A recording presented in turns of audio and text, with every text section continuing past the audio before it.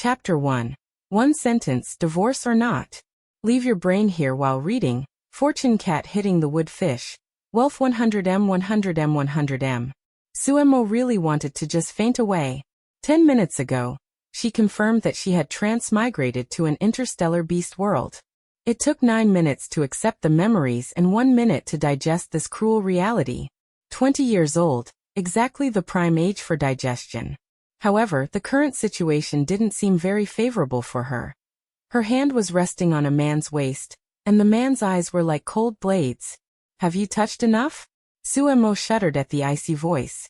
She silently withdrew her hand and looked down at the man she had pinned to the ground.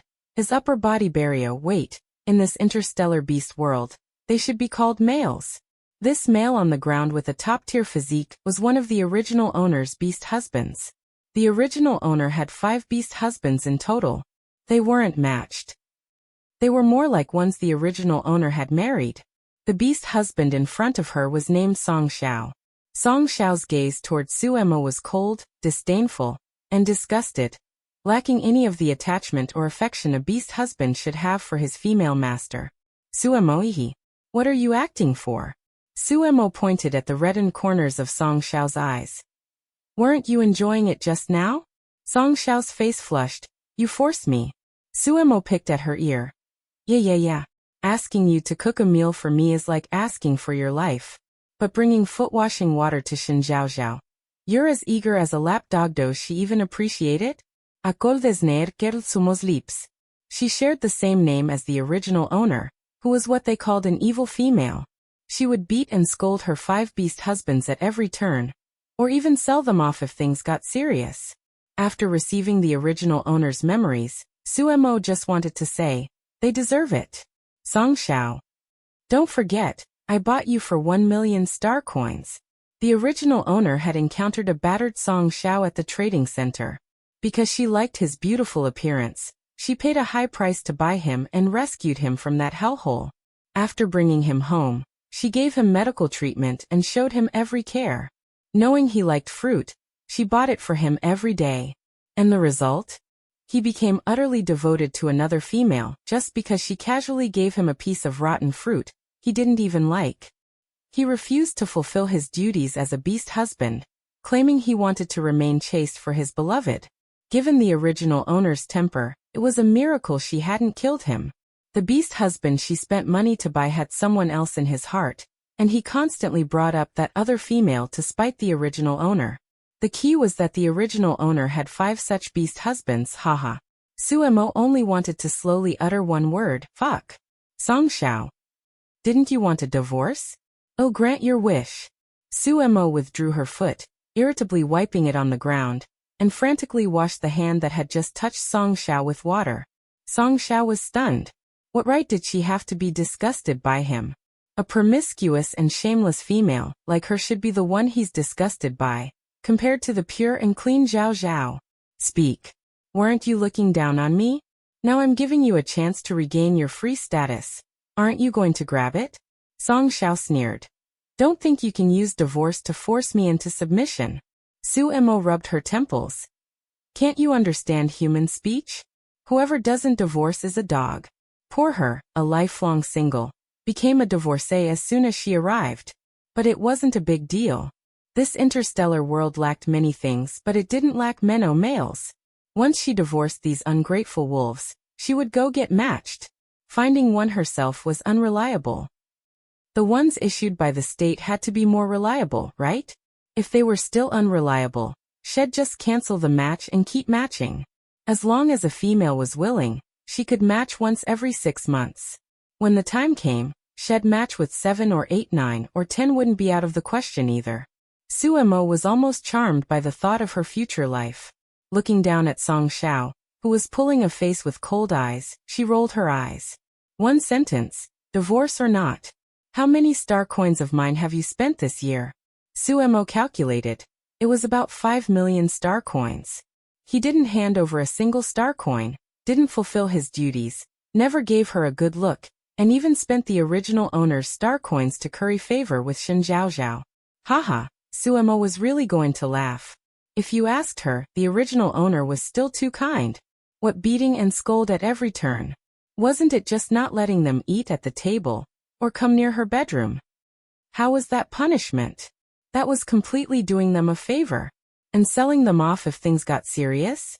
Wasn't it just making them go out and earn star coins? For a whole year, the original owner had been bearing all the household expenses alone. It was truly ridiculous. Perhaps when you don't love someone, everything they do is wrong. Even more infuriating was that the original owner hadn't even gotten a taste of meat from her 5 beast husbands once.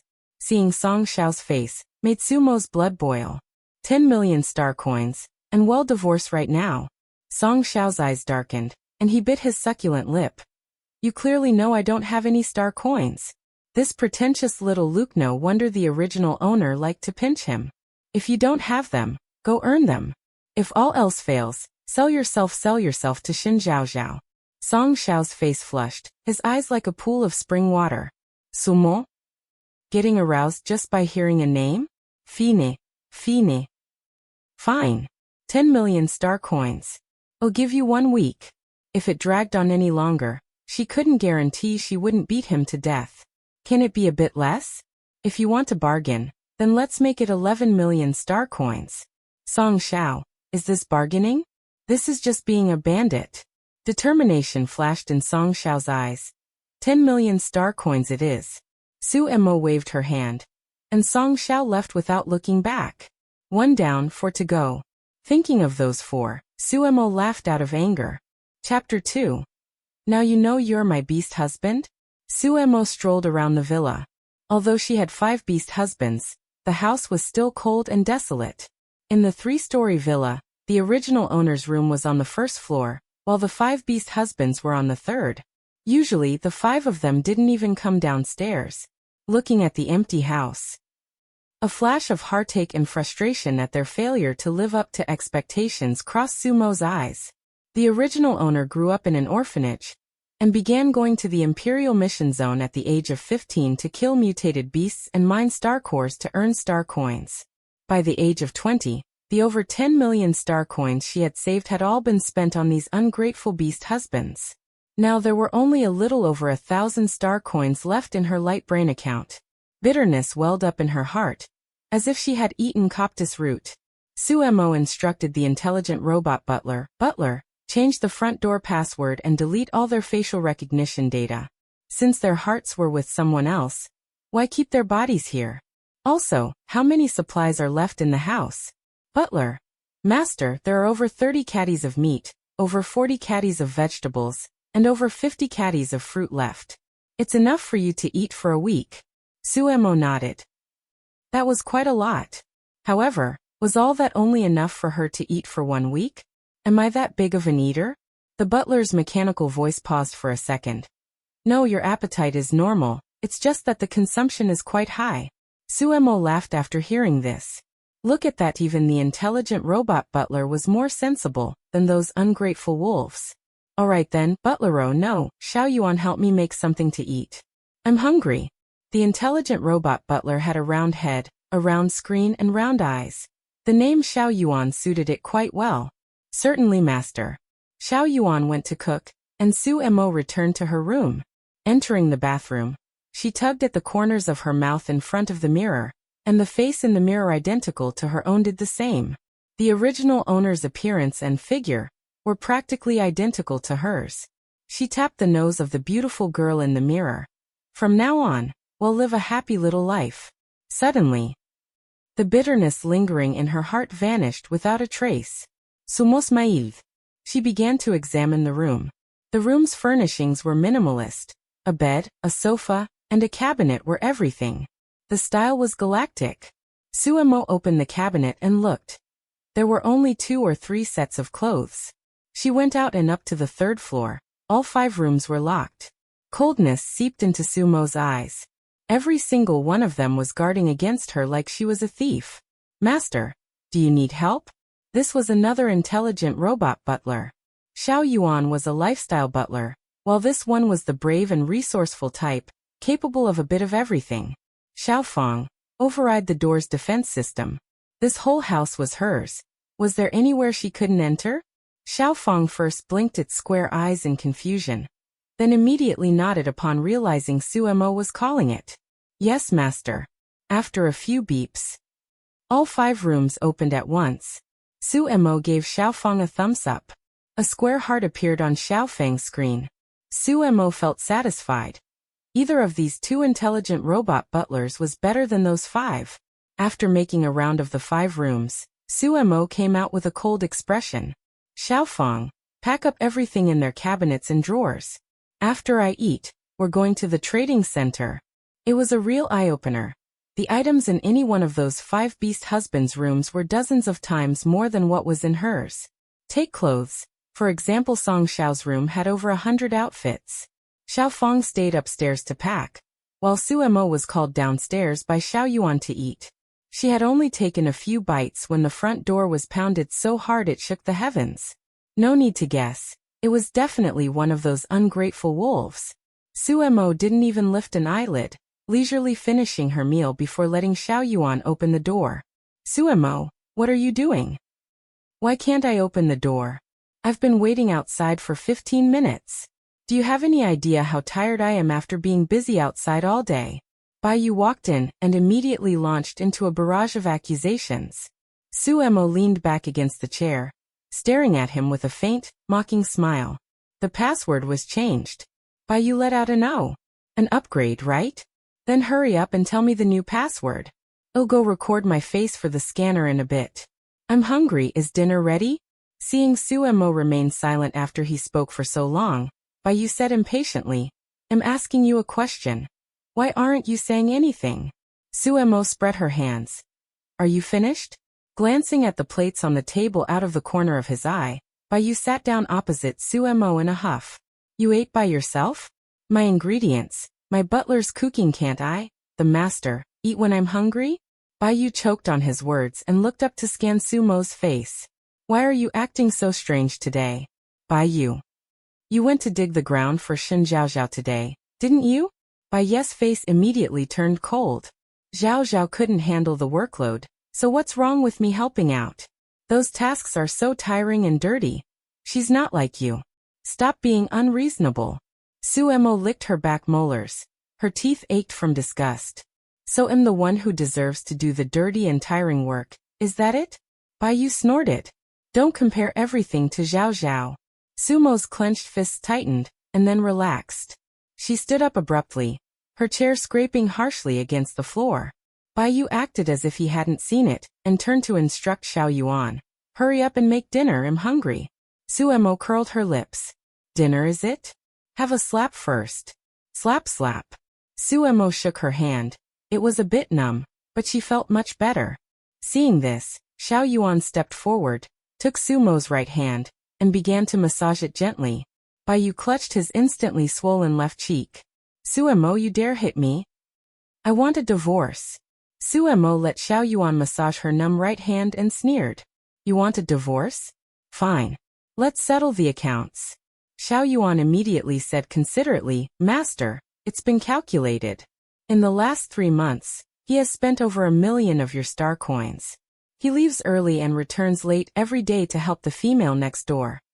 Planting 50 times, cleaning 30 times, and killing mutated beasts 40 times. He showers the female next door with concern, sending her fruit, ingredients, and star coins. He hasn't touched the chores at home, only knowing to return every day when it's time to eat and sleep. Suemo winked at Xiao Yuan. Good Xiao Yuan. Did you hear that? Baiyu's handsome face was livid with rage. What do you mean? You're settling accounts with me? Am I not your beast husband? Now you know you're my beast husband? Too late. I provide you with good food and drink, yet you go next door to flirt and show off. You've completely humiliated me. You can have a divorce, but you're going to spit out every star coin you spent. Baiyu's face flushed red. Who's flirting and showing off? You vicious female. Suemo sneered. I'm putting this out there. If I don't see those star coins within a week, I'll go straight to return the goods. This made Baiyu's face turn pale. Applying for a divorce voluntarily was different from being forcibly divorced by a female. If it were a forced divorce, everyone would think there was something wrong with him. Zhaozhao would probably despise him, wouldn't she?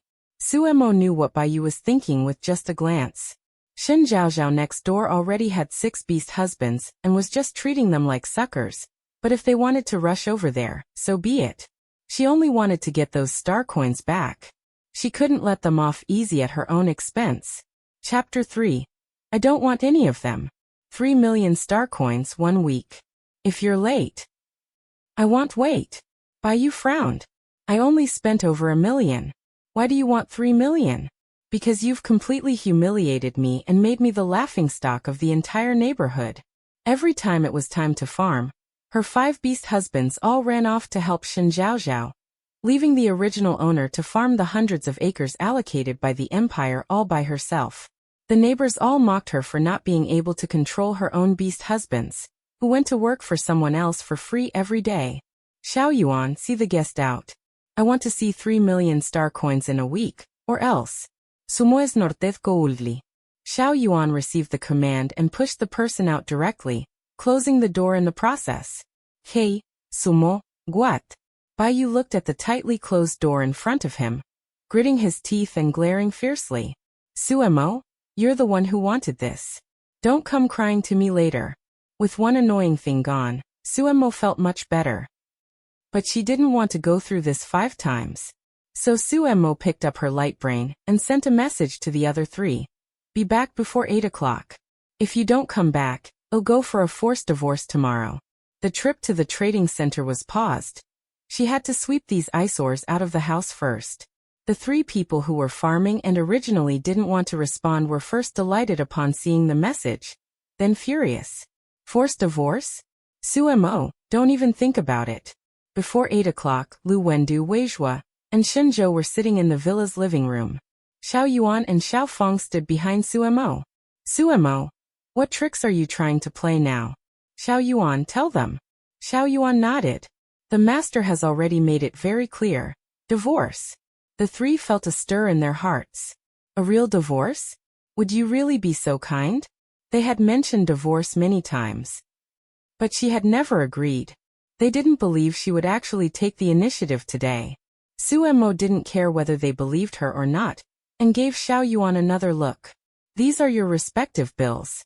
Please make sure to send the corresponding amounts to the master's account within 1 week. Otherwise, you will face the consequences. The 3 took the bills, and after reading them, their expressions were quite a sight. Suemo took a bite of the watermelon Xiao Feng fed her, her eyes curving into a smile. Lu Wendu frowned and questioned, what is the meaning of this? After saying that, he tore up the bill. Agitated emotions detected. Potential for aggressive behavior. Should the protection device be activated?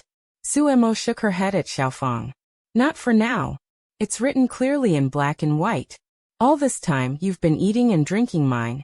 Yet you haven't fulfilled any of your duties. You even took my things to suck up to Shen Zhaozhao. Do you take me for a fool? These are all what you owe me. Xiao Yuan's words are my words. In short, I want to see these star coins within a week, or else wait for a forced divorce. In the interstellar beast world, there were many males and few females. Additionally, females could awaken mental power to soothe males, so wherever they went, they were cherished and pampered. A forced divorce was fatal for males. It indicated they were unqualified partners, and would leave a heavy mark on their records.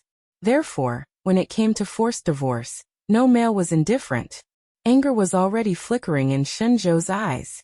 Do you have to be like this? Wrong, it's you who have the problem. I didn't marry you to annoy me. I can't even touch you.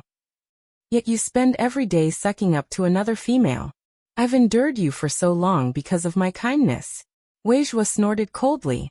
What a hypocrite. Suemo and Xiao Yuan rolled their eyes at the same time. Just tell me if you agree or not.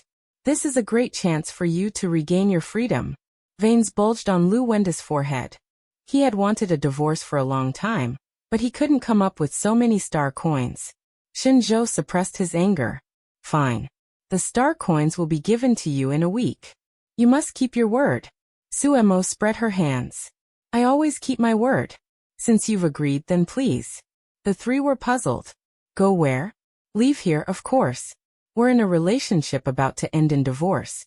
Do you still want to stay in my house and refuse to leave? Lu Wendu laughed from anger. Suemo, you're really something. After saying that, he kicked the door and left in a huff. Xiao Yuan, check if the door is broken. If it is, make him pay. Lu Wendu and the other two, who hadn't gone far. After dealing with the ungrateful wolves, Suemo slept soundly that night, and was woken up by Xiao Yuan in the morning. Master, it's time to get up and eat breakfast. You said you were going to the trading center this morning. Suemo got up groggily, and only after seeing the room clearly did she realize she had transmigrated yesterday. Coming, my Xiao Yuan butler. After she went downstairs, Xiao Yuan had prepared a steaming, fragrant breakfast. Xiao Fong had organized all the packed items and placed them neatly by the door. Master, eat. Thanks for the hard work, Xiao Yuan. Suemo sat down, spent 20 minutes eating breakfast, and then went out with Xiao Fong. She carried one large bag, while Xiao Fong carried two. As soon as she stepped out, she ran into those unlucky things. Song Xiao stared at Shen Zhaozhao shyly. Zhaozhao. She said she would divorce me. When will we? Shen Zhaozhao was wearing a long white dress with a smile like a spring breeze on her face. Under the sunlight, she looked like a pure little white flower. Suemo looked for a second, then withdrew her gaze, heading straight to the aircraft parking lot with Xiaofang. The Empire issued aircraft to females with partners. This neighborhood was also allocated. Suemo planned to get a new allocation in a different neighborhood after matching. It would be too unlucky to let her new partner live where those 5 ungrateful wolves had lived. Just as she was thinking, 2 figures appeared in front of her. Montak. Suemo lifted her eyelids, crossed her arms, and raised her chin. Something the matter? Shen Zhaozhao was still smiling. Mo, what happened between you and Song Xiao? Why the sudden divorce? If something is wrong, we can talk it out. Suemo pointed at herself. You're asking me what happened? You don't know? No way. Do you really not know? At this time, many neighbors were heading out. Seeing Suemo and Shen Zhaozhao facing off, they were too excited to move. Glancing at the gossip-hungry neighbors, the corners of Sumo's mouth curled up. Shen Zhaozhao was puzzled. Why would I know? Suemo looked at Song Xiao, walked over, and delivered a slap in one smooth motion. The sound was so loud that the onlookers heard it clearly. Song Xiao, I'm not dead yet, and the divorce isn't final. Yet you're flirting with another female right in front of me? Not even trying to hide it anymore? After saying that, she pointed at Shen Zhaozhao. My beast husband pampers you every day, working like an ox or a horse for your family. If I don't divorce him to make room for you too, should I keep him around just to anger myself to death? Shen Zhaozao's face turned red. Sumo, yo hemos understood. Song Xiao and I are just friends. I didn't mean to upset you. Suemo licked her back teeth. Her tooth was aching again. Friends? The kind of friends who have their own female master but linger at your house every day, unwilling to let you suffer, helping you farm, and spending money to buy you this and that? Did you all hear that? These are friends. Be careful your own beast husbands don't become this kind of friend too. The smiles on the onlookers' faces vanished instantly as they stared at Shen Zhaozhao warily. Suemo rolled her eyes. These people usually didn't miss a chance to laugh at her or speak to her with sarcasm. Song Xiao couldn't take it anymore.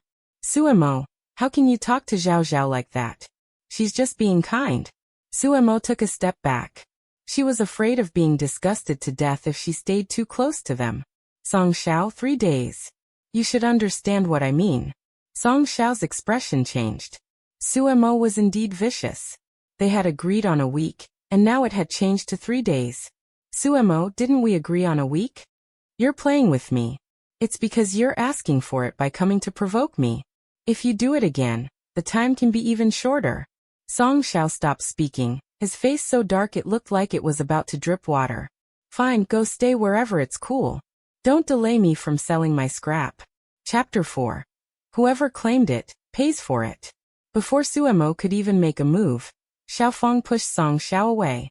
Suemo flashed a smile at Xiaofang. Good job, Xiaofang. Xiaofang. This is what I should do for you, master. I'm not like some people who are ungrateful wolves. The ungrateful wolf Song Xiao. Was that robot just insulting him? It was, wasn't it? Suemo left feeling refreshed, leaving behind Song Xiao and a frowning Shen Zhaozhao, who was lost in thought. Lao Yao, I'm sorry. Su Mo is just such a mean person, don't take it to heart. Shen Zhaozhao shook her head. I'm fine, Song Xiao. It's just, what will you do? Song Xiao looked at Shen Zhaozhao with eyes full of affection. Zhaozhao, once I'm free can I? Hissed Song Xiao, my head suddenly hurts a bit. Song Xiao immediately became incredibly anxious, forgetting whatever he was about to say. Su Mo and Xiaofang went to the aircraft parking area. She didn't know how to pilot an aircraft, but Xiaofang was all-purpose. She currently lived in District 6. The imperial capital Star was divided into 24 districts, with the first district housing the upper class of the empire. The trading center was in District 20, about half an hour away by aircraft. Su Mo really couldn't figure it out. The original owner had looks, a decent amount of star coins, and her supernatural ability level had reached level 5 with good combat power. How did all 5 beast husbands fall for the same outsider? Truly frustrating. Half an hour later, Su Mo stepped off the aircraft. One person and one robot entered the trading center carrying 3 large bags. The trading center sold everything. Wasn't this where the original owner had bought Song Xiao back then? And Baiyu was someone she had picked up at the entrance. He looked so pitiful at the time. Su Mo clicked her tongue and found an empty spot to unpack the items. She had a lot of things, and the several large bags instantly attracted the attention of many beastmen. Miss, what are you selling here? Oh, daily necessities. If you see something you like, just give me whatever you can. District 20 was a lower-tier district of the empire. The beastmen living here were only slightly better off than those in poverty. Naturally, they wouldn't look down on second-hand goods. Really? Just whatever we can. Sumonadith. They're all second-hand. I want mine 10 star coins, and I want mine 100 either. Hearing this, the nearby beastmen immediately crowded around. Although the items were second-hand, they looked almost new. Are these beautiful clothes really being sold so cheaply? One of the beastmen picked up a soft-textured coat and touched it carefully. Su Mo waved her hand. Buy with confidence. The source is legitimate. Once she said that, one bag was sold out in less than 20 minutes. An hour later, the beastmen went home happily clutching their new clothes. Su Mo smiled as she looked at the 20,000 star coins that had been credited to her account. Xiaofang, let's go make an appointment at the matching center and stop by the female resettlement center to apply for a district change. Matching required an appointment in advance. The matching center was in District 2. By the time Su Mo and Xiaofang rushed there, it was exactly 10 minutes before closing time. It couldn't be helped. Good jobs like those at the matching center were 10 a.m. to 3 p.m. For days on and 3 days off. Hello, I'd like to make an appointment for a match in 1 week.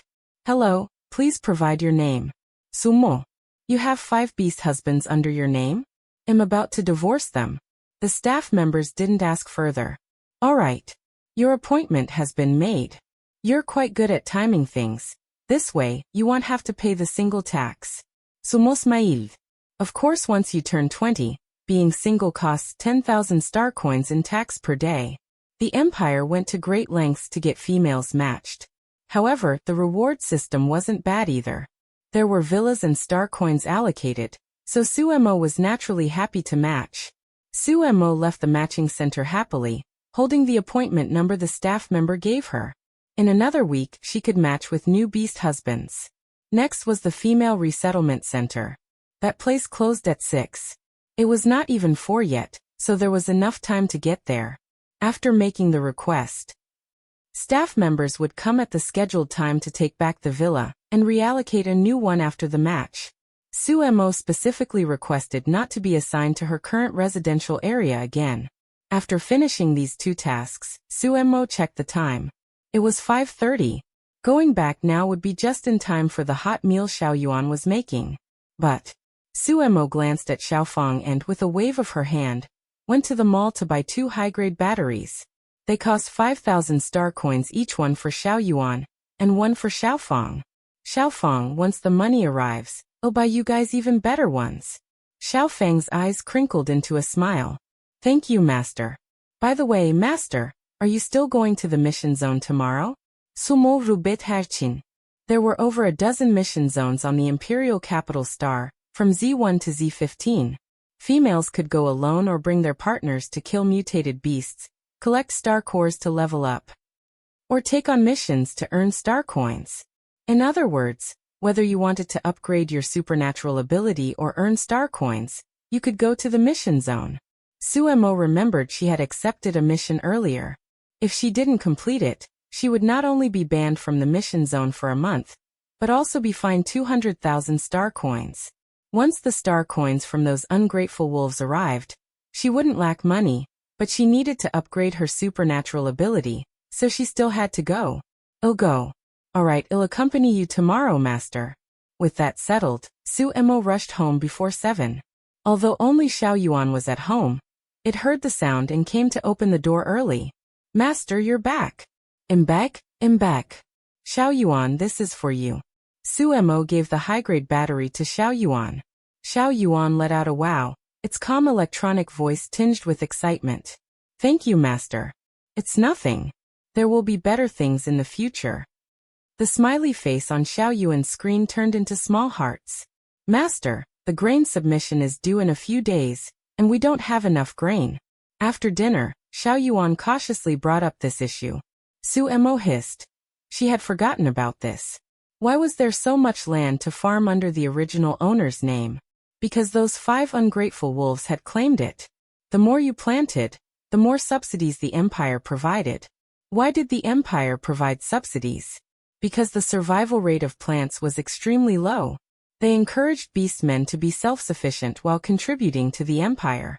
People were willing to farm not just for the subsidies. Because of the low survival rate, fruits, vegetables, and grains were expensive. Growing some made one self-sufficient. Plus the produce grown by females could soothe their partners and their own mental energy. Of course, that was the general case. Some produce grown by females could soothe not just their own partners, but also non-partner males indiscriminately. That kind of produce was sold at a very high price. It was the kind of thing that was hard to buy even if you had star coins. As for why males needed soothing, they were born with keen senses and stronger combat power. After participating in battles and using their supernatural abilities, their spirits would often be in a state of excessive tension, or they would need a partner's soothing after reaching a certain level. For those with partners, it was easy. Males without partners either had to buy such produce to alleviate their pain or just endure it. Sumol tapet harchin. The original owner had planted the land with Xiao Yuan and the others, but those guys had claimed all the subsidies. "How many days are left, Xiao Yuan?" 6 days. Sumonadith. If they couldn't hand over the grain, they could only compensate with star coins. She remembered they had to turn in 1 caddy per moo. So she had to turn in 200 caddies. If compensated with star coins, that would be 2 million star coins. Suemo felt the sting in her wallet. No other choice. She had to find a way to get the land growing. This time whoever claimed it pays for it. She created a group chat and sent a message. "Figure out a way to get the 200 caddies of grain for the submission yourselves." Chapter 5. It's the feeling of falling in love. Suemo waited for a while. Great, not a single one responded to her. They even all left the group. Suemo looked at her light brain and revealed a brilliant smile.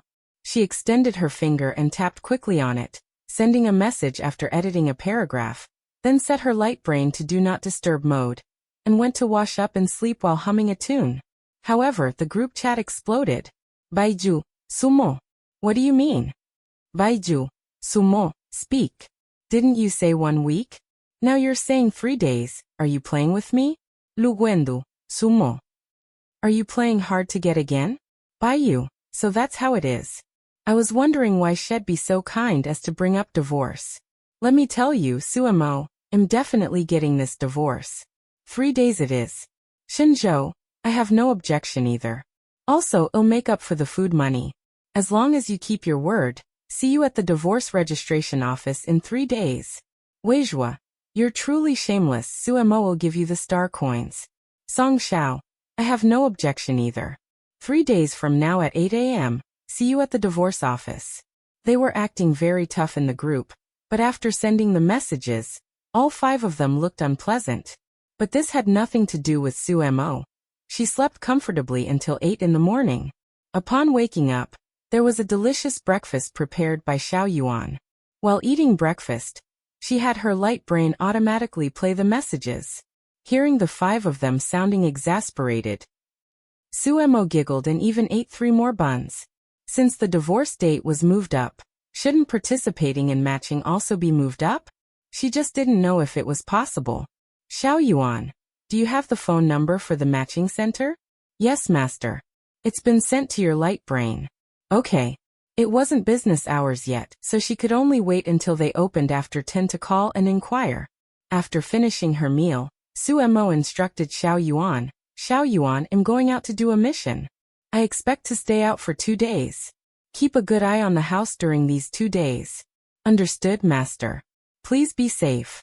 Will do. Sumo slung on the bag Xiaofang had packed and headed out with Xiaofang. At the door, she encountered Shen Zhaozhao and Song Xiao again. This time, Sumo didn't give them a chance to speak, and walked straight past them to board the aircraft. Master.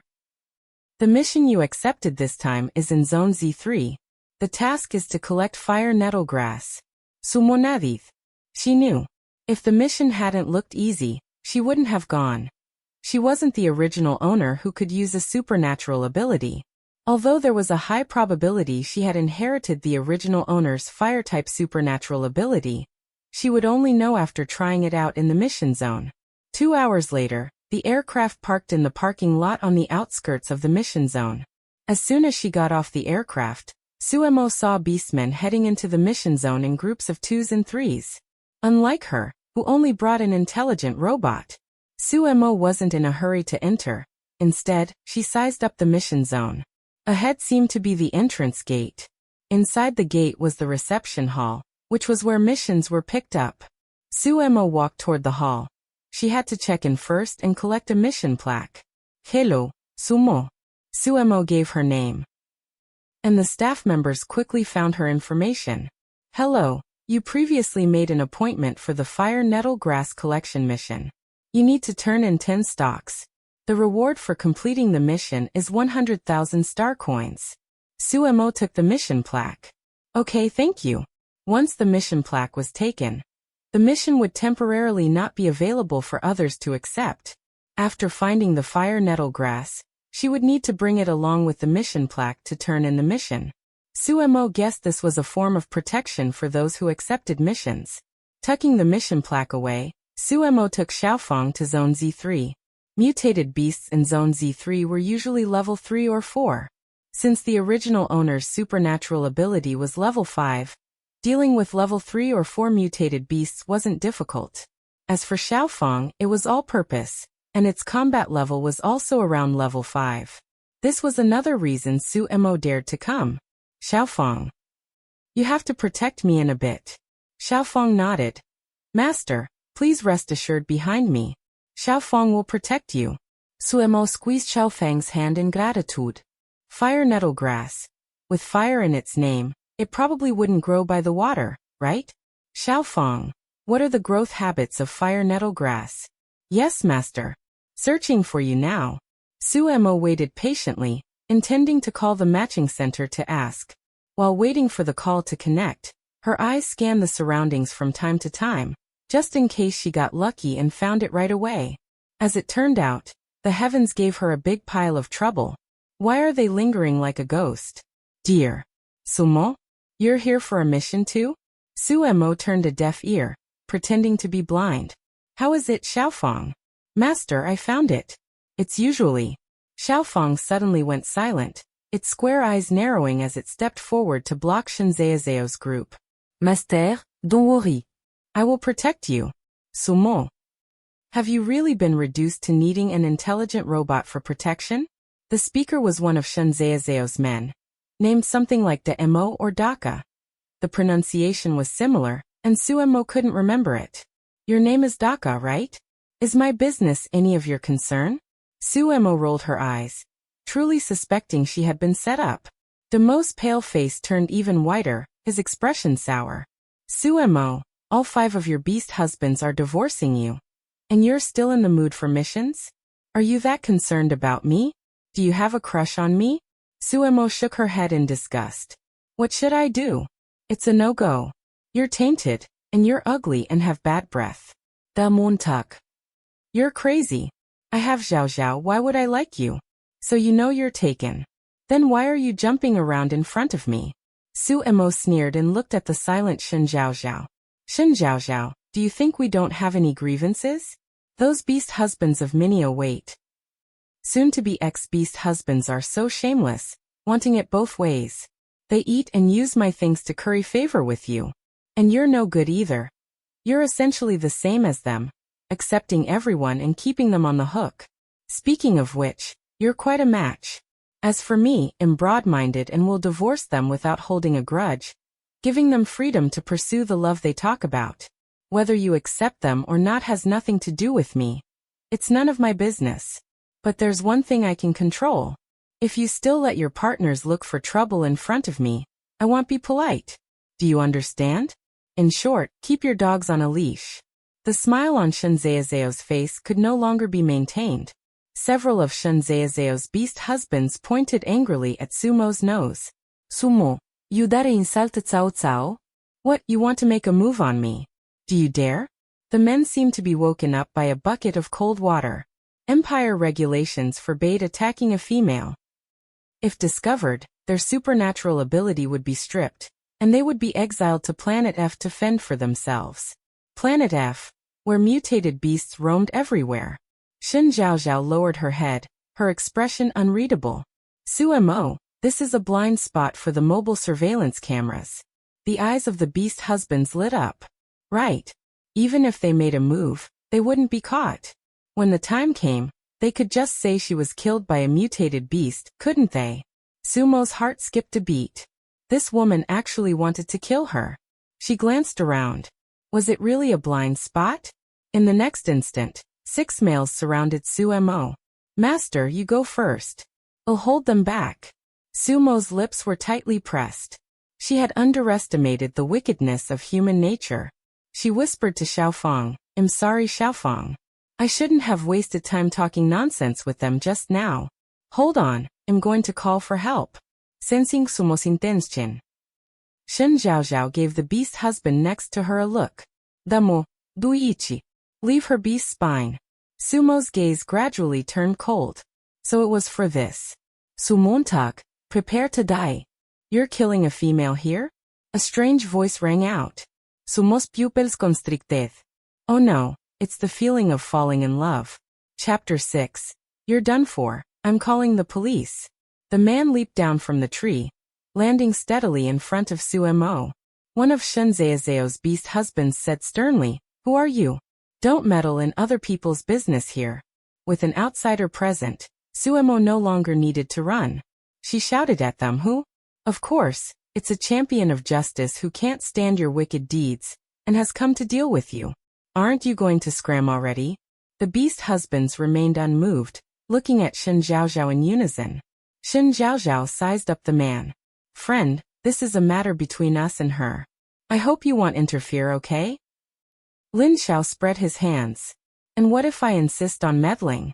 Then don't blame us for being impolite. Seeing that a fight was about to break out, Suemo wisely hid behind Xiaofang, who immediately activated its protection mechanism. And they had already started fighting. Suemo watched, nodding repeatedly. Sparks flew and lightning crackled. What a stellar beast world. That champion of justice's supernatural ability seemed to be wind-based? No wonder he made her heart race. His movements were clean and sharp. Fighting 1 against 6, he wasn't even at a disadvantage. The battle was over in just a few minutes. Seeing her 6 beast husbands lying on the ground, Shen Zheo's legs went weak for a moment. This male was actually so powerful, at least level 8 or above. Suemo walked over to Lin Xiao with a smile, saluting him. Thank you, kind sir. Lin Xiao looked puzzled. What did that mean? Suemo turned and shook her head at the people on the ground. Well, Shen Zhao Zhao. Are your beast husbands really this weak? 6 of them couldn't beat one guy? So useless. After saying that, Suemo even rolled her eyes, which infuriated Damo so much he nearly spat blood. Master. Xiaofang, wait a moment. Let me mock them a bit first. Master, your light brain. Sumo? She opened her light brain and discovered that she was still connected to the matching center. Perfect. Hello? Hello, Misu. Are you alright? Is this the matching center? I'm in trouble. Can you help me call the police? I'm currently in Mission Zone Z3. Someone, along with her beast husbands, is trying to kill me. I'm so scared, boohoo. Lin Xiao's lips subconsciously curled upward. This little female could spin tales on the spot, but she was quite interesting. Shen Zaozao's face turned pale, and she nearly rolled her eyes out of her head. Scared? Where did she look scared? The staff member on the other end twitched her mouth. She wasn't deaf. She had heard every word Suemo said. Of course. She had also heard every single word Shen Zhaozhao and the others said. The connection came with an automatic recording function. So Shen Zhaozhao and her group had no way to deny it. Alright, Misu. I've already called the police. The Star Police will arrive soon. Please stay on the line with me. Even without being told, Suemo wouldn't hang up. She pointed at Shen Zhaozhao and made a slicing motion across her own neck, mouthing silently. You're done for. Shen Zaozao's expression darkened. She couldn't speak carelessly now. Anything she said would serve as Sumo's witness. But she couldn't just do nothing and wait for the Star Police to confirm her guilt. The light brain connection had just been established, right? Glancing at the mysterious male and then at Suemo, Shen Zhaozhao made a decision in an instant. A help. Donc il me, boo. Sumontak, I'm sorry. It's all my fault. If it weren't for me, your beast husbands wouldn't have all divorced you. I know you're angry. But I really have nothing to do with them. I don't like them, but they just won't leave me alone and insist on chasing after me. It's such a bother. Suemo, please make your lover stop, okay? Killing a female is a serious crime, boo-hoo. No. Sumo? Screw you. You want to act? Act yourself to death. Sister, are you still there? Boo-hoo, Shen Zhaozhao and the others are so awful. My 5 beast husbands spent my money to curry favor with her and help her farm. To make way for them, I even took the initiative to divorce them, and they still won't leave me alone. I came here all alone with my robot to do a mission. And she brought 6 beast husbands to attack me. She even said she wanted to extract my beast spine. Shen Zhaozhao didn't know that Suemo had been connected to the matching center since she mentioned the dead end. She was still acting her heart out. That's not true. It has nothing to do with me. You can ask Sumo's beast husbands to testify. Whose side they would take was entirely up to her anyway. The staff member on the other end grew angrier the more she listened. This was despicable. Fortunately, she had heard everything from the beginning, or she might have been misled by Shen Zhaozhao. She whispered to Suemo, Miss Su, don't worry. We won't be fooled by her. Hearing this, Sumo's lips curled into a smile. She had grown tired of wailing. But Shen Zhaozhao was still going at it. Suemo didn't want to bother with her anymore. It would take some time for the Star Police to arrive. Suemo hadn't forgotten that she was here on a mission. Shen Zaozao's beast husbands had already been tied up by Xiaofang and completely lost their ability to attack. As for Shen Zhaozhao herself, she was not a threat. Benefactor, what's your name? Lin Xiao put away his playful expression. Lin Xiao. Hello, I'm Sumontak. It's not convenient to thank you properly here. Shall we exchange light brain contacts? When we're back in the main city, I'll treat you to a meal. Sure. Lin Xiao didn't refuse. After adding each other as friends, Suemo asked Lin Xiao, do you mind waiting a bit longer? The Star Police will take a while to arrive. We might also need to trouble you to serve as a witness. Lin Xiao nodded. Of course, that's fine. As the two chatted, neither glanced toward Shen Zhaozhao. After wailing for so long, Shen Zhaozhao found it hard to continue. It was as if she was performing a one-woman show, with no one caring about her life or death. Suemo couldn't care less. She could only restrain herself from strangling her. She patted Xiaofang. Xiaofang, continue telling me where fire nettle grass usually grows. Just waiting idly wasn't a solution. Let's look for the fire nettle grass. Yes, master. Fire nettle grass usually grows near the burrows of flame rat beasts. Flame rat beasts. Xiao Fang, I hope you're not going to tell me they can breathe fire? Master is so clever. Yes, that's their characteristic. But compared to your flames, Master, they're simply insignificant. Su Emo wiped her forehead. Oh no. She didn't know how to use it. Xiaofeng, pause the mission. Let me try to get a feel for it first. Lin Xiao, please keep an eye on them. Xiaofeng, you wait here for the star police and notify me when they arrive. After saying that, she went to a nearby small thicket, which conveniently blocked Lin Xiao and the others from view. Suemo opened her light brain and searched for a while, coming to a conclusion. Using a supernatural ability is very simple, as easy as turning over one's hand. Something one is born knowing how to do. What a perfect as easy as turning over one's hand. Could it be voice activated? She called out softly, blazing flames. Isn't that how it works in TV shows and novels? Why didn't it work when she called out? Was she not shouting forcefully enough?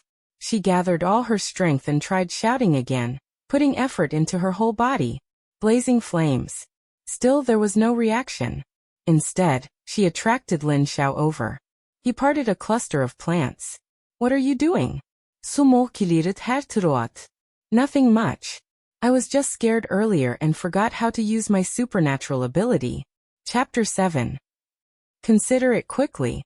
Lin Xiao's eyes shimmered like colored glaze. This was a truly peculiar statement. How could someone forget how to use their supernatural ability? Seeing she was discovered, Suemo stopped hiding it. It was good that someone was here. And it wasn't her enemy but her benefactor, perfect for asking. Lin Xiao, do you know how to use it? Not waiting for Lin Xiao's reply, Suemo let out a soft sigh. I'm not afraid of you laughing at me, but it's just as Shun Zhaozhao said. All 5 of my beast husbands want to divorce me, and they all like her.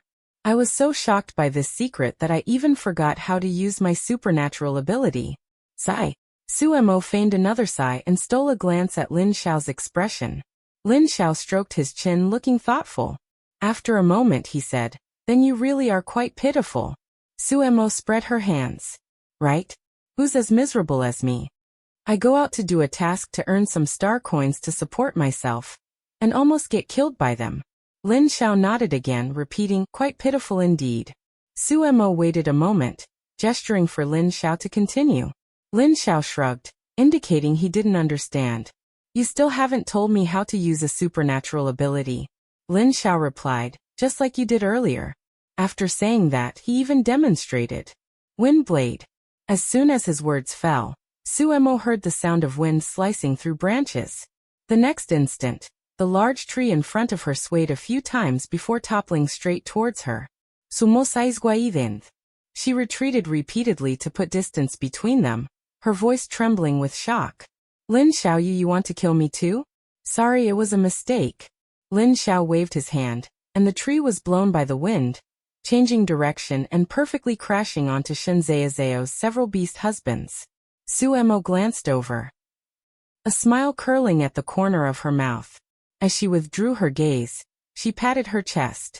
What a fright! Seeing Lin Xiao's apologetic look, she started chiding him. Lin Xiao, don't scare people so casually in the future. I'm easily frightened. Fortunately, although Lin Xiao looked fierce, his emotions were stable.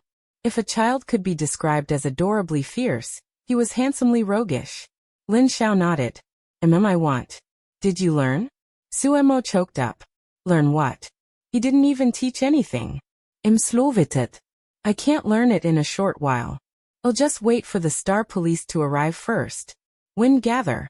Sumo? What thing just flew into her hand? Suemo focused her eyes. Was this fire nettle grass? Anxious, she was briefly speechless, pointing in one direction and then at her palm. Lin Xiao tilted his head, a puzzled look in his eyes, and called out again, wind gather. The next moment, another stalk of fire nettle grass appeared in Sumo's hand. Is this what you meant? Suemo lost all sense of shock, her heart blooming with joy.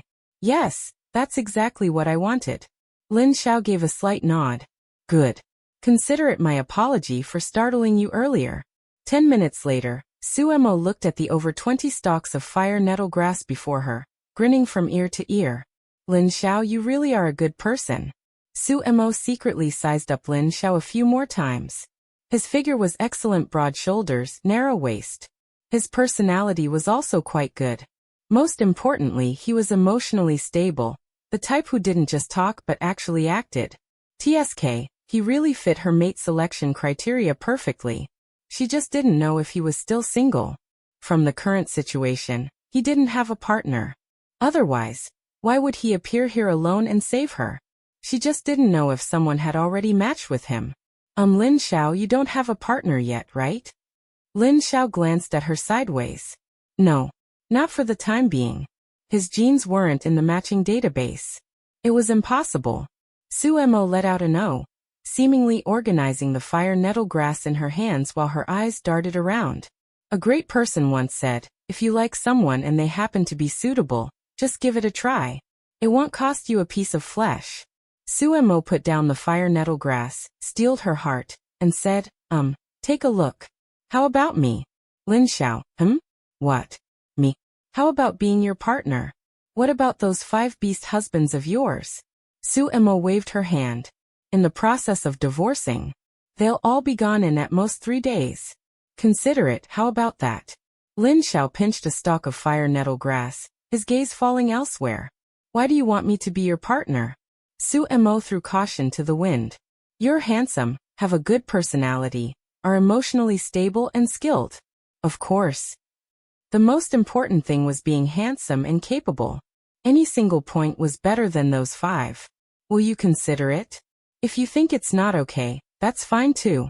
Anyway, I'm going for matching in a few days. The matched ones can't all reject me, right? She mumbled the last part very softly, but Lin Xiao heard it anyway.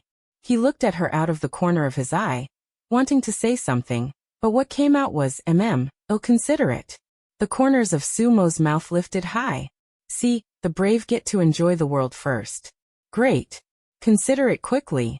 If you're late and get assigned to someone else, I won't have the star coins or the combat power to redeem you. Lin Xiao. Su Mo spread her hands helplessly. Matching is ruthless, you know. You males can't refuse even if you want to. Unlike us females, voluntary matching is just so satisfying. Having achieved her goal, Su Mo focused on organizing the fire nettle grass again. The task required 10 stalks. She would just take 10. Take these and sell them to the mission center. 1 stalk is 10,000 star coins. These are worth over 100,000 star coins. Lin Xiao couldn't quite keep up with Su Mo's train of thought. Just a moment ago, she was talking about liking, wanting him to be her partner, and now she jumped to selling fire nettle grass. Don't you need them? Su Mo pointed to the 10 stalks in front of her. I only need these.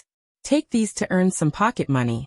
Lin Xiao glanced at the 2 piles of fire nettle grass Su Mo had separated. I don't need it. Su Mo slowly formed a question mark in her mind.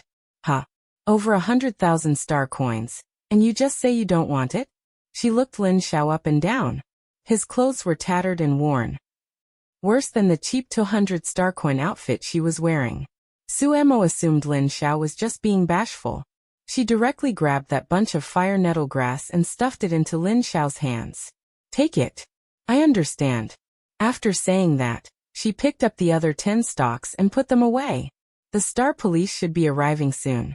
Let's go wait for them outside. Returning near Xiaofang, Su Mo finally noticed Shen Zhaozhao lying on the ground as if unconscious. Su Mo looked at Lin Xiao. You're doing? Lin Xiao did not deny it. Su Mo clapped her hands. Well done. As soon as she approached Xiaofang, a voice came from the light brain. Miss Su? Miss Su, have you returned? I'm here. I just went to do a task.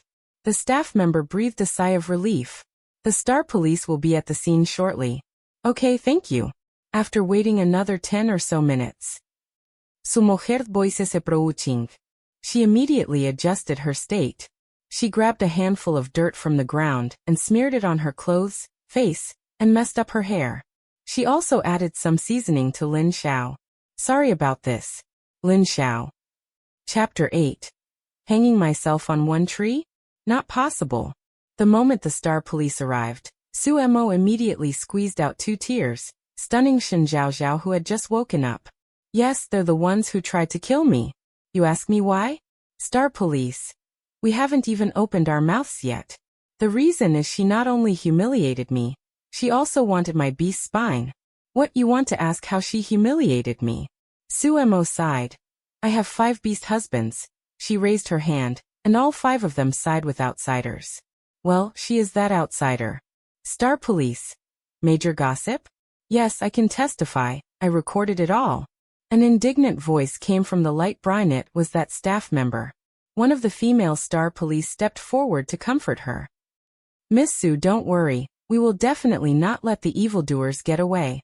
Attempting to kill a female and wanting to extract a beast's spine is the worst of the worst crimes. It's not like that. Look, she doesn't have a single injury. My words were just to scare her because her beast husband kept harassing me. I was scared and had no other choice. Shin Zhaozhao also began to wail. Suemo almost let out a snort of laughter from anger. Sister, did you hear that? She said killing me and extracting my spine were all jokes. Bullshit. I heard it clearly. Her beast husbands all took action. And you said that place had no surveillance. It was a perfect spot for killing and extracting a beast's spine. And if it weren't for another male happening to be there, Miss Sue would already be dead. Suemo followed up by squeezing out a few more tears, because of the issues between my beast husbands and her. I was so angry I forgot how to use my supernatural ability. Shin Zhaozhao, who was just about to mention that Sumo's supernatural ability level wasn't low, choked on her words. We understand. Miss Shen, as a suspect, please come with us. The Star Police tossed Shin Zhaozao's unconscious beast husbands onto the spaceship and asked Suemo to come along as well. Okay, pretty sister. I'll cooperate fully, but can you give me 5 minutes to submit a task? Suemo specialized in having a sweet mouth. The pretty Star Police officer nodded. All right, go ahead. Thank you, pretty sister. And thank you too, pretty sister. This was directed at the staff member on the other end of the call. The staff member smiled sweetly in her heart. You're welcome, it's what I should do. Lin Xiao scratched his head as he followed behind. Just like that, it's settled? After submitting the task at the mission office and receiving 100,000 star coins, Suemo nodded with satisfaction. Now she had money to buy high-grade batteries for Xiaofeng and Xiaoyuan. Lin Xiao crossed his arms, still holding a fire nettle grass in his hand. So happy over 100,000 star coins? Hello, could you also come back with us? Lin Xiao's steps faltered. Me too? The pretty Star Police officer Yi Wei smiled. Of course. We might even have a reward for you. Yes, it's acting bravely for a just cause. Sister, is there a reward? Yi Wei gave Suemo an amused look and raised an eyebrow. There can be. Sumo's eyes immediately sparkled. Wow, that eyebrow raise was something else. So handsome, so beautiful, so cool, so dashing. Let's go. Sister, what about my spaceship? It's fine, I'll have someone drive it back for you. Okay, sister. Sister, my name is Suemo, what's your name? Yi. Lin Xiao followed behind with a strange expression. What's the meaning of this? Is she neglecting him now? Didn't she say she wanted him? Wanted him as a partner? His lips drooped as he followed them onto the spaceship, remaining silent the whole way. Of course, it might also be because Suemo was busy chatting with Yi Wei and paid him no attention. Upon arriving at the Star Police Bureau, after giving her statement and strongly expressing her wish for the evildoers to be punished, Shin Zhaozhao and her beast husbands were detained. That's right. Because the Star Police Bureau received the first-hand recording sent by the matching center. In it, Shin Zhaozao's every word was crystal clear. No amount of excuses would help. Firstly, the Empire's protection of females is very comprehensive. Secondly, Suemo is a premium resident in their district, paying either the most food or the most star coins every month. Sister, I'd like to ask, how do you plan to deal with Shin Zhaozhao? Don't worry. She will be stripped of her lifelong matching rights and sent to labor on a subsidiary planet next to the main planet, never to return. Sumo's eyes curved into crescents. Oh, so she'll be farming there for a lifetime? Great, I finally don't have to live in fear anymore. Yi Wei patted her head. Want to add each other as friends? If you run into trouble again in the future, contact me directly. Suemo immediately added her. Okay, sister. You're welcome. Yi Wei's lips curled, succumbing to Su Mo's repeated calls off sister. By the way, the reward needs to be applied for. It'll be a few days before we can give it to you. Is it convenient to leave a contact method? This was directed at Lin Xiao. Lin Xiao waved his hand. Give it to her. Su Mo's eyes lit up. Give it to me? That's a bit embarrassing. My light brain is broken. Su Mo tilted her head. Wasn't it fine just a moment ago? After being escorted out of the Star Police Bureau. Su Mo and Lin Xiao stared at each other. Where are you going? Want me to give you a ride? Lin Xiao pressed his lips together. I have nowhere to go. Sumo? Come back with me? But that doesn't seem very good. It might damage your reputation. You haven't married me yet. Lin Xiao's expression changed unnaturally. Seriously, where's your home? You must have one, right? You didn't even bat an eye at all that fire nettle grass. I really don't know if you lack common sense or just don't lack star coins. I had one before. Now I don't. Su Mo scratched her head, muttering, Then what should we do? Do you want to come back with me? I don't mind. In a couple of days, I won't be living there either. Once I get matched with a beast husband, I'll be moving. Lin Xiao gritted his teeth. You want to form a bond with me, and you still want to go get matched? Sumo nadith. Yeah, that's not conflicting, is it? How could one be enough? Here, who doesn't have several? It's practically heaven.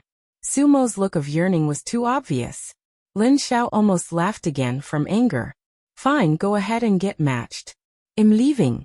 After saying that, he plunged into the crowd without looking back. Su Mo was utterly baffled. What's his problem? What good female doesn't have several males? What's he so angry about? Does he really have so little tolerance? Su Mo shook her head. After all, the current emperor has over 100 beast husband partners, and the princesses have dozens. She just wants 7 or 8, that's all. What's the big deal? Su Mo let out a humph, pulled Xiaofang, and boarded her own spaceship. It's still early, Xiaofang. Let's go to the mall before heading home. Master, there are plenty of males out there. Don't be upset. Su Mo waved her hand and plopped down in the passenger seat. I'm not upset. You're right. With so many males out there, hanging myself on one tree? Not possible. Lin Xiao watched Su Mo's spaceship take off. His eyes flickering. She really was lying to him. She wants to get matched, does she? Lin Xiao furrowed his brow, opened his light brain and sent a message. Put my genes in there too. The person who saw the message was stunned. Had the family head come around? Whether he had or not, they immediately went to handle it. What a joke. What if the family had changed his mind if they were late? Su Mo and Xiaofang happily returned home after shopping at the mall. 2 high-grade batteries, 10,000 star coins each. Money flowed like water. Thinking it over, Su Mo posted a countdown in the group chat. 2 days left. Hurry up. Chapter 9. Got the star coins. As expected, no one responded. Su Mo indifferently turned off her light brain. She figured these guys would get anxious soon. She happily ate the dinner Xiao Yuan made, and after the meal, gave them the high-grade batteries. Thank you.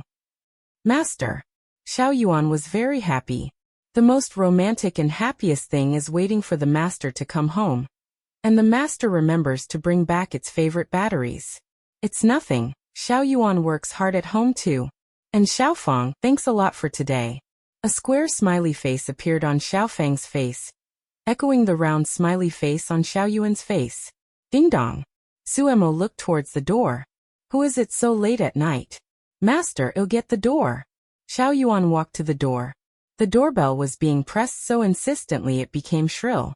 Su Mo was rather displeased. Xiao Yuan, ask who it is first. Don't just open the door for strangers. Yes, master. Xiao Yuan slid open a small window on the door. Who's out there? Bai Yu, whose gaze met Xiao Yuan's, laughed in exasperation. Are you blind? You don't even recognize me? Xiao Yuan shook its head. Don't know you. The number of days you're home, and we can see your face can be counted on 2 hands. Su Mo knew exactly who the rude person frantically ringing the doorbell was. She glanced at Xiaofang. Xiaofang, activate the protective device. Yes, master. Suemo finished the last sip of her juice, pursed her lips, and only then stood up and walked to the main door. She patted Xiao Yuan, who automatically moved aside. What are you here for? Bai Yu frowned, his tone unpleasant. Behind him stood 4 men, each with the resentful look of a scorned lover, making Suemo want to wash her eyes. Cat got your tongue? I asked what you're doing here. Bai Yu gritted his teeth. You got Zhao Zhao thrown into the Star Police Bureau? Suemo raised a hand to cut him off. Shut up. Can you even speak properly? What do you mean I got her thrown in? She was caught trying to harm me. Honestly. You don't even know that harming people gets you a jail sentence in the Star Police Bureau? Are you all outlaws or something? You should read a book or 2 in your free time. You're talking nonsense. How could Zhao Zhao harm you? What do you have that's worth her treating you like that? Sumostjakt. How should I know? You're the ones always following her around. You should know. Don't tell me you don't know. Then you're really useless. Staying by her side for so long and you don't even know what she's thinking. Suemo shook her head. Bai Yu was practically going mad with anger. Shinzhou pulled Bai Yu aside and stepped forward. Suemo, stop being unreasonable here.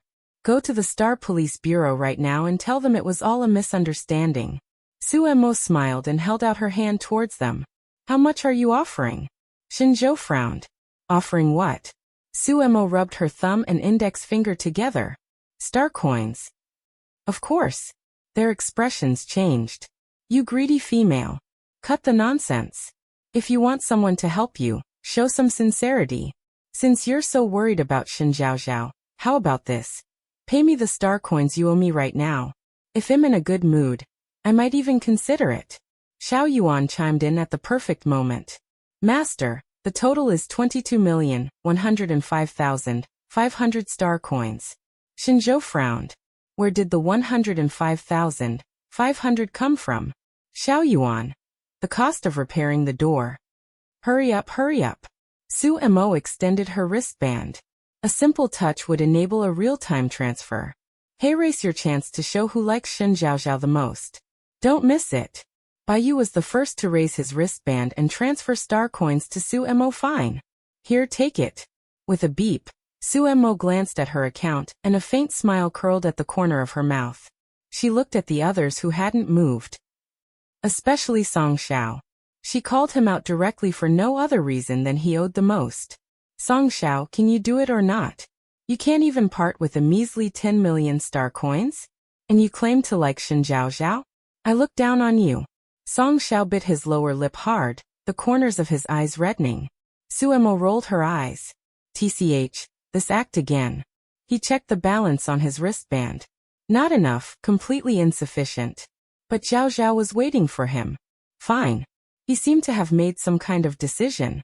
Suemo saw him tapping away on his light brain, and then immediately breaking into a smile. It didn't seem quite right. However, Suemo couldn't be bothered to care. She extended her wristband and gave it a little shake. After Song Xiao's wristband touched hers with a beep, the smile on Sumo's lips deepened. Oh right. Who's paying for the star coins for the submitted food rations? And the star coins for me to go help? Think fast. The offer won't last. I'll pay. Lu Wenda stepped forward and transferred 10 million star coins to Suemo. Suemo nearly jumped. So rich, yet still spending the original owner's money? Scumbag. Just watch me drain them dry. She raised an eyebrow and pointed at her wristband. That's it. That's all your affection for Shin Zhao Zhao is worth. She sighed and shook her head. Lu Wenda's face darkened. What do you mean? You seem to be bad at math. Let me calculate for you. You already owed me 5 million star coins. Add the 2 million needed for the food rations and the 500,000 star coin monthly subsidy of collected it for 6 months. So that's 3 million star coins. So your 10 million star coins only covers paying off those debts. You haven't given me a single star coin for the help you want. Lu Wenda tugged at his collar, looking as if he wished he could rush over and tear Suemo apart. But a door and a protective device stood between them. Sumo. Do you have to be like this? Can you come out first? Suemo waved her hand. No. You are currently extremely dangerous individuals with malicious intentions towards me. Alright, they've paid. Don't dawdle either. Shinjo 3 million star coins. Weijua 3 million star coins. Plus the star coins for asking for my help. She pointed at Shinjo and Weijua. You two are truly pathetic. If I were Shin Zhaozhao, seeing you hesitate over a few star coins, I wouldn't bother with you either. Shinjo sneered, transferring star coins to Su Mo as he spoke. You're not Zhaozhao. Zhaozhao would never be like you. Exactly. Weijua extended his wristband. Beep. Beep. Su Mo checked her account. How much was it now? 31 million star coins? Not counting the small change, it was more than what Xiao Yuan had said. Sumo grinned, feeling wonderful. With these star coins in hand, I can apply for a divorce. I'll go apply right now. You can discuss how many star coins you'll give me for that. Su Mo tapped open her light brain and started the process. For divorce, you didn't necessarily have to go to the registration office. A female could apply online. Here, take this. Now you can come with us to the Star Police Bureau, right? Easy easy. Let me see your sincerity. After another beep, Sumo's account gained another 10 million star coins. Sumo saden li turnev hastel. Xiaofeng, see the guests out. Shinjo's face turned cold. What do you mean? Didn't we give you the star coins? I never said I would definitely go. I said I would consider it. And now, after consideration, I've decided I don't want to go. You kicked the door and threatened, Sumo, how dare you mess with us? Don't think we won't do anything to you. Sumo didn't speak. Instead, she tapped a connection on her light brain, glanced at the connected call, and smiled. You. What do you think you're doing? Weijua snorted coldly. Didn't we say? Go to the Star Police Bureau right now and tell them you deliberately framed Zhaozhao, that Zhaozhao is innocent. Sumo could barely suppress the smile at the corner of her mouth. What a bunch of arrogant fools. And if I don't go? You scoffed. Don't go? Then don't expect things to go well for you either. Chapter 10. Packed up and shipped off, happily heading to the matching center. At 8 in the evening, Yue had just returned home. As soon as she took out her light brain, a connection request popped up, and she immediately clicked to accept. As soon as the connection was established, she was about to speak when a furious male voice came from the other side. Yue immediately held her breath and listened intently. Sumo, don't think we don't dare to do anything to you. Either go bring Zhaozhao back obediently right now, or we'll send you away. Sumo trembled. Her voice choked with tears. Send me away? Where are you sending me? Xiaofeng and Xiao Yuan stepped forward to shield Sumo. Master, don't be afraid. Xiao Yuan and I will protect you. Sumo nodded, touched and terrified. But Xiao Yuan, Xiaofeng, you're no match for them. You scoffed. Now you're scared? Don't you come any closer. If you keep this up, I'm going to report you to the Star Police. Bang. You kicked the door again. Star Police, what about the Star Police? This is our family matter. What right do they have to interfere? Shinjo issued an order. Come out now and come with us to pick up Zhaozhao. Sumo didn't move, hanging her head, a smile in her eyes. On the other end of the light brain, Yue, having heard everything up to this point, had already rapidly thrown on her coat and rushed out the door. She charged onto her spaceship, contacting the Star Police station nearest to Sumo's community while piloting the ship. 10 minutes later, Yu and the other 4 men were caught red-handed by the Star Police. The Star Police scanned Yu and the other 4, warning, stop right there. Don't even think about harming Miss Su. No, we weren't. Shinjo tried to explain but was cut off by the Star Police. Miss Su, it's all right now. We're here. Yu gritted his teeth so hard they seemed to whiten. Sumo, what's the meaning of this? Did you really secretly report us to the Star Police? Sumo rubbed her eyes and only then opened the door, shrinking her neck slightly, her voice very small. I didn't. Seeing this, the Star Police officers looked at Yu and the others with increasingly sharp gazes. Scaring a cute little female like this, these males really deserve to die. But that wasn't all. A spaceship descended from the sky and landed directly in front of Sumo's villa. I was the one who reported it.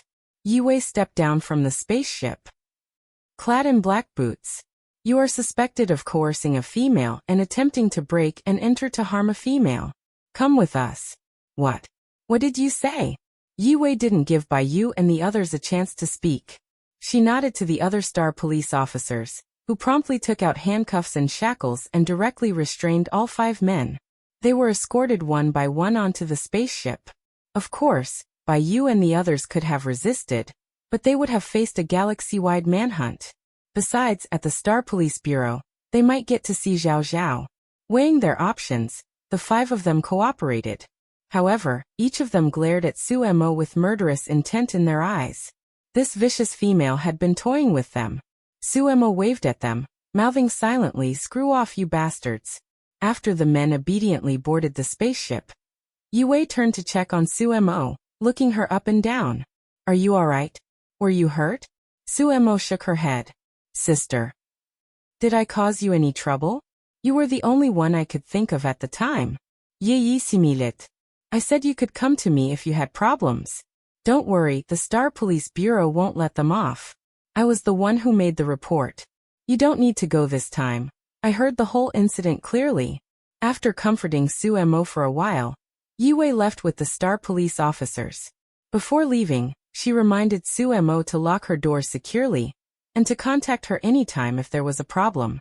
Su Mo watched Yue leave and sighed. "Sister Yi is so nice. Xiaofang, let's go out tomorrow to pick a gift for Sister Yi. Also, let's get one for Sister Qianqian too." Su Mo found Lin Qianqian's friend who was the staff member at the matching center and sent her a message. The reply came quickly. "As long as it's a workday, you can come any day. Sumos mail." This was opening a green channel for her. Su Mo. "Thank you, Sister Qianqian." Lin Qianqian. "You're welcome." Glancing at the already approved divorce application, Su Mo smiled. "Xiaofang, it looks like we have one more place to go tomorrow." Xiaofang nodded. "Understood, Master." Thinking about being able to match soon, Su Mo had sweet dreams all night. In her dream, she had a handsome beast husband on each arm. All of them good-looking, obedient, and skilled at making money. They lived in a luxurious villa, had hundreds of acres of farmland tended for her, and she could use her supernatural ability proficiently. Ha ha ha ha ha. Sumo actually left herself a whack. Opening her eyes, she saw it was already light outside. Having no desire to sleep more, she simply got up. She washed up and dressed carefully. "Today is a good day, gotta doll myself up properly." An hour later, Su Mo went downstairs. After breakfast, she went out with Xiaofang, while Xiao Yuan watched them leave from the doorway. "Xiaofang, are you ready?" Xiaofang said loudly, "Ready, Master." "Good. Then let's set off for our destination, the matching center." "Yes, Master." Su Mo took several deep, excited breaths. By the time she reached the entrance of the matching center, she was even trembling a little. "Sumo." Lin Qianqian waved to her from quite a distance away. Su Mo was incredibly surprised. "Sister Qianqian, you actually recognized me?" Lin Qianqian waved her hand dismissively. "Not many females have come to the matching center these past few days, and you're good-looking." Su Mo gave a hee-hee laugh. Lin Qianqian didn't mention yesterday's events. "Out with the old, in with the new. Sister Qianqian, I'm ready." Lin Qianqian understood. "Come on, squeeze out a drop of blood and wait a bit. That's all." "Okay." Su Mo followed the instructions and squeezed out a drop of blood. The instrument inside made a sizzling, crackling sound. Was the matching starting? Su Mo felt a bit nervous and started making small talk. "Sister Qianqian, generally speaking, matches are successful, right?" Lin Qianqian nodded. "That's right. It's just a matter of how many." Su Mo said, "Oh. I wonder how many you'll match with." Lin Qianqian winked at her. "It's fine.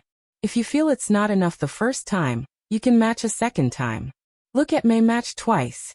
Now I have 8 partners, and they take turns pampering me every day when I get home."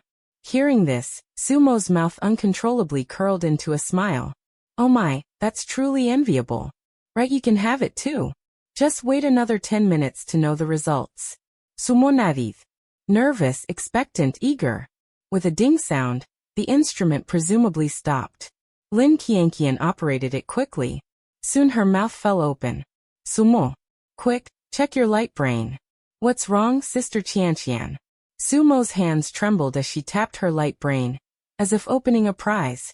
1, 2, 3, 4. Suemo rubbed her eyes and counted again. 9. I have 9? Lin Qianqian was even more excited than Suemo. Yes. You match with 9 at once. Not only that, take a closer look at their profiles. Suemo clicked open each profile one by one to look. Sister Qianqian, there's nothing special. They're all asterisks. Chapter 11. The center of the community. Are those asterisks? Not garbled characters, right? Lin Qianqian operated it again, but it was still asterisks. Then maybe I was mistaken. Male profiles are basically all asterisk to respect personal privacy. You'll be able to see the specific details once you add them as friends. Then, Sister Qianqian, what did you mean by garbled characters earlier? Lin Qianqian waved her hand dismissively. If it were garbled characters, it would mean those males are very problematic. Thankfully, it was a false alarm. Suemo let out a ha to express her dissatisfaction. Do they really release such problematic ones into circulation? Lin Qianqian agreed and lowered her voice. I'll tell you quietly, don't spread it around. We didn't put them in there either. They got in through, you know. Suemo glanced at Lin Qianqian's gesture, and understood it was about connections, backdoor dealings. So to distinguish them, their profiles are garbled characters. I was scared earlier when I thought it was garbled, but luckily it wasn't. Suemo also breathed a sigh of relief. She certainly didn't want to take in problematic males. Alright, your information has been sent to their light brains. Now just wait for them to contact you. Thank you, Sister Qianqian. This is your matching certificate. Take it. You'll need it in many places later. One copy is electronic, and one is paper. Keep them safe. Got it, Sister Qianqian. Suemo took the paper certificate, looked at it, and giggled happily. After bidding farewell to Lin Qianqian, Suemo headed straight to the first mall with Xiaofang. Ultra-grade battery, 100,000 star coins each. Suemo waved her hand grandly by it. Buy 2. Interstellar candy? This looks really pretty. Buy it. This outfit looks nice. Buy 3 sets. 1 for me, 1 for Xiaofang, and 1 for Xiaoyuan. Buy. Suemo shopped at the first mall for over an hour. Finally, she picked out a gift for both Lin Qianqian and Yi Wei. She made a trip back to the matching center to give Lin Qianqian her gift. When Lin Qianqian saw it, her jaw almost dropped. Suemo, how did you know I love this kind of plush doll? Sumo chuckled. Sister Qianqian, just look at your workstation. Lin Qianqian patted her head. Her workstation was covered in plush dolls of this type. Her fondness for them was obvious to anyone. Suemo formally expressed her gratitude. Sister Qianqian, thank you for helping me testify last time. Lin Qianqian waved her hand. It was nothing really. Besides the plush doll, Suemo also bought her a premium snack gift pack, the best-selling one at the first mall. Sister Qianqian, have a bite when you're hungry at work. Or when you're slacking off a bit. Lin Qianqian was delighted and winked at Suemo. After delivering the thank you gift to Lin Qianqian, Suemo went to the female resettlement center. Now that she had a partner match, she needed to go claim her house. Generally, the more males matched, the bigger the house allocated. Matching 10 should at least get her a 2-story villa, right? Besides that, there was also an additional star coin reward. Suemo excitedly arrived at the female resettlement center. There were quite a few people ahead. She had to queue. Suemo felt bored waiting. She overheard that some were there to apply for a change of residence, while others were there to claim a villa. Those changing residences seemed to be like her, dissatisfied with their current neighborhood, and wanting a change of environment, or divorced and needing to leave the area for somewhere else. After waiting for nearly half an hour, it was finally her turn. Suemo showed her matching certificate to the staff member. The staff member took it, her mouth forming an O shape in surprise. You matched with 9 on your first try? The moment these words were spoken, the lobby fell silent. The female, who had been nearly arguing with another staff member nearby, quietly lowered her voice. Yes, may I ask how big a villa I can get? Is there a 2-story one? Oh, my 2 stories? Girl, with 9, you should at least get a 3-story villa. More than that, I think. My neighbor matched 6 on her first try and got a 3-story one. With 9, it should be a 4-story, right? The taller the villa, the more males in the household, which is also a symbol of status within the community. Suemo overheard a few snippets. For stories? That sounds pretty good too. The staff member silently verified the information. After confirming, she assigned Suemo a high-end community nearby based on her previous reservation. Miss Su, would this community be acceptable for you? Suemo asked. How many stories is it? The staff member gestured with a number. Sumo's eyes lit up. 5 stories. The female next to her heard this and pressed her lips together in envy. A 5-story villa, that's the centerpiece of a community. The staff member nodded. That's correct. Please take a look at this community. Are you satisfied with it? Only then did Suemo look at the community. Xingfuli community. Her villa was located in the prime area of the community. Sumonadith. The name itself sounded blissful. Plus, it wasn't far from her current community, making moving very convenient. Satisfied, satisfied. When can I move in? Is today possible? Of course. We will reclaim your current residence after you move in. Here are the residence permit and the initial password for the new place. If you have any issues with the house, you can request a free change within 1 month. After that, a fee will apply. Suemo took the residence permit and the paper with the initial password printed on it. The staff member reminded her again, you can destroy the initial password after memorizing it. Okay, thank you. Leaving the female resettlement center, Suemo boarded a spaceship and headed home. Xiaofang, do you know how many I matched with? Xiaofang shook its head. No, master. How many did you match with? Suemo raised both hands. 9. I wonder what these 9 males are like. Master, no matter what they're like, they must treat you well. Sumosmail. Yes, she wouldn't accept anyone who wasn't good. Nor would she accept anyone who didn't prioritize her. During the half-hour journey home, Suemo received friend requests one after another. All 9 of them, neatly lined up. With so many names at once, Suemo felt a bit dazzled. Following the usual practice, after adding everyone to a group, Suemo introduced herself. Suemo. Hello everyone. I'm Suemo. From today onward, I am your female master. Suemo. This is the address of our new home. Welcome home. Suemo. But I haven't moved in yet. I should be living there starting tomorrow. Suemo. If you're planning to come, there's no rush. You can come the day after tomorrow. Chapter 12. Appointment for medical treatment. After sending the message, Suemo focused on piloting the spaceship. Xiaofang, do you think I should go to the hospital for my condition? She was a bit worried that she couldn't use her supernatural ability.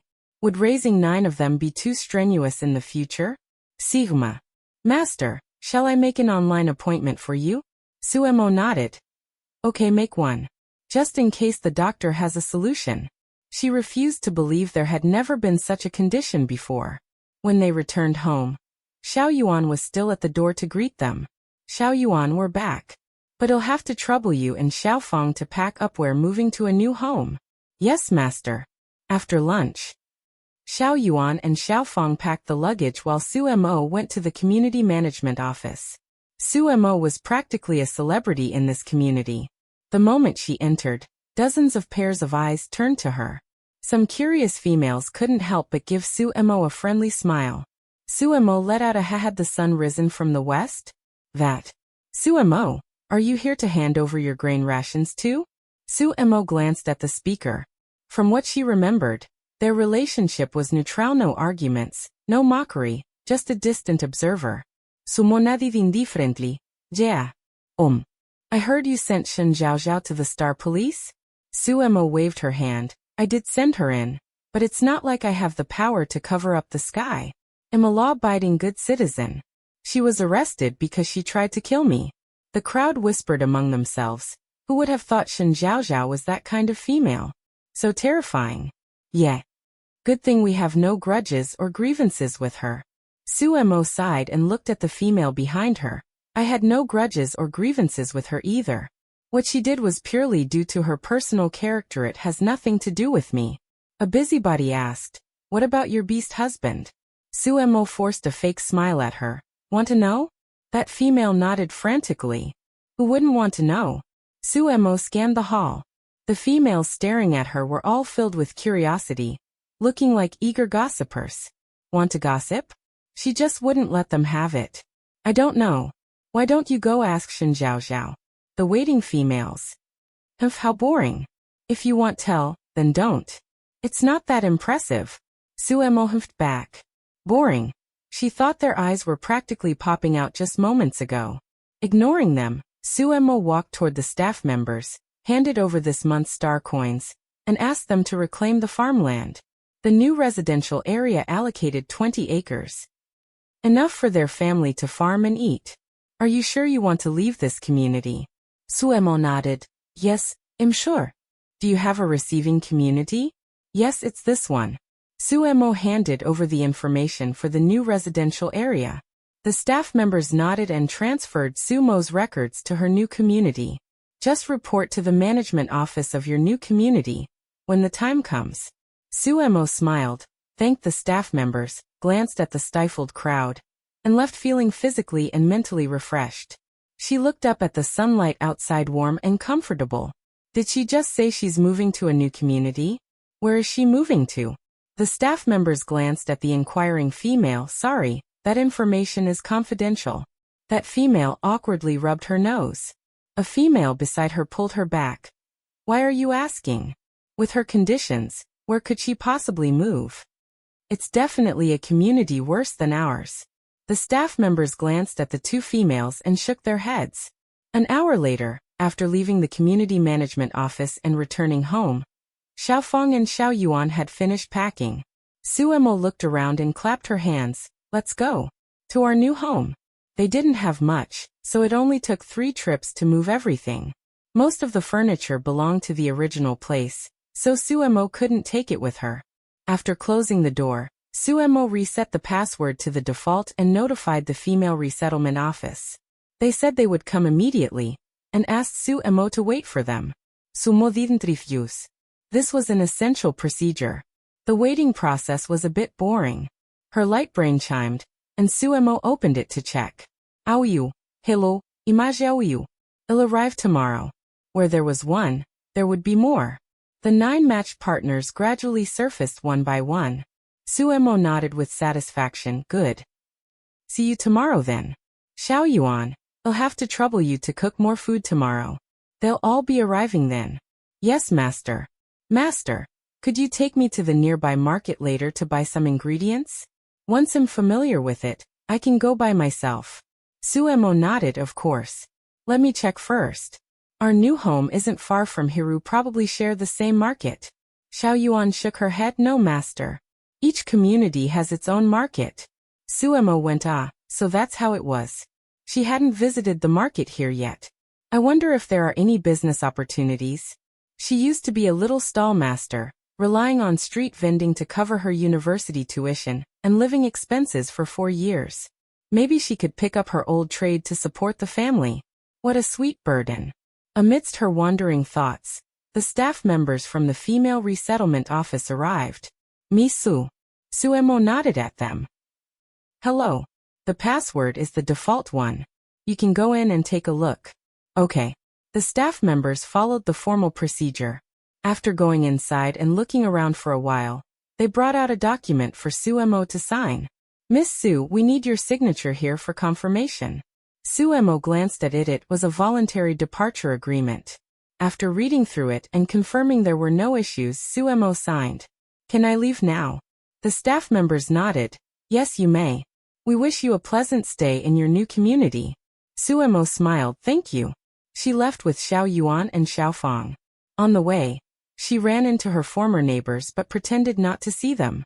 She's really moving away? Look, she's leaving alone. Could she have been kicked out?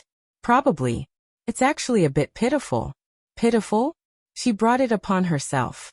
There were all sorts of comments. But Suemo had already boarded the spaceship. The new community was less than 20 minutes away. Xingfuli residential area. Suemo reported to the community management office, receiving envious looks, several documents, and 20 acres of land right behind the villa. As soon as Suemo left, a staff member sighed. Our community's prime spot has finally been allocated again. Do you know how many matches that female just now had? To get the community's prime spot, it must be at least 8. The staff member shook her head. More than that, 9. So enviable. Her colleague teased. What's there to envy? You already have 10 yourself. The staff member smiled and shook her head. It's not the same. I got mine through 3 matchings. She only had 1. Master, is this our new home? It's so big and beautiful. Sumochakil. Hehe. Jis. It's more than twice the size of the previous villa, and the decor is several times more refined. Xiao Yuan, Xiaofang, go pick a room you like. She hadn't visited the market here yet. I wonder if there are any business opportunities? She used to be a little stall master, relying on street vending to cover her university tuition and living expenses for 4 years. Maybe she could pick up her old trade to support the family. What a sweet burden. Amidst her wandering thoughts, the staff members from the female resettlement office arrived. Misu. Suemo nodded at them. Hello. The password is the default one. You can go in and take a look. Okay. The staff members followed the formal procedure. After going inside and looking around for a while, they brought out a document for Suemo to sign. Miss Su, we need your signature here for confirmation. Suemo glanced at it. It was a voluntary departure agreement. After reading through it and confirming there were no issues, Suemo signed. Can I leave now? The staff members nodded. Yes, you may. We wish you a pleasant stay in your new community. Sumosmail. Thank you. She left with Xiao Yuan and Xiaofang. On the way, she ran into her former neighbors but pretended not to see them. She's really moving away? Look, she's leaving alone. Could she have been kicked out? Probably. It's actually a bit pitiful. Pitiful? She brought it upon herself. There were all sorts of comments, but Suemo had already boarded the spaceship. The new community was less than 20 minutes away. Xingfuli residential area. Suemo reported to the community management office, receiving envious looks, several documents, and 20 acres of land right behind the villa. As soon as Suemo left, a staff member sighed. Our community's prime spot has finally been allocated again. Do you know how many matches that female just now had? To get the community's prime spot, it must be at least 8. The staff member shook her head. More than that, 9. So enviable. Her colleague teased. What's there to envy? You already have 10 yourself. The staff member smiled and shook her head. It's not the same. I got mine through 3 matchings. She only had 1. Master, is this our new home? It's so big and beautiful. Sumochakil. Hehe. Jis. It's more than twice the size of the previous villa, and the decor is several times more refined. Xiao Yuan, Xiaofang, go pick a room you like. Chapter 13. Hello, I am Tsang Ming, your partner. Suemo went to choose a room for herself. The villa had 5 floors in total, and was equipped with an elevator. Since there was an elevator, she chose a room on the 5th floor. On the 5th floor, there was a large terrace further ahead. It would be very romantic with a bit of decorating. Suemo lay down on a lounge chair. Fortunately, the villas were quite far apart, and with protective devices between each one, she couldn't see into other people's homes, nor could they see into hers. As expected of the Interstellar era. There's so much high technology. Still holding the briefing given by the staff members, Suemo flipped through it, and her eyes lit up. The community even had training classes, such as a farming training class. After lying on the lounge chair for a while, Suemo took the elevator downstairs. Xiao Yuan and Xiaofang had already started tidying up. Xiao Yuan, Xiaofang, I'm happy today. Let's go out to eat. Out. But master, won't it be too expensive? Suemo waved her hand. It's just one meal, it's fine. I'm going to change my clothes. We'll head out in a bit. First, we'll go to the market to buy ingredients, and then we'll go eat. After changing and getting onto the aircraft, Suemo added, by the way, Xiao Yuan, I saw those flying cars that can run on the ground and in the air. I'll buy one for you to get around. Master, won't it be too expensive? Suemo shook her head. No. She looked it up. It was only 200,000 star coins. She would spoil her own robots herself. Well, go buy it today. She had it all planned out. First the market, then dinner, then buying the flying car. The market wasn't far. It took only a few minutes by aircraft, almost arriving as soon as they started moving. Xiao Yuan, likely used to being frugal, said, "Master, next time I can just walk. Using the aircraft consumes a lot of battery. It's fine, I still have this many star coins." The market was huge and sold everything, especially all kinds of ingredients. "Master, I'm going over there to buy ingredients." "Wait." Suemo transferred 1 million star coins to Xiao Yuan. "Xiao Yuan, this is the living expenses for this month. Buy what you see fit. You know I have a big appetite, and I like spicy food."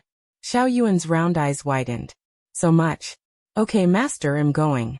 "Alright, let's meet back at the aircraft in a bit." "Xiao Feng, let's go look around elsewhere." There were many robot butlers in the market buying things. Mostly domestic types buying food and daily necessities. They really do sell everything here. There's just not much in the way of snacks. Suemo walked around and found that quite a few shops were managed by robot butlers, and business was very good. This made Suemo feel somewhat tempted. She had many recipes in her head, all things she had made before, various desserts and drinks. This was the interstellar beast world. Although some eating habits were different from the world she used to live in, many things were still the same. For example, there were still various fruits and vegetables, but the yields were low, and it seemed no one researched other ways to prepare them.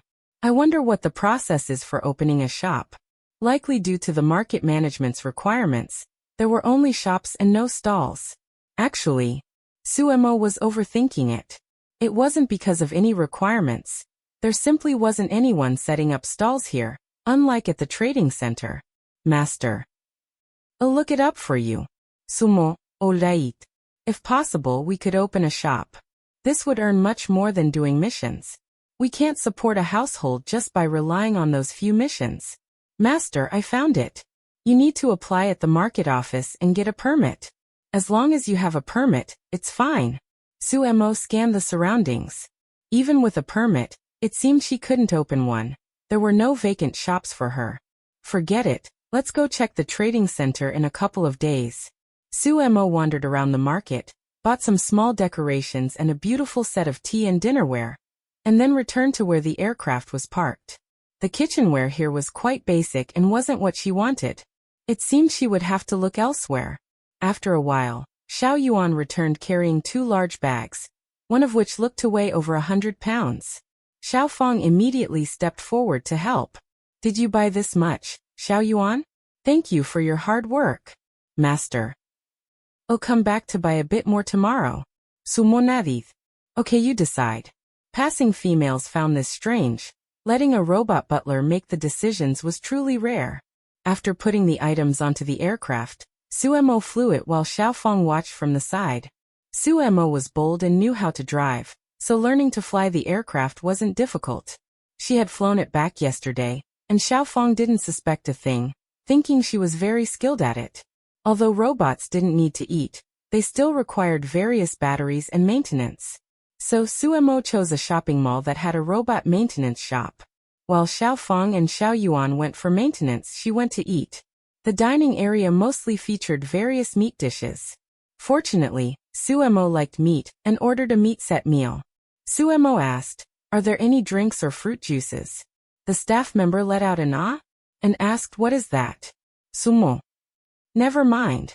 After dinner, Xiaofeng and Xiao Yuan were finished with their maintenance. Their silver metallic skin looked as if they had just come off the factory line, and all their functions were restored to their original state. "Hello, we also have upgrade packages. You can come back if you need them." Suemo took the flyer and looked at it. Upgrading robot performance could make domestic robots more versatile and improve the skills of combat robots. One set cost 200,000 star coins. Suemo was tempted again. However, today wouldn't work. They still had to buy a flying car. The flying car was also bought in this mall, and in the end, Suemo chose one for 250,000 star coins. It was large, and when Xiao Yuan tried it out, it was more comfortable than the 200,000 one. The staff member's eyes showed surprise, assuming Suemo just had star coins with nowhere else to spend them, but said nothing. Suemo didn't expect to be understood in everything. She did whatever she liked. Xiao Yuan and Xiaofeng weren't just robots. They would comfort and protect her. It was already 10 p.m. by the time they returned to the new home. Suemo tidied up and went to sleep, while Xiaofang and Xiao Yuan were still busy downstairs. When Suemo woke up the next day, the new home seemed a bit different, having more of a cozy feel. Master, breakfast is ready. Are the male masters coming in the morning or the afternoon? While eating breakfast, Suemo opened her light brain. I don't know. I'll ask. Suemo, about what time will you guys be coming over? Shall we eat together once you arrive? Aou. I can arrive in the morning. Chibai me too, female master.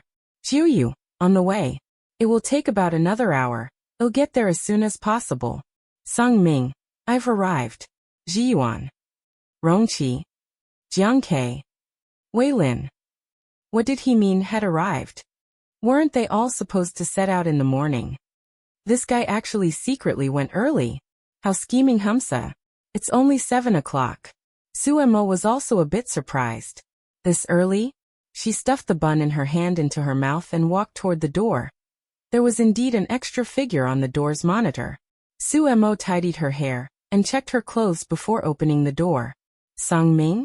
Songming had just reached the door when he heard a special notification from his light brain, so he replied to the message first. He was just about to knock when he didn't expect Suemo to see the message and come straight to open the door.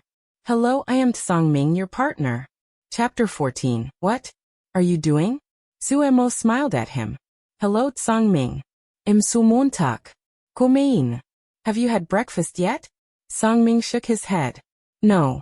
He had left the house at 5 and hadn't had time to eat, but he had brought 2 portions with him.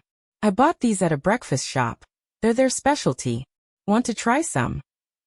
Suemo naturally wouldn't refuse his kindness. Sure, let's eat together. What Songming brought was a kind of fish cake. It was delicious, and Suemo was hooked from the very first bite. She simply couldn't stop. She ended up finishing the entire portion Songming had brought for her, over 20 of them in total. After eating, she couldn't help but comment, Songming, these fish cakes are really tasty. Where did you buy them? Xiao Yuan glanced at the fish cakes in front of Songming and silently scanned them. Songming wasn't startled by Sumo's large appetite. Instead, he reflected on whether he had brought too little, and silently pushed the remaining few in front of him toward her. I bought them in District 1. I'll buy them for you again tomorrow. Suemo made a polite gesture. No need. Songming smiled. Is there anything else you like? Suemo thought for a moment. Yes, plenty, but I don't know if they have them here. It's fine. Just say the word. I'll find a way. Suemo took a serious look at Songming. This beast husband was quite sensible. I want to eat hot pot, spicy fish, spicy rabbit, spicy crawfish, spicy incense pot, and all kinds of drinks and juices. Sumo's mouth began to water just from listing them. Songming's expression looked a bit strained. Suemo could tell he was trying hard to understand what she was saying. She thought Songming would say he had never heard of those things, but to her surprise he said, all right, I've noted them down. I'll work hard to find them. Suemo cursed herself for being useless. Was she moved just by this? She slumped back into her chair. The next moment, Xiao Yuan ran over. Don't worry, master. I will work hard too. Sumo es nifleth. Oh, she felt a bit emotional. Want to go pick a room? Sumoim baitit ganmin. Songming's voice wavered for a moment. All right. I live on the 5th floor. Xiaofang and Xiao Yuan live in those 2 rooms on the 1st floor. Xiaofang and Xiao Yuan are them. Something flashed in Songming's eyes. When he looked at Suemo again, he couldn't suppress his smile, and even kept stealing glances at her. Suemo tilted her head. What was it?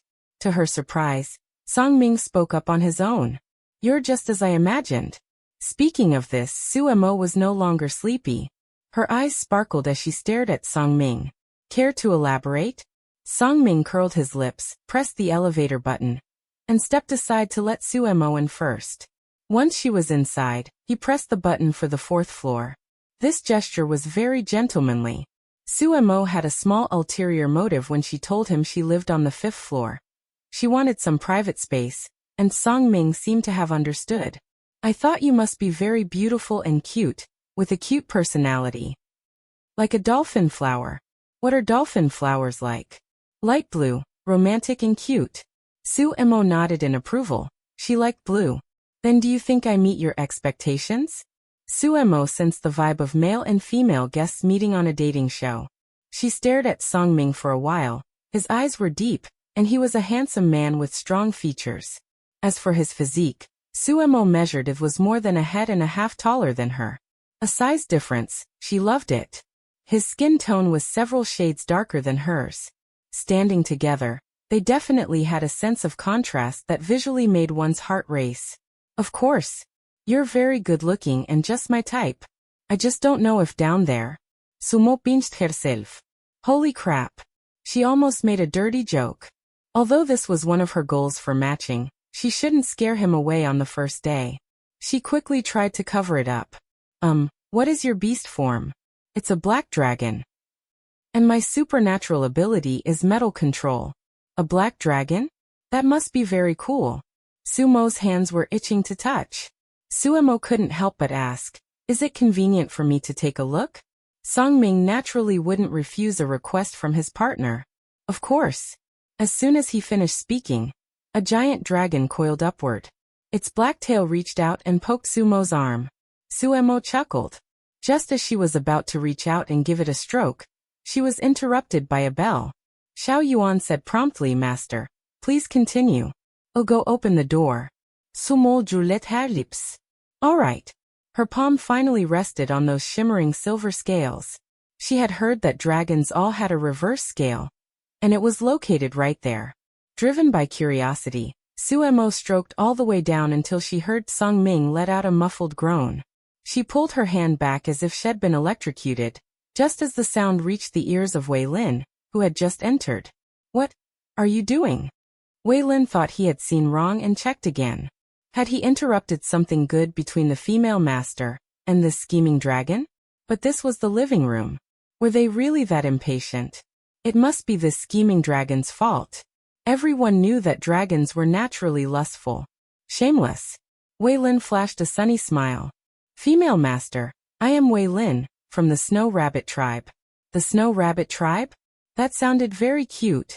Looking closely, Wei Lin's appearance was indeed very cute, with the clear vibe of a young man. He was also Sumo's type. Eluela. Suemo awkwardly rubbed her nose and patted Songming. Songming changed back. A look again next time, haha. Songming nodded. After turning back into human form, a blush that couldn't be hidden appeared on his weak-colored skin. And since Suemo had fair skin, her blush was very obvious. Both of them having red faces confirmed Wei Lin's thoughts from just now. For a moment, he also felt a bit awkward. A sudden silence fell. Xiao Yuan didn't quite understand this strange atmosphere, and neither did Xiao Fong. Have you had breakfast yet? Suemo used polite social interaction to break the silence. Wei Lin nodded, then awkwardly shook his head. No, because his stomach growled. Xiao Yuan served breakfast for Wei Lin. Seeing the white, steaming buns in front of him, Wei Lin's eyes widened. Female master, are these really all for me? Suemo didn't quite understand what Wei Lin meant. Yes. Go ahead and eat. Xiao Yuan's cooking is very good. Wei Lin nodded, ate one, and then lowered his head, his shoulders twitching.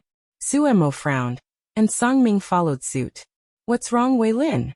Do you not like it? Wei Lin looked up and shook his head vigorously. No. I like it very much. It's delicious. I haven't had such a tasty breakfast in a long time. Thank you, female master. Suemo looked at Wei Lin with pity. How could he be such a poor little thing? It's okay. If you like it, eat more. Suemo glanced at Xiao Yuan, who immediately brought a few more buns and placed them in front of Wei Lin. Wei Lin smiled. As clean and pure as a blooming lily. Thank you, female master. You're so kind. Songming looked at Wei Lin silently. Snow rabbits. When it came to acting innocent, if they claimed to be second, no beastman would dare claim to be first. Chapter 15. An Ideal Home. Suemo waved her hand, but then she suddenly froze. Who was making whose mouth curl up like a hooked fish? She immediately pulled back the corners of her mouth, maintaining a cool demeanor. Wei Lin took note of Sumo's changing expression. Was the female master unhappy? Because of him? He picked at his fingers, stood up and bowed to Suemo. I'm sorry, female master. Suemo was completely bewildered. What happened? Had she just scared him by putting on a bit of an act? Forget it, no more acting. If her mouth curled, so be it. It was rare to find someone she liked who was also her type. Besides, the poor little snow rabbit's eyes were turning red at the corners. Suemo glanced at Wei Lin and felt a sudden urge to peel him open and have a taste. As expected of the snow rabbit tribe, his skin was so pale it practically glowed. It would probably turn red with just a light pinch. Suemo reached out and gave Wei Lin's cheek a squeeze. Oh my, the skin felt wonderful to the touch too. Suemo grinned widely, while Wei Lin widened his eyes, looking lost. Songming spoke up to remind her, female master, his face is about to swell. Suemo snapped out of her daydream. What did he mean, swell? She had only given it a light squeeze, right? Looking closely, Wei Lin's cheek was indeed slightly swollen, and she saw that her hand was still pinching his face. Quickly withdrawing her hand, Suemo called for Xiao Yuan to get some ointment and muttered in confusion, Wei Lin, are you a fragile doll? Wei Lin pursed his lips, his eyes filled with grievance. I'm sorry, female master. It's because I'm too useless. This tearful offensive his Suemo had no resistance against it. It's not your fault. I must have used too much force. Suemo glanced at her fingers. That smooth, delicate sensation still lingered on them. She figured it really was a problem with her own strength. Otherwise, how could a light squeeze cause swelling? Sigh, it was all her fault for being too rough. Songming saw through it but didn't say anything. He deserved to have a swollen face. Female master, let me apply the ointment for him. Seeing Suemo take the ointment from Xiao Yuan and prepare to apply it to Wei Lin herself, Songming volunteered. Oh, alright then. Suemo handed the ointment to Songming. Wei Lin gave Suemo a small smile, but the look in his eyes changed the moment he turned his head. The two men's eyes met as they exchanged polite responses. But they looked away with mutual disdain. Especially after finishing the application, Songming wished he could chop off his own hand. Wei Lin wished he could change his face. Excellent. They had successfully disgusted each other. Suemo didn't sense the undercurrents between them. Seeing them so harmonious actually made her quite relieved. Her ideal home was one where she had endless star coins. Her beast husbands were well-behaved and obedient. They only had eyes for her. And they lived in harmony. Oh right, they also had to know how to farm. By the way, do you guys know how to farm? Wei Lin blurted out, no. If you don't, then that might be a problem. Hearing this, Wei Lin immediately changed his tune. Ido. I know how, female master. How much land does our family have? Suemo held up her fingers. Tfentimu. If you're very capable, we can always ask for more in the future. Songming nodded. No problem. Even 100 mu would be fine. Wei Lin glanced at Songming, feeling a bit like scoffing, but he held it back. Suemo was satisfied. The family's land will be up to you guys from now on. I'm not very good at farming, though I'll go and plant a bit too. After all, they were her matched partners. Without the fruit she grew, they wouldn't receive any soothing. Plus, Suemo wanted to see if she could grow fruit that could provide universal soothing to any male. If she actually managed to grow that, she would never lack star coins to spend. The thought alone was exciting. Once they've all arrived, we'll have a family meeting. Neither Wei Lin nor Songming had any objections. Suemo pulled Wei Lin along to pick out a room. I'm living on the 5th floor. Songming is on the 4th. What about you? Wei Lin blinked his eyes, looking very innocent. Female master, are there still rooms on the 5th floor? I want to be closer to the female master. Songming licked his back teeth, not daring to bite down too hard. Suemo almost broke her own rules. But she still cruelly refused. Anywhere below the 4th floor is fine. Wei Lin gave an O and didn't push further. Then I'll stay on the 4th floor too. It's closest to the female master, so whenever you miss me, you can find me anytime. I'll take this room. Songming spoke coldly, that one is mine. Then I'll change to another one. This one, then. It's also very close to the female master. Suemo gave a doting smile.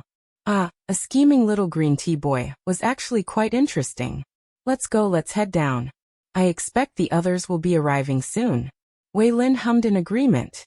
Being slow to turn around, he could only walk behind Su Mo and Song Ming. He glanced at their backs and pursed his lips. When they reached the first floor living room, sure enough, someone else arrived shortly after. Jiu. Su Mo remembered him saying he would arrive in about an hour. Sure enough, after exactly 1 hour and 1 minute, he had arrived. Come on in. Su Mo greeted him. Before Su Mo could even speak, Xiao Yuan brought over breakfast and placed it in front of him. Su Mo smiled at it. It was very thoughtful. Hello, female master. I am Jiu. After Jiu finished speaking, he fell silent. Su Mo was full of question marks. Su Mo spoke up. Jiu, don't you have anything else to say? Jiu pursed his lips, his eyes, dark as cold stars, trembling slightly. They were different from Song Ming's golden-scaled yellow eyes and Wei Lin's crushed glass pink eyes, but they were all very beautiful. I'm sorry, female master. Please give me your orders. Su Mo raised an eyebrow. Was this the loyal dog protector type? What is your beast form? Silver wolf. Height? 192. Have you ever been in love? Ever felt your heart flutter? Not just Jiu, but even Song Ming and Wei Lin couldn't help but glance at Su Mo. Right, you guys answer this too. Answer truthfully. The three men said in unison. No. Su Mo curled her lips and continued with the next question. What do you think of me? Jiu paused for a moment, then lifted his gaze to lightly scan Su Mo's face. Very good looking.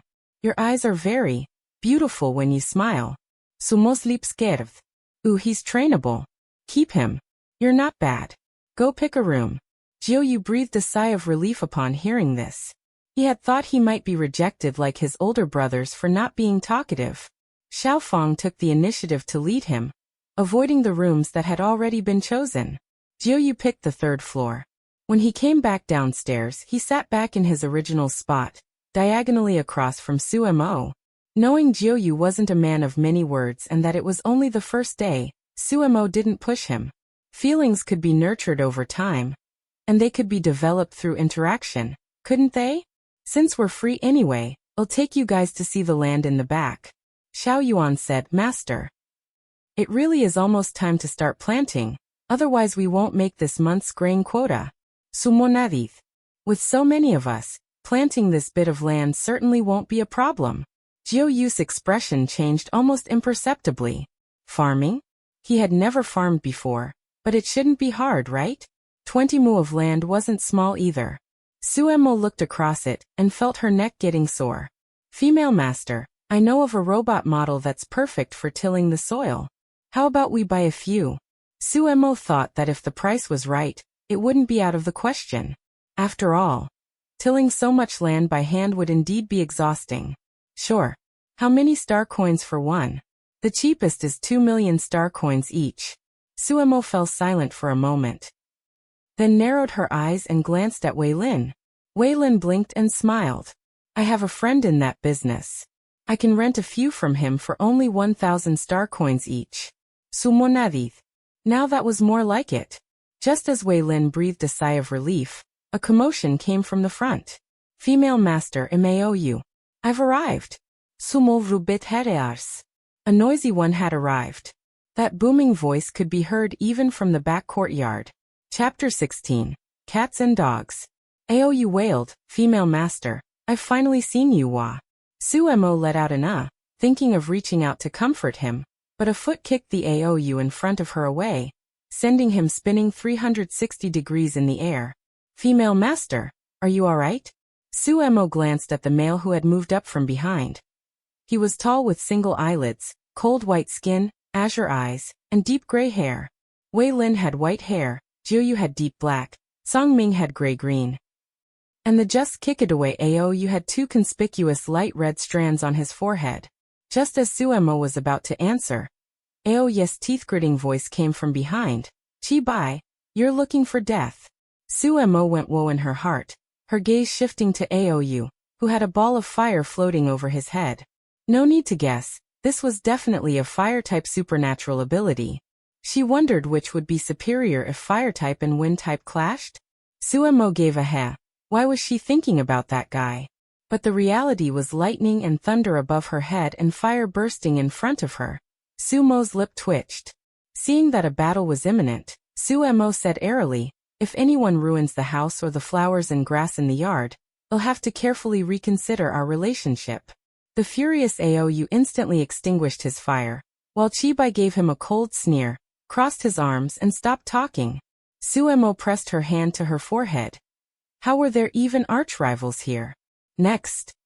It wouldn't be some kind of brother rice bowl, would it? Just thinking about it was exciting, Sumo waved at them. "Alright, hurry inside. You've come at the right time. You'll help with the farming in a bit too." Chibai was stunned. "Farming?" Aou let out a ha. "Female master. We have to farm? I don't know how." As soon as he said this, Songming and Jiuyu's domineering auras clearly relaxed a lot. While Wei Lin looked at Aou and then at Chibai. One was simple-minded with more brawn than brains and easily provoked, and the other's supernatural ability was quite something, could save the female master a lot of star coins in the future. Chibai keenly glanced toward Wei Lin. Wei Lin didn't panic at being caught and just smiled. Chibai said nothing and silently withdrew his gaze. The Snow Rabbit clan, with their good looks, were popular with females, and they were sweet talkers with docile personalities, nothing like that fiery hound. Aou. Aou also looked at Chibai with disdain. Initially, he thought it was someone with the same name, until he saw Chibai at the neighborhood entrance just now. The two of them were heading in the same direction, one after the other. Fortunately, his speed was faster, and he arrived before him. But that guy didn't follow the rules of martial virtue and sneak attacked him, making him lose face in front of the female master. Stinky cat. Stinky dog. Sumo? Cats and dogs? Wonderful, wonderful, wonderful. Thinking of something, Sumo quickly turned around and placed her hand on the doorframe, just in time to stop Aou and Chibai outside, pointing at them. "No shedding." Kibai Aovayu, dazed. After entering the living room, at the extended dining table, Songming and Jiuyu sat together. Wei Lin walked to the opposite of Jiuyu. Aou glanced around and sat next to Songming, and Chibai snorted and sat next to Wei Lin. As for the head of the table, there was no seat.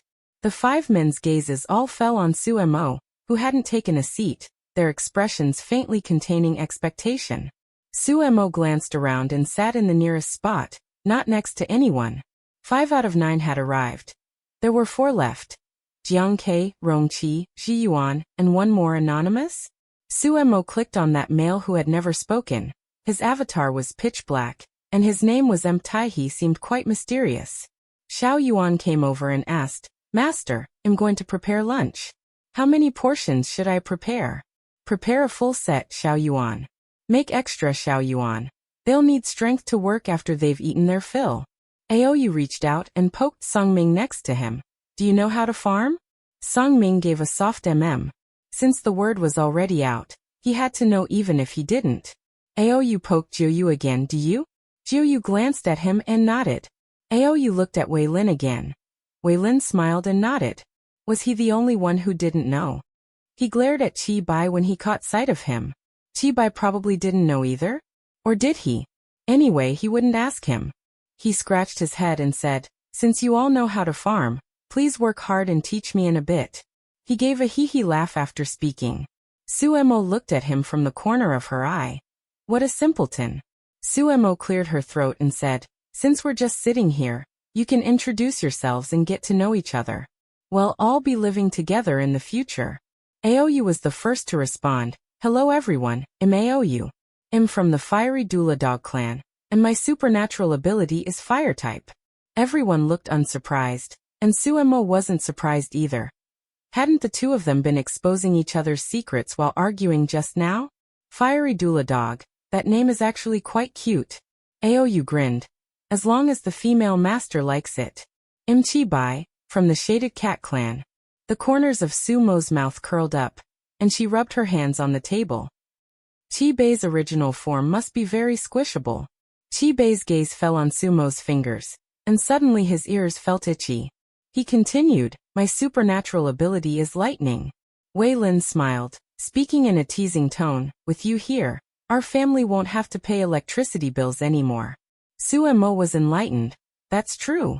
We can try, but I can't guarantee it won't burn a hole in the house. Sumo's face fell. Never mind then. I can't provide electricity, but I can perform fireworks for the female master. Suemo laughed again. Wei Lin's lips twitched imperceptibly, his gaze toward Chi by carrying a layer of scrutiny. Jiuyu and Songming briefly introduced themselves. Jiuyu in particular only said his name. When it was Wei Lin's turn, he said, "I'm Wei Lin. My supernatural ability is detection. It's not as powerful as yours." Sumo. Detection? Like treasure hunting? Wei Lin gave an yes, but I can't hunt for treasure yet.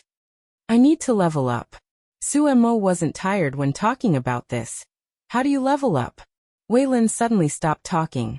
No matter how Suemo asked, he just hemmed and hawed with a flushed face. Jiuyu. Snow Rabbit Clan, strong reproductive ability. Suemo nodded. And then?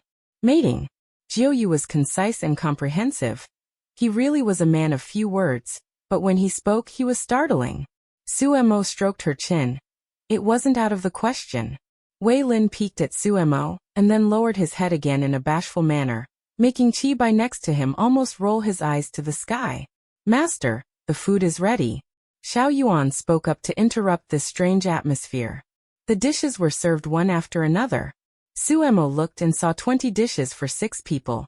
All served on plates as large as 2 of Sumo's heads. How truly bountiful.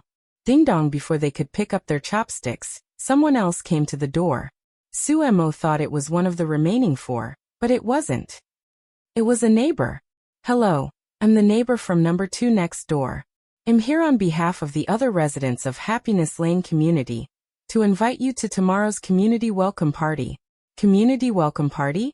Is it specifically to welcome me? Suemo smiled. This neighborhood was actually quite nice. The neighbor smiled kindly. "There are 3 other families. We're welcoming everyone together." Suemo went, "Oh sure. What time tomorrow? Do you need any help?" "Tomorrow at 6 p.m. You can just come as you are." Chapter 17. We are farming, not digging holes to bury people. The neighbor didn't bother them much and left after giving the notice. Suemo closed the front door and returned to her seat. A community welcome meeting. Since we just moved in, we'll all go tomorrow to get to know everyone. Understood, female master. Don't be formal, eat up. Xiao Yuan's cooking is quite good. The 5 men had distinct personalities, which was reflected in how they ate. Songming ate quickly but elegantly. Jiuyu was very well-mannered.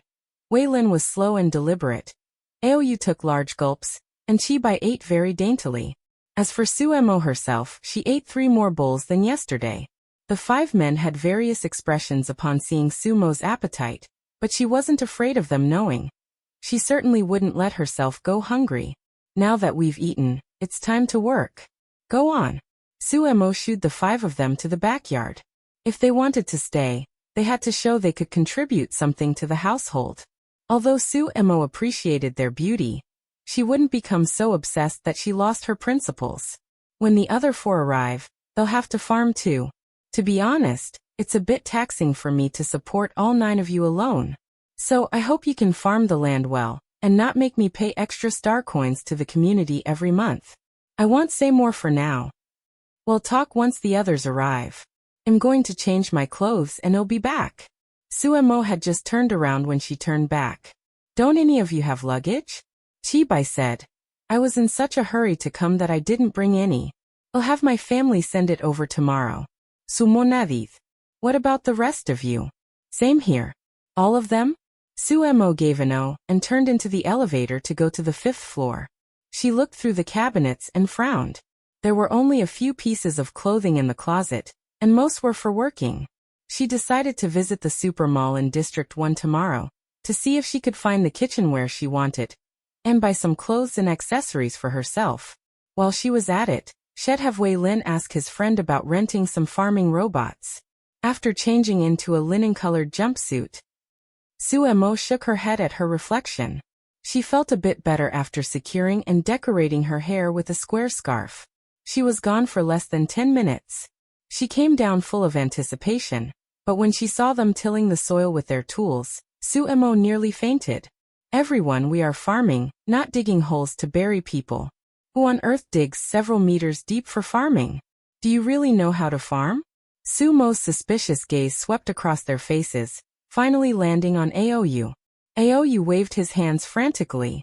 It's not my fault, female master. I was just copying them. Song Ming pursed his lips and said distressfully, I don't know what's wrong with this tool. As soon as I apply force, it digs a hole. Aou nodded. Yeah, female master. I don't know why either. I was clearly just digging lightly. How about controlling your strength? They all began to control their strength, while they didn't dig any more deep pits. The holes they made were all different sizes. Jiuyu, on the other hand, was digging neatly and pleasingly. You all should learn from Jiuyu. The four of them all looked at Jiuyu. Jiuyu twitched his lips but said nothing, silently demonstrating the technique again. Suemo looked at Jiuyu and smiled. If the total was 100 points, Jiuyu had just earned one more point, bringing him to 70. The attraction score for falling in love was over 90. Songming watched and then practiced silently. That's more like it. Learn well from Jiuyu. The four were learning enthusiastically. Just as Suemo was about to join in, Xiaoyuan came to call her. Master, someone else has arrived. It should be one of the other four this time, right? The 5 men digging paused and looked toward Suemo. She waved at them. Keep up the good work, I'm going to see who's here. Aou craned his neck to look, but the backyard door didn't face the living room's main entrance directly. And there was a small corridor in between, so he couldn't see anything. Who is it? The other 4? Probably. Song Ming swung his hoe down and dug another pit. Aou glanced at it. Bury it quickly so the female master doesn't see. After reaching the living room, Suemo told Xiaoyuan to open the door first. Xiaoyuan checked the surveillance before opening it. Understood, master. Xiaoyuan glanced at the monitor. Master, it's a handsome male. Ask for his name. Xiaoyuan did as told. Master, he says his name is Jiang Ke.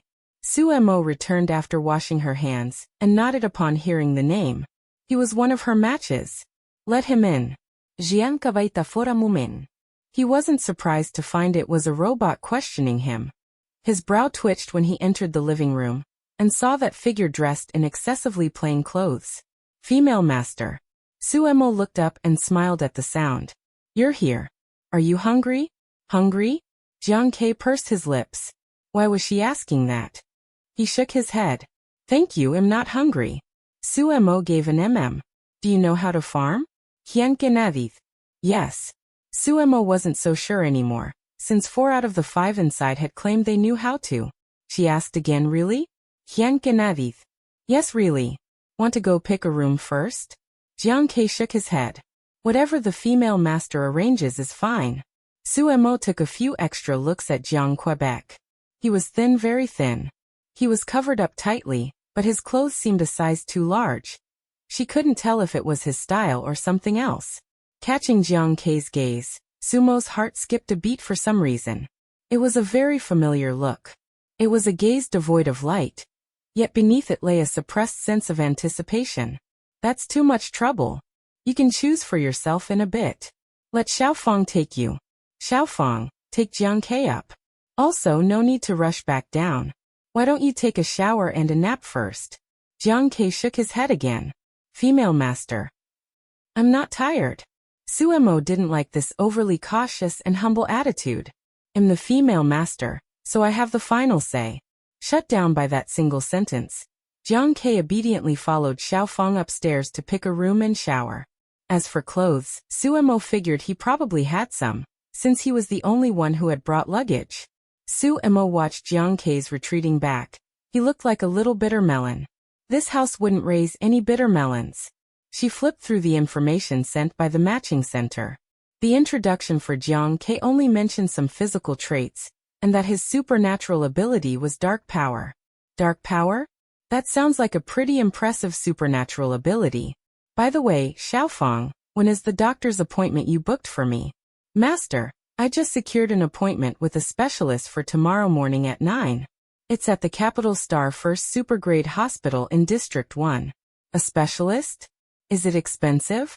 Master. He's a bit expensive, but he's very skilled. Sumo rubet herchin. Alright then. Well, go to the hospital tomorrow. Oh, I almost forgot. I haven't given Sister Wei Wei her gift yet. Well, go see Sister Wei Wei after we get back from the hospital tomorrow. But she had to make sure Yi Wei was available tomorrow. Sister Wei Wei, are you working tomorrow? Yi Wei. Yes, are you looking for me? Suemo, you guessed it. I really need to see Sister Wei Wei tomorrow. Yi Wei. Okay. What time are you coming tomorrow? I'll pick you up at the entrance. Suemo. It should be after 10 o'clock. Chapter 18. The light brain has some tricks. Just as she exited the chat interface, she heard a loud bang in the yard, nearly knocking over her cup. After setting the cup down, Suemo walked to the door, but for the first time, the monitor on the door showed nothing clearly.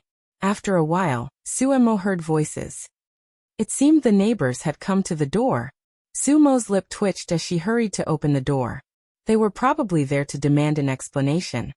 That awful noise just now was way too loud. Suemo also opened the door wanting to demand an explanation. Her new yard must have suffered. I'm sorry, I'll take responsibility. I'm sorry, I will too. Please accept this as a small token of my apology. By the time Suemo reached the yard gate aggressively, the neighbors had already dispersed, a few even smiling at her as she came out. Montag was bewildert. What was going on? Having a big house and a big yard had its downsides. It took her 5 or 6 minutes just to walk to the gate. Who are you? Rongqi. Jiyuan. Suemo. Weren't these the males she had been matched with? Glancing at the 2 large craters on the left and right, Sumo's temples throbbed. I'm sorry, female master, I'll tidy it up immediately. Rongqi's hands seemed to have magnets. The gravel and dirt obeyed him. Suemo was amused. Wasn't this the perfect farming physique? Looking at Ji Yuan, the flowers and plants were very obedient to him. If the 2 of them farmed together, they'd surely be fast. Why bother renting farming robots? Their supernatural abilities were 100 times more useful for farming than robots. Suemo said with a smile. Did you do a lot of farming at home? Rongqi let out an ah and said, No, why do you ask, female master? Ji Yuan shook his head. Never. Suemo felt a secret pang of regret. It's okay, they can learn. Seeing the messy yard restored to its original state, Suemo didn't press the matter further. Let's go get inside. Suddenly, a meaningful voice called out to Suemo. Suemo? Suemo turned to look. The male calling her name was backlit, but his silhouette looked familiar. Is this Lin Xiao? Sumo's lips twitched. Appearing in this residential area suddenly. It seemed he had been matched with someone else. She shrugged at Lin Xiao. I told you to consider it quickly. It's too late now. I don't have the star coins to bring you over. This neighborhood was much higher grade than her previous one, which meant the female masters here had stronger overall capabilities. Whether in terms of wealth or supernatural ability. Rongqi and Ji Yuan stopped, looked at the male Suemo called Lin Xiao, and instinctively stepped forward to stand between Suemo and Lin Xiao. Lin Xiao noted their movements, a coldness touching his lips. No star coins needed. Montag was stund. What do you mean? She saw Lin Xiao walk toward her, stop in front of her, and jerk his chin toward the villa behind her. I'm looking for this place. Suemo let out an oh and instantly realized. So that cool-acting black profile picture was you? Though he didn't want to admit it, Lin Xiao nodded. I wasn't acting cool. Really? Sumo rubit hachin. That profile picture looked like dewy skin, oily black with a bit of a fuzzy feel. But how did you get matched with me? This surprised Suemo. Was it really such a coincidence? High genetic compatibility. Sumo nadith. Alright then. Lin Xiao's gaze fell on Sumo's face. Seeing that she showed no joy after her brief surprise, a wave of disappointment rose in his heart. Disappointment. She had said she liked him before. She wanted him as her partner, yet in just a few days, she had matched with so many. Suemo felt wrongly accused. Having seen so many handsome husbands in one day, she was getting used to it. Since everyone is here, come on in. There's work waiting for you. Lin Xiao arched an eyebrow. What work? Rongqi and Ji Yuan walked behind, a flash of envy in their eyes as they watched the familiar conversation between the 2. You'll find out in a bit. Bringing them to the backyard. Sumopointith. This land is up to you. It's both a test and a means of survival. The three of them had different expressions. Sumonoutist. You don't know how. Rongchi spoke up. I know how to dig holes. That's fine, go dig then. We'll have a meeting tonight after you're done. Glancing upstairs and guessing Jiang Ke should be about ready, Suemo turned and left them with, you guys keep getting to know each other. Out of concern, Suemo went upstairs and, after searching for a bit, found Xiaofang on the third floor. Xiaofang. Master, male master number 6 chose this room. Suemo nodded. He's been in there for so long and hasn't come out yet. Suemo waited a bit, and then knocked on the door. After knocking for a while, she called Jiang Ke? Female master, wash. Suemo let out a no. It's fine, keep washing. No rus.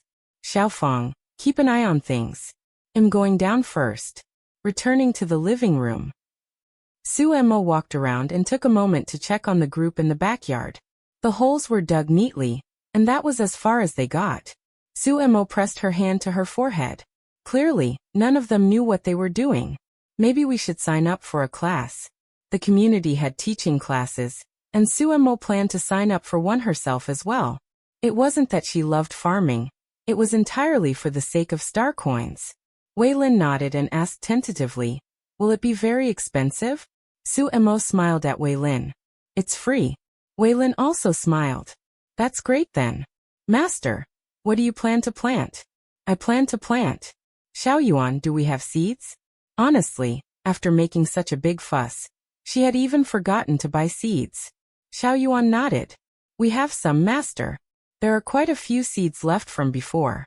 Suemo breathed a sigh of relief. Thank goodness for the reliable Xiaoyuan. That's good.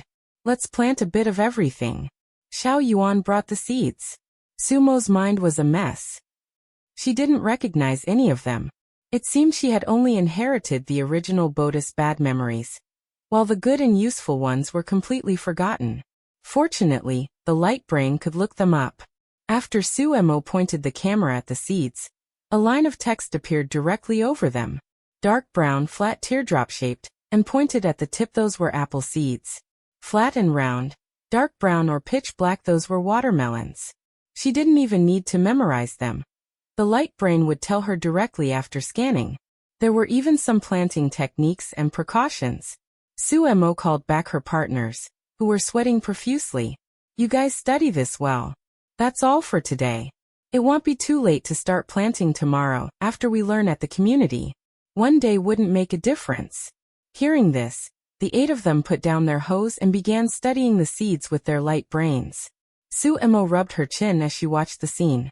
Logically, as locals, shouldn't they know how to farm? I guess every family has its own problems. 2 hours passed unknowingly. Xiaoyuan was already busy in the kitchen, and Xiaofang went to close the villa's yard gate and activate the entire villa's defense system. As for Jiang Ke, he still hadn't come down. Suemo found it strange. Taking a shower shouldn't take all afternoon, right? So she went upstairs again and knocked on Jiang Ke's room door. Jiang Ke, are you okay? Female master, I'm sorry. Please wait a bit longer. My clothes are almost dry. Clothes dry? He couldn't possibly have only one set of clothes that he kept washing and wearing? Chapter 19. The first family meeting, weathering the storm together, twin brothers. Suemo called Xiaofang over. There was no reason to let clothes air dry. It wasn't as if they didn't have a dryer. Xiaofang, go and help out. 5 minutes later, Jiang Ke came out, his face very red. Suemo glanced at him and said nothing else. Let's go. Everyone is here. And we're about to have a family meeting. No one can be missing. Jiang Ke nodded obediently. Likely because he had just showered, his hair was much fluffier, and he looked sweet and fragrant. He was just a bit too thin, Suemo frowned. Arriving in the living room, the 8 of them were already seated. Suemo didn't know how they had arranged themselves, but only the centermost seat, and the one at the very end remained. Jiang Ke instinctively headed for the seat at the end but was stopped by Suemo. You sit there. As for her, she walked to the seat at the end and pulled the chair to the other side. This way, Suemo sat at the head of the table, with them seated on both sides in front of her, allowing her to see everyone's expressions. Everyone is here. Let's have a chat before we eat. I only have 2 requirements for you. First, I am your female master, and you must only have me in your hearts. She only wanted the sweetness, not the bitterness. Second, we are a family. We can argue and bicker amongst ourselves, but we must present a united front to the outside world. No betrayal and no harm. That was the bottom line. If you can't do that, you can speak up now. I can dissolve the match with you right away, peacefully. Songming, alright. Female master, I swear. Me too. Suemo raised an eyebrow. She had heard that the beast god could hear the heavenly oaths of beastmen, and they were very wary of this. Very well, all of you swear. Of course I will too. As long as you fulfill the 2 points I mentioned, I will definitely treat you well. Chibai shook his head. Female master, you don't need to swear. The female master was the head of the household. Her word was law. There was no need for her to make any promises to them. Suemo waved her hand. No. Security and trust are mutual.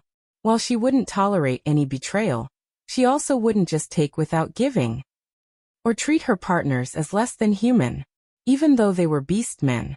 With 2 forms. Oaths rang out one after another, with no one raising an objection. Suemo was very satisfied with this. Matched ones really are better. Alright, it's my turn. Suemo followed suit. I swear to the beast god that I will treat the partners you have bestowed upon me well. Xiao Yuan, who was cooking, overheard and smiled, and Xiao Fong, who was helping nearby, also smiled. Alright, the serious talk is over. Now for an open discussion. Who will be responsible for farming? I'll occasionally need to go out on missions, and at least 3 of you must come with me. Additionally, I plan to start a small business to support the family. We have so many mouths to feed. Besides that, she needed to buy a few more smart robots. With 10 people, Xiao Yuan and Xiao Fong couldn't possibly manage everything. AOU, female master, I can contribute to the household expenses. Is 500 a month enough? Sumos liebstgewicht. What could 500 star coins even do? She waved her hand. It's fine, no need for now. Just focus on farming with Songming and the others first. In short, if we work together, our lives will get better. Okay. Suemo looked at the 9 of them, and only felt satisfied when they all nodded. For 10 people, Xiao Yuan prepared over 30 dishes, but even that wasn't enough. Suemo had met her match. Rongqi and Ji Yuan's appetites were several times hers. Midway through, Xiao Yuan made another dozen dishes before the 2 of them were barely full. Suemo patted her stomach and asked Wei Lin, can you estimate the monthly expenses for our family of 10? Wei Lin nodded. Based on how those 2 eat, we'll need at least 1,500 pounds of meat, and over 1,000 pounds of staple food a month. If we grow our own vegetables, it will still cost at least 5 million star coins a month. Suemo almost choked on her water. That much? Rongqi and Ji Yuan both blushed and said in unison, sorry, female master. Lin Xiao, as for meat, we can just hunt it ourselves. Songming nodded. That's right, we can hunt mutated beast meat ourselves. If we don't buy it, we'll save a lot, at least 90%. So that would be 500,000 star coins? Including staple foods and potentially having to buy some vegetables and daily necessities, Suemo could accept this figure for now. She currently had nearly 40 million star coins. Don't worry, female master, we will work hard to earn money. Suemo glanced at Wei Lin. She didn't dismiss his idea but encouraged him instead. Really? That's great. Good luck to you all. She decided to take back her earlier thought of figuring out how to make money on her own. The storm should indeed be weathered together. So who will be responsible for hunting? Songming raised his hand. I will. Lin Xiao, count me in. Me. Aou raised his hand. Since Aou raised his hand, Chibai certainly wouldn't go. Suemo asked the remaining 6, so you'll be in charge of farming? Quien que nadie. Okay, il farm diligently. He was the only one who agreed readily, which surprised Suemo. She wondered to herself, could it be that he really knows how to farm like he said before? Then I'll leave it to you, Jiang Quebec. The others don't know how, so you'll have to teach them. Speaking of farming, tomorrow afternoon we'll all go to the neighborhood study class to learn together. In the morning, I plan to visit the super hospital in District 1. You guys can just stay home. The day after tomorrow, I'll go to the super mall. Who wants to go? Now that she had partners, she didn't need Xiaofeng to follow her around everywhere. Chibai raised his hand. Can we all go? I want to go. Suemo nodded. Of course. Hyunke. You come too. Jiang Ke was a bit overwhelmed by the favor and nodded silently. Wei Lin glanced at Jiang Ke and narrowed his eyes. Song Ming glanced at him, and then at Jiang Quebec. His expression relaxed slightly when he looked at Jiang Ke. By the way, Rongqi, Ji Yuan, you haven't introduced yourselves yet. We are brothers. Suemo almost bit her tongue. Why did everything she thought of come true? We are of the moon-watching raccoon tribe. The kind whose original forms are round, chubby and cute? Rongqi nodded, and Ji Yuan nodded too. Perfectly synchronized. One of them had dark brown hair and the other light brown hair, but upon closer inspection, their eyes were identical. You look different. Rongqi shook his head. Actually, we look the same. It's just that we were afraid the female master wouldn't be able to tell us apart, so I wore a mask. Suemo waved her hand. No need for the mask. I'll definitely be able to distinguish between you. Since Suemo said so. Rongqi immediately took off the mask, revealing an identical face. They were completely identical. Fortunately, their hair allowed for differentiation. That's all for today. Rongqi, Ji Yuan and Lin Xiao, you haven't chosen your rooms yet. Go do that now. Lin Xiao didn't get up but looked at her. I want to live next to you. Sumo's lips twitched. Why was this guy so annoying? Anywhere below the 5th floor. You can pick any room except the ones Jiang Ke and the others have already chosen. Lin Xiao was obviously unhappy. Could his relationship with her be the same as the others? He gritted his teeth and finally chose the 3rd floor, next door to Jiang Ke. Chapter 20. Dr. Zhang says during supernatural ability mutation. Early the next morning, Su Emo took Xiaofeng to the hospital. Before leaving, she instructed the several at home, be good at home, I'll be back in the afternoon. Lin Xiao leaned against the door. You're going by yourself? Suemo pushed him back inside. Yes. Regarding the supernatural ability, she wanted to see what the doctor had to say. If she couldn't use her supernatural ability for the rest of her life, she might need to call a second family meeting.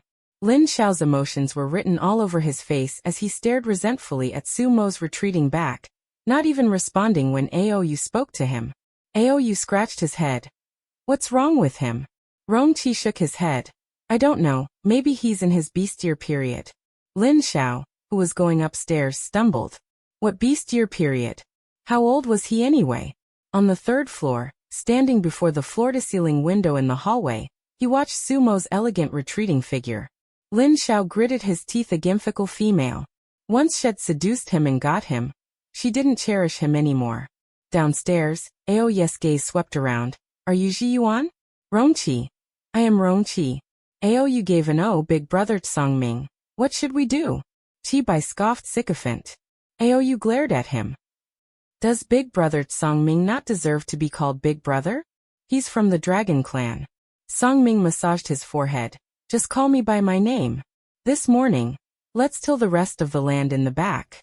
Aou, whatever big brother says. Su Emo arrived at the hospital before 9 o'clock. When she arrived, the number being called was just the one before hers. As expected of a famous doctor, there are over 200 registrations. Can they all be seen in one day? Xiaofeng nodded. Of course, this doctor is a master. When it was Sumo's turn, she finally understood this famous doctor saw 10 patients at once. Of course, patient privacy was maintained. They were in 10 different small rooms, and 10 tentacles operated simultaneously. Sumo understood. No wonder he could see so many at once. He really had a hand in it. Stretch out your hand. What's your situation? Su Emo immediately sat up straight and reached out her hand. Doctor. I'm sick. I can't use my supernatural ability. Dr. Zhang hummed. Let me see. When did you notice it? About 4 days ago. I can't bring it out. It's like being constipated. Dr. Zhang tapped Sumo's wrist a few times. In your case, go get a full body checkup. I'll write you a referral. Suemo. Taking the referral from Dr. Zhang, Suemo followed Xiaofeng's guidance to the 30th floor, the area specifically for various examinations. Suemo tugged at her collar, her throat feeling slightly dry. Xiaofeng, do you think I won't get better if I don't get checked? Xiaofeng nodded. Master, don't be nervous. You'll be fine soon. Suemo licked her lips, took a breath, and pushed the door open. The medical staff saw her and immediately walked over. Hello, a full-body scan? Suemo handed her the slip. I suppose so. The medical staff took the slip, glanced at it, and said, I see. Please follow me. Following the medical staff through 10 doors.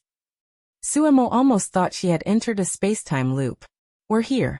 You can just lie down there. The medical staff pointed to a medical pod. Suemo gave an "Oh, do I need to take off my shoes?" The medical staff's eyes widened. This was the first time she had seen a female ask that. No need, you can just go right in. Sumonadith. After lying down, she crossed her hands over her chest. After a while, the medical staff instructed her to place her hands at her sides and not to be nervous. In the blink of an eye, she heard the medical staff say it was done. The results have been synced to Dr. Zhang. You can head back there now. Am I okay? The medical staff shook her head. I'm not sure, you should listen to Dr. Zhang. Finally, she offered a word of comfort. Don't worry too much. Even if there's a problem, you'll be fine with Dr. Zhang here. Suemo breathed a slight sigh of relief. After thanking her, she returned to the small room on the 10th floor. Dr. Zhang. I've had the checkup. They said the results were synced over. After waiting a moment, Suemo finally heard Dr. Zhang's response. Alright, I'm looking at them now. Don't be nervous. Sumo vipet palms. How could she not be nervous? She was an outsider. After a few minutes, Dr. Zhang finally spoke again. I've looked at your checkup. You don't have any major problems. You are mutating. Suemo was puzzled. Mutating? What's that? A temporary loss of function caused by a supernatural ability mutation. How long will it last? That varies from beast to beast. Your previous supernatural ability was fire-based, right? Sumonadith, Jis. Does mutating mean it might not be fire-based in the future? Dr. Zhang adjusted his glasses. That's correct, but it's not 100%. You've been mutating for 4 days. Usually one cycle is 7 days. If you still can't use your supernatural ability after 7 days, then it'll be 2 cycles. Doctor, does mutating mean it will be stronger? Dr. Zhang smiled. Basically, yes. Go back and rest easy. Check the situation again in a few days. Suemo. Alright, thank you, doctor. Leaving the consultation room, Suemo breathed half a sigh of relief. The rest depended on the mutation progress. Why did it suddenly start mutating? Was it because she had arrived? Master, are you okay? Suemo shook her head. I'm fine. Let's head back, Xiaofeng, and go find Sister Yi Wei. Once on the aircraft, Suemo told Xiaofeng about the mutation.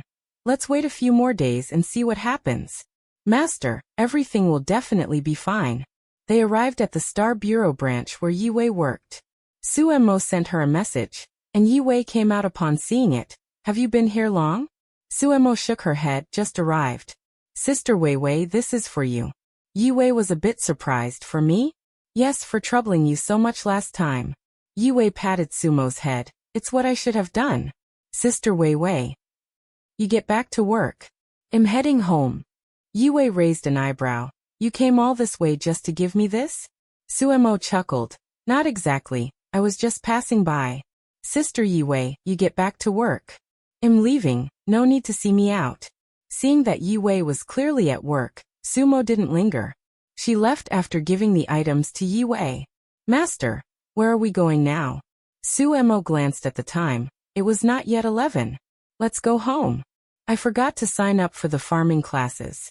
Let's go to the community to register. They reached the community at 11:30. The staff members were still there, so Suemo quickly signed up. The staff member recognized Su Mosha was the center of attention in the community. After all, it was hard not to recognize her. Are all of you participating? Sumonavid, Jis. All of us. The staff member watched Suemo leave after recording the names. Once she was gone, the staff member gossiped. Out of 9 people, not a single one knows how to farm. Miss Su is going to have a hard time ahead. Another one said, they're both willing participants. Yet another staff member smiled, not necessarily. The ones in my family didn't know how to farm at first either, but now they're all experts. Besides, they don't strictly have to know how to farm. If they aren't short on star coins, it's not out of the question to just pay star coins. Chapter 21. Don't be in a hurry, I'll send her a big gift at midnight. Where there are many beasts, there is much trouble. In a place like Xingfuli residential area, there are hundreds of females and 500 to 600 males. Small frictions occur often. As soon as Suemo entered the community, she heard a commotion. Judging by the sound, it was in the center. Wasn't that her home? Curious, she quickened her pace toward home. Sure enough, she saw a crowd of beastmen standing at her doorstep from a distance. Call your female master out. Songming clenched his fists and stopped Aou, who wanted to rush forward. Imperial regulations stated that publicly assaulting a female would lead to exile. With his sharp eyes, Wei Lin was the first to see Suemo and ran toward her, crying, "Female master wa. Sumofro neth." Although Wei Lin had his little schemes, they were harmless. Who dared to come to her door and bully her beastman to tears? She stepped forward quickly. What happened, Wei Lin? Don't cry, I'm back. Jiang Ke glanced at Wei Lin crying on Sumo's shoulder, a hint of envy flashing in his eyes. Wei Lin was sobbing and couldn't say a full sentence, so Songming explained to Suemo. We were digging in the backyard and accidentally knocked down the courtyard wall, and it hit their house. We apologized immediately, cleaned everything up, and even repaired their wall. Aou angrily took over from Songming. Who knew they'd come over so aggressively looking for a fight? They just picked on the weak link and shoved Wei Lin. Suemo frowned and looked at the neighbors. Although we were in the wrong first, isn't it a bit much for you to get physical? Too much? How is it too much? You broke my favorite wall. I won't forgive you unless you pay me star coins. Suemo patted Wei Lin's back and stepped forward to stand in front of Sun Baixio. She was taller, and as she looked down at her with undeniable anger, she gave Sun Baixio a shove. The villa walls were built by the resettlement office. What does it have to do with you? If I pay, I'll pay them. Suemo accepted responsibility for mistakes, but she wouldn't tolerate such blatant bullying and extortion. Sun Baixio stumbled from the push and wanted to shove back, but Songming and the others stepped up behind Suemo, staring at her with dark gazes. Her outstretched hand froze in midair, but her tone remained aggressive. Cut the crap. Pay me 1 million star coins. Or I'll propose a community meeting to kick you out. Xiao Sun, you're being a bit excessive. Suemo glanced at the speaker. She recognized her. It was the neighbor who had come by yesterday to invite them to the community welcome meeting. She gave her a grateful smile, and Su Ran smiled back. Su Ran, stay out of this. Someone chimed in, Sun Baixio. Aren't you just jealous that Miss Su got the center position in the community? Sun Baixio glared at the female. Nonsense. What do I have to be jealous of? If you're not jealous, why are you intentionally picking a fight? Exactly. I thought something big happened, but it was just an accidental wall collapse. Sun Baixio took advantage of little Su's absence to bully her partners. Suemo let out an "oh." So it's because of jealousy. You. Exposed so bluntly by Suemo, Sun Baixio flew into a rage. I don't care. Since you broke the wall, you have to pay. Pay for what? Female master, don't listen to her nonsense. I don't know what's up with that wall. It fell over with just a touch. We didn't use any force. Excuses. If you didn't use force, how did it fall? Suemo, these males of yours aren't all that great. They're full of lies. If I were you, I'd dissolve the matches with all of them. Sumonadith. You're just sour because you can't match with so many handsome and top-tier partners, so you're pretending to care about me while trying to drive a wedge between us. These words caused a stir in the hearts of the 9 males. Wei Lin, female master. Lin Xiao's sour expression softened significantly. Aou puffed out his chest proudly. Qibai smiled, and Jiang Ke also looked up. As for Jiuyu, his expression didn't change much, but his eyes betrayed him. Ji Yuan and Rong Qi were laughing along with Aou. Kangming Lin da bitklosarto suemo. Su Ran chuckled. Sumo's words were quite amusing.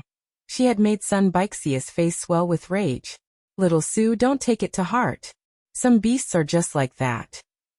They can't stand to see others doing well. Chew the fatty. What are you saying? What does this have to do with you? Stop acting like a good person. The female called Chew the fatty by Sun Baixio clenched her fists. Sun Baixio, do you dare to duel me? Sun Baixio, a duel it is then. You think I'm afraid of you? Suemo. It's turned into a complete mess. Might as well enjoy the chaos. Suemo, you just wait. You have to pay me the star coins. I'll come to collect them after I'm done dueling Chew the fatty. Sumostrakt. Keep dreaming. The two groups crowded away to somewhere unknown. Suemo guessed it was some sort of dueling arena. Suran didn't go. She stepped forward to comfort Suemo. Suemo, don't mind Sun Baixio. She's just that kind of beast. Everyone in the residential area knows she's been eyeing your current house. Sumo left. What's the use of eyeing it? She should step up herself. If she's not happy, she can sue the Empire and tell them she's dissatisfied with the regulations, and ask them to change it. Suran burst out laughing. I haven't formally introduced myself yet. I'm Suran, your neighbor. Suemo smiled and shook Suran's hand. I'm Sumontak. You must come tonight. It's bound to be very interesting. Sumonadith. I will. After Suran left, Suemo called Wei Lin and the others to go home. Back in the living room, Wei Lin still looked unhappy. Suemo beckoned him over, and once he approached, she pinched his cheek. What's wrong? I'm sorry, female master. I'm uzeles. You let out a howl. It's not really Wei Lin's fault. The Snow Rabbit clan is just naturally timid. Otherwise, he wouldn't have been bullied by that female. Sumo rubit hajchin. She had pushed back and scolded back, but her anger hadn't been fully vented yet. I should have used force to teach her a lesson and vent your frustration. Lin Xiao spoke up. Wei Lin, that's enough. Wei Lin pursed his lips, his eyes turning red. Suemo slapped Lin Xiao's arm. Hey Lin Xiao, don't be so mean to him. I was going to wait a few days to mention this, but I'm afraid you'll overthink it, and assume I didn't act against Sun Baixio because I don't care about you. Actually, hey, race the thing. Lin Xiao. Sumo. Suemo waved her hand. It's fine, we're all family. I actually went to see a doctor this morning. The doctor said I'm undergoing a change, so I can't use my supernatural ability for a while. She was explaining to them why she hadn't gotten physical with Sun Baixio. Wei Lin's eyes reddened again. I'm sorry, female master. What if that female challenges you to a duel? Sumostrakt. Then I won't accept. The Empire doesn't have a rule saying I have to. Songming nodded. However, I'm not someone who takes insults lying down. So don't go to sleep early tonight. At midnight, we'll send her a big gift. Aoyu scratched his head. What big gift? Sumosmail. Come here, let's do this. Hyangke. Your dark power should work, right? Jiang Kei's eyes flickered. Did his female master not hate his supernatural ability? Chapter 22, Community Welcome Party. After lunch, Suemo took her 9 partners to the farming class. She was dozing off, while Songming and Wei Lin meticulously took notes. Aoyu poked Songming's arm. Big brother Songming, lend me your notes later, I didn't quite understand. Suemo couldn't help but curve her lips into a smile. After the study session, Suemo only remembered one thing. The last female who successfully farmed became the richest person. Sumo's heart was burning with excitement. She pulled her partners home and immediately began researching. Hard work paid off, and they successfully planted several mu. Suemo herself planted a small plot, specifically separated from theirs. Thinking about what happened in the morning, Suemo stroked her chin. I need to figure out a way to reinforce the walls and such. Knowing that Suemo disliked spending star coins, Rongqi suggested, Female master, we can look for a material.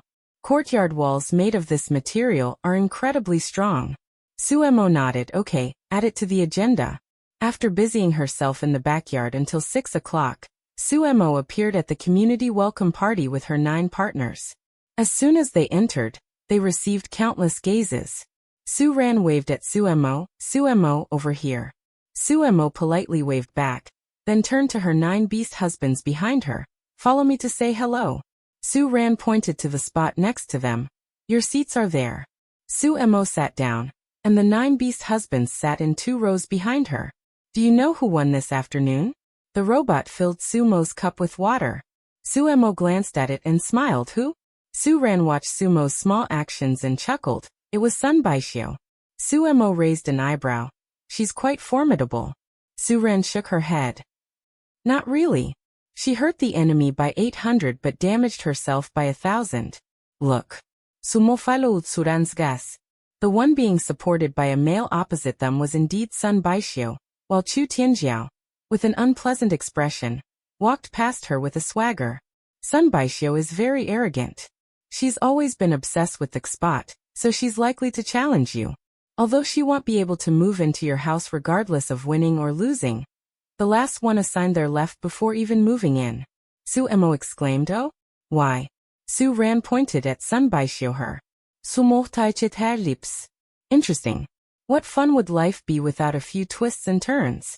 Su-ran stopped there, and the 2 chatted about other things until several figures stopped in front of Su-mo. Su-mo lifted her eyelids, glanced, then lowered her head again, ignoring them. Hey, I want to challenge you. Before Su-mo could speak, her partners behind her moved first. Ao, you took the lead. Who do you think you are? What right do you have to challenge our female master? Sun Baishio gave him a cold glance. I'm talking to your female master. Why is a male like you interjecting? Males should stay home, farm, and cook. I say, Su-mo, you're not doing a very good job as a female master. You haven't even spoken, look at them. It seems that matching more isn't always better.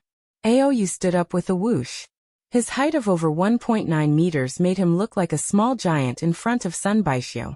Sun Baishio instinctively stepped back. The males behind her, seeing the situation was wrong, bravely stepped forward. What do you want to do? Lin Xiao suddenly stood up, staring at the male next to Sun Baishio. You want to challenge our female master, right? Fine, but you have to get past us first. Song Ming and the other beasts also stood up. Get past us first. Sun Baixia's throat felt like it was stuffed with cotton.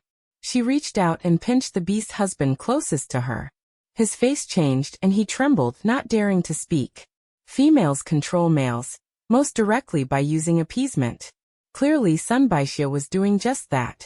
Sumo, aren't you going to manage them ignoring you like this? Sumo raised an eyebrow. Don't try to sow discord, it won't work on me.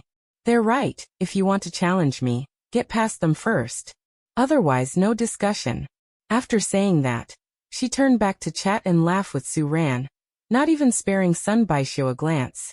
Sun Baishio felt as if she had been slapped. Various gazes fell on her, but she didn't even frown. It was the feeling of being suppressed by another female that ignited an uncontrollable rage in her heart. Alright then. I'll let my partners teach your partners how to be proper males. Sumo turned around and rolled her eyes. Outsiders don't get to teach mine. They're doing great, and they won't stand by if I'm bullied. They'll get revenge for me. If you're envious and jealous, just say so. Am I not allowed to laugh at you? Exactly, I think little Su's partners are great. Sun Baishio is just spewing nonsense out of jealousy. Who's jealous of her? Let's go now. Sun Baishio looked back at her 7 partners. You all go. And teach them how to be beasts. The females in the community gave Sun Baishio a disgusted look. This beast was truly as self-centered as ever. Su-mo stood up. Everyone, I'm truly sorry that such a nice welcome party has been disrupted because of me. My apologies. After saying that, she turned and patted her beast husbands. They're bullying us to our faces. If we don't accept, others will think we're easy targets. Don't hit too hard later. After all, we're all in the same community. The other females nodded one after another. For grace and manners. One had to look to little Su. Their gazes towards Sun Baishio were filled with impatience and displeasure. Sun Baishio used to cause trouble, but they were minor skirmishes, so they didn't take them to heart. But today, they clearly saw that her jealousy was too strong and she was too self-centered. Having such a disunited female would inevitably affect future community evaluations. Several old residents exchanged glances, and a thought subtly formed in their minds. Sun Baishio scoffed, who needs you to give way? Suemo curved her lips. Go on. The welcome party hadn't even started, and they were already heading to the same place where Sun Baixio and Chu Tianjiao had dueled that afternoon. It was a public activity area in the community. Su Ran proactively suggested, since that's the case, then Zhou and I will be the judges. Zhou Yuyu smiled. Sounds good. The two looked at Suemo, who nodded. I have no problem with that. Sun Baixio said, I have a problem. It's not fair. She needs to have 2 fewer males. Su Ran and Zhou Yuyu looked at Suemo again. Suemo spread her hands. We're all neighbors after all. I accept. Look at little Su, so kind. Look at that other one. Never mind, I don't want to mention her. If she hears me, she'll challenge me to a duel. Hee. Alright then, little Su, you all discuss who will go up. Suemo nodded, pulled her 9 partners aside. Who wants to go up and play? Aoyu raised his hand. Me. He had wanted to beat up some beasts for a long time. Songming arranged, Aoyu first, Chibai second, Obi third. Lin Xiao, Obi first. Suemo casually pinched his waist. Lin Xiao, be obedient. Lin Xiao instantly blushed and fell silent. Suemo said, those of you who go up early, try to take care of as many as possible. Don't let Jiuyu and Jiang Ke go up. I have a use for their supernatural abilities. Jiuyu nodded, and Jiang Ke's lips curved slightly. All right. We're all set here. We can begin. This kind of challenge was like a King of Thil game. Win and stay, lose and leave. Aoyu clenched his fists, smiled at Suemo, and confidently went up. Suemo chuckled. He's really full of vigor. Chapter 23. Want a taste of electricity? Sun Baixio sent a tall male onto the stage. Before Suemo could get a second look, Lin Xiao pulled her against his chest. Ahem. Be careful of getting caught in the crossfire of their supernatural abilities. Suemo let out an "oh" and simply leaned against Lin Xiao's chest. Songming glanced over, but said nothing. On the stage, Aoyu let out a loud roar. Suemo was amused by him, while Chibai muttered, this dog is so annoying. As expected, Aoyu won with ease. Suemo had already anticipated this outcome. That day when he and Chibai arrived, Chibai kicked him so far he became a tiny white speck in the distance. Yet he still managed to return unscathed. Aoyu gestured with his chin towards Sun Baixia's partners. Who's next? Sun Baixio pushed a partner with delicate, effeminate features forward. Alu, teach him a proper lesson. Alu nodded. His green eyes instantly turned into vertical slits, staring at Aoyu as if looking at prey. Suemo glanced over and poked Lin Xiao's side with her finger. Do you think Aoyu can win? As long as he doesn't resort to dirty tricks, Aoyu definitely won't lose. Sumofroneth. Dirty tricks? What kind? Lin Xiao pressed on Sumo's shoulder, making her lean back into the center of the group. Underhanded, despicable methods. Like drugging someone, or using hidden weapons. Suemo clicked her tongue. How shameless. If they dare try anything underhanded, I'll make sure they're nailed to the pillar of shame. Suemo said this quite loudly, and Sun Baixio heard it, her face flushing red with anger. Suemo curved her lips into a smile. She had done it on purpose. On the stage, Aoyu held a cluster of fire in each hand, with 2 more blazing at his feet. Suemo stared wide-eyed. Wasn't this the Interstellar Beast World version of Neza? She stroked her chin, thinking that if they ever ran out of star coins, they could consider having Aoyu work as a stunt double for action scenes or perform in variety shows. The proficiency of your partner Little Su's fire supernatural ability isn't inferior to that guy's. Suemo overheard this and became interested. Who are you talking about? Zhou Yuyu explained with a smile, a male internet celebrity. He's very popular. Don't you watch Starstream? He live streams on it every week. Suemo quickly added Zhou Yuyu as a friend. Seeing this, Suren also wanted to add her. After becoming friends, Suemo asked Zhou Yuyu to recommend that internet celebrity's account to her. Finding the internet celebrity's account, Suemo gave it a quick follow. Maybe Aoyu could learn something from him to earn star coins. They both had fire-type supernatural abilities, and their Aoyu wasn't bad either. See his profile picture? Isn't it cool? Sumonadith. The profile picture, called Firewalker, showed a tuft of hair. No, 2 tufts of hair, red in color. Suemo responded offhandedly, "It's certainly unique." Scrolling through the videos Firewalker had posted, they all showed him wearing a mask, wrapped up tightly, not saying a word, just playing with fire, nothing but playing with fire. Suemo hit the follow button and didn't bother with it further. Looking back at the competition stage, that Alu guy was also useless. After being kicked flying by Aou, he tried to get up but couldn't steady himself, and ended up crashing to the ground. Aou won 2 rounds beautifully. Before the 3rd round started, Chibai volunteered to go up. At first, Aou wasn't willing, but after Tsongming said something, Aou reluctantly came down. Seeing Suemo beckon to him, he happily went to her side to seek praise. "Female master, I won." Suemo gave him 2 thumbs up. "Well done. If Chibai hadn't insisted on going up, I could have taken on all 7 of them myself." Sumo smiled. Not bad, very ambitious. The next moment, Sumo's gaze was drawn to Chibai on the stage. In his hand, Chibai condensed a sword made of lightning. Crackling and sizzling, it sounded like it would hurt terribly if it electrocuted someone. Aou crossed his arms, snorted, and wanted to make a sarcastic remark, but after glancing at the outsiders present, he held back.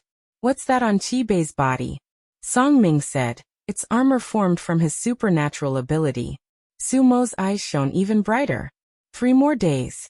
She hoped that in 3 days, she too could use her supernatural ability to form armor. So cool. Chibai's victory was also without suspense. Sun Baixia's partners had lost 3 rounds in a row, and she couldn't save face. Before Suemo arrived, she had challenged several other females, and she and her partners had always been the ones to win. When her 4th partner stepped onto the stage, Sun Baixio patted his arm. "Vulture, you can't lose." Vulture glanced at the spot Sun Baixio had patted, a flicker of understanding in his eyes. "Don't worry, female master, I won't be as useless as them." He swept a contemptuous glance at the 3 males who had lost. "Female master, I'm going." Sun Baixia's expression improved slightly. Vulture was the strongest among all her partners, with a level 7 supernatural ability. Combined with his unique ability, Sun Baixio refused to believe they could lose again. Su Ran suddenly spoke up to warn Suemo Tsk. "You need to be careful now." Suemo turned her head to ask, "What's wrong?" Su Ran lowered her voice. "This partner of Sun Baixia's is very powerful. He's never lost. And his supernatural ability is a bit bizarre. He basically wins without even making a move." "Bizarre?" Suemo shifted her gaze back to the stage.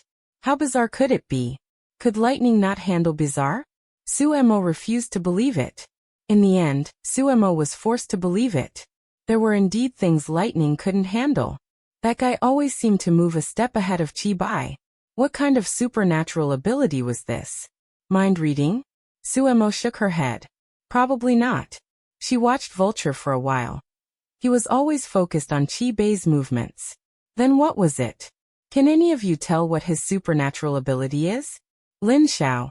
It seems somewhat predictive in nature. Songming. It's like skill deconstruction. Jiuyu manipulation. The 3 beasts had different opinions. Suemo was gaining new knowledge. There were so many types of supernatural abilities. Rongqi pondered for a moment. It resembles one I've seen before. The other beasts all looked at him. What is it? A sensory-type supernatural ability. It can anticipate Chibai's movements in advance. Sumol sutroket harchin. That sounded more plausible. So his past wins. Weren't they simply from wearing down his opponents until he won? Suemo felt she had uncovered the truth. Lin Xiao suggested, "Let Chibai step down and I'll go up. I'd like to see if his eyes are faster or my speed is." Lin Xiao had a wind-type supernatural ability. When it came to speed, other abilities truly couldn't compare to him. Sumonadith. I think that could work. After Chibai failed to land another attack on Vulture, Suemo called for a stop. "Chibai, come down and rest for a bit." Chibai was taken aback, then saw Suemo wink at him. He nodded, conceded defeat, and returned to Sumo's side. Seeing this, Sun Baixio and her partners grew excited. "Thought you were all that powerful, huh? Sumo is nereth. Want a taste of electricity?" Sun Baixio let out a derisive heh and turned to look at Vulture. Chi-Bai returned to Sumo's side, his face somewhat pale. If Dr. Zhang were here, he would know this was a sign that his supernatural ability was nearly depleted. Chi-Bai, how are you? She couldn't use her supernatural ability right now and didn't know how to comfort her partner. She hoped the seeds she planted today would sprout and grow quickly. Chapter 24. This specialty. Forget it, I'll just drink water. I'm fine, female master. I just need a short rest. Su-Mo nodded, patted Jiuyu, and whispered something to him. Jiuyu nodded and turned to leave. Seeing this, Aoyu asked curiously, female master. What did you ask Jiuyu to do? Sumos maïv. You'll know in a moment. When Jiuyu returned, he was carrying a plate of food. It was the same food that had been placed in front of Sumo's seat. Since it was prepared for her, it didn't matter if she brought it here to eat. Here, Chi-Bai Aoyu. Eat some fruit to replenish yourselves. Even if these fruits couldn't necessarily soothe or replenish their supernatural ability, they could still serve as a way to restore stamina when they were hungry. Aoyu grinned like a fool. Thank you, female master. Chi-Bai gave him a disdainful glance before carefully picking up a piece of fruit and holding it to Sumo's lips. Female master, you eat first. Su-Mo glanced at it and didn't think much of it before taking a bite. Her lower lip lightly brushed against the finger Chi-Bai was using to hold the fork. Chi-Bai's whole body trembled. His gaze lingered on Sumo's lips for a moment before he looked away, his throat going dry. It's quite juicy. You guys should eat some too. Su-Mo called out, her attention shifting to Lin Xiao. Lin Xiao was indeed very fast, using speed to counter speed. Su-Mo even felt like he was intentionally teasing his opponent to help Chi-Bai retaliate. He only stopped leisurely after that vulture had exhausted his supernatural ability and collapsed on the ground in exhaustion. The corners of Sumo's mouth curled up. He was indeed worthy of being the first partner she had chosen. Lin Xiao didn't come down. He finished off all of Sun Baixia's remaining partners. Seeing this result, Sun Baixio stood frozen on the spot as if she had been petrified. Su-Mo addressed everyone. Shall the welcome party continue? Su-Ran smiled. Continue. The group of beastmen went back in a grand procession to continue eating and drinking, and not a single person paid any attention to Sun Baixio. One female said, I don't know why, but with her gone, I feel like I can breathe much more easily. Su-Ran raised her glass to Su-Mo. And Su-Mo responded with a smile. This food and drink were all prepared by everyone together. Welcome everyone to the Xingfuli residential area. Su-Mo took a sip of the contents of her glass. When she had gone to the Interstellar Hotel to eat before, there hadn't been any juice or drinks. How did they have them here? His Sha Su-Mo almost cried from the spiciness. She really wanted to cry. This was basically pickled chili water. Seeing Su-Mo constantly fanning her tongue, Su-Ran asked, What's wrong, little Su? Su-Mo waved her hand. It's nothing, it's just too spicy. Although she liked eating spicy food, she couldn't handle it to this extent. Seeing the other females drinking this like it was plain water, Su-Mo could only secretly admire them. This is one of our local specialties. It's refreshing and appetizing. Su-Mo nodded randomly in a gesture of respect and understanding. She looked back at Lin Xiao and the others. They were also drinking it without a change in expression. Su-Mo touched her glass, wondering if she needed to make another appointment with Dr. Zhang. After a night of friendly interaction with the neighbors, Su-Mo learned another piece of news. The Community Evaluation Contest. This contest was organized by the Empire for the harmony and happiness of communities. The first-place community could receive a prize of 80 million star coins, to be shared among the community members. Su-Mo did the math. That would only be about 8 million per family. It wasn't that much. Su-Ran smiled mysteriously. The star coins reward is secondary. The main thing is the quota. Sumo's curiosity was piqued. What quota? The quota to enter the public service system. The interest Su-Mo had just built up was instantly extinguished. Why were there civil service exams in the interstellar era too? Su-Ran patted her arm. Don't make that face. Once you have this quota, your children's education, your retirement, and even interstellar travel will all be covered by the state. Su-Mo. Su-Mo felt no waves in her heart. All of those things could be easily solved as long as one had star coins. In her past life, she had worked like an ox or a horse. In this life, she had decided to be a person, or a beast man. Yes, that is quite good. Good luck. Su-ran smiled. Let's work hard together. The welcome party ended at 10:30. Only after Suemo and her 9 partners returned home did she truly start to get excited. It's still early. Well, take action in a little while. Female master, do we really have to do this? Sumonadith. Really? Ao, you patted Wei Lin. Wei Lin, you're far too timid. You need to change that. Wei Lin pursed his lips. Suemo glanced at him and said, no rush, take it slow. At 1:30 in the morning, the Xingfili residential area was dead silent. Sumonadito Jianke. And Jiankei's dark power enveloped Suemo and her 8 or 9 beast husbands. Suemo pointed at the surveillance cameras in the villa. Amazing, we really can't be seen on the monitors. Every villa had a security system. If they wanted to enter Sun Baixia's home, they had to bypass the security system. Auugrine. Jiankei, this supernatural ability of yours is awesome. Jiankes Mails Chaili. As long as you guys don't dislike it. After speaking, he stole a glance at Suemo. Suemo waved her hand. How could we dislike it? By the way, once we're in her house, don't use force. Just keep things under control. I'm going to apply some paint to her. Shaking the crime tools in her hand, Suemo laughed quite wildly. The group slipped into Sun Baixia's house. After bypassing the security system, Jiuyu blocked all perception. Suemo went straight to Sun Baixia's room, took out a pen, and bared 2 rows of white, neat teeth. 10 minutes later, Suemo returned to her own villa. Sleep. Sleep. There'll be a good show to watch tomorrow. The next day, a scream pierced through the Xingfili residential area. Suemo immediately opened her eyes, got dressed, and went downstairs to watch the show. At the villa entrance, she ran into Su-ran and Zhou Yuyu. Sister Su-ran, Sister Yuyu. Little Su, did you hear that? Sumosmail. With a voice that loud, it would be hard not to hear it. I don't know what kind of madness she's having so early in the morning. It's a noise that even the security system can't block out. Sun Baixio ran out with her hair disheveled. Who did this? I'm going to call the star police. When Su-ran, Zhou Yuyu, and the other females who had come out to see what was happening saw Sun Baixia's appearance, they couldn't help themselves. This, ha ha ha, written on Sun Baixia's face in large characters was, I am guilty, I am wicked, la la la. Chu the fatty, was it you? Chu Tianjiao snorted coldly. Do you have evidence to say it was me? Believe it or not. I'll call the star police and sue you for slander. Sun Baixio shifted her gaze and pointed at Suemo. It was you. Suemo spread her hands. Do you have evidence? The old residents grew more and more dissatisfied with Sun Baixio. Enough, Sun Baixio. What do you think you look like, acting all crazy like this? There are so many males watching out here.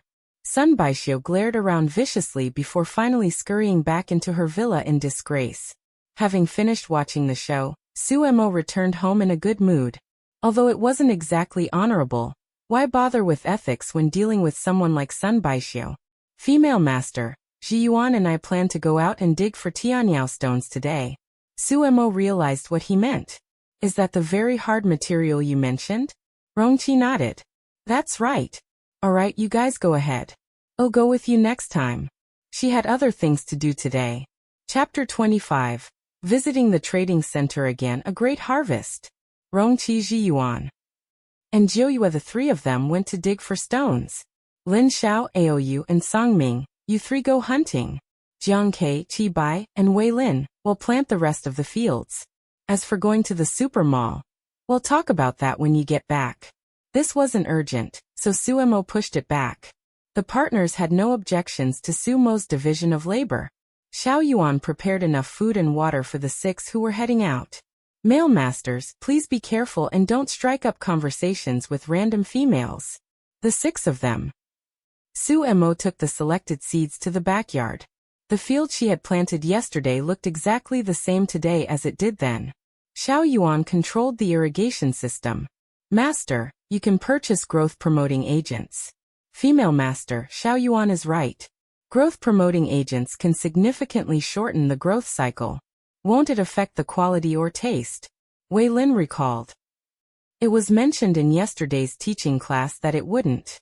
Suemo clapped her hands. Then what are we waiting for? Let's go buy some now. Jiangke, you're familiar with the area, so you come with me. Wei Lin, Chibai, you two work hard at home. She stood on her tiptoes and patted their shoulders. Wei Lin, who was about to express his dissatisfaction, let out a soft the tips of his ears turning red. Chibai stated his position. Female master, please be careful on the road. I will work hard. Master, you can buy them at the trading center. Suemo nodded and headed out with Jiang Ke. The two went directly to the District 22 trading center. The last time she came here was with Xiaofang to sell junk. Suemo led Jiang Ke and skillfully found the place selling growth-promoting agents. This kind of potion was easy to buy, as there were several large star factories producing it. Boss, I want to buy some growth-promoting agents. Suemo stated her purpose. And the boss pointed to the counter. We have these price points. Miss, take a look and see which one you need. Suemo looked at the counter.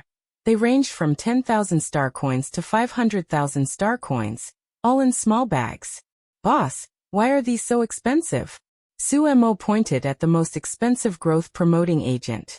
The boss explained with a smile, the growth time is shorter, and it can increase yield.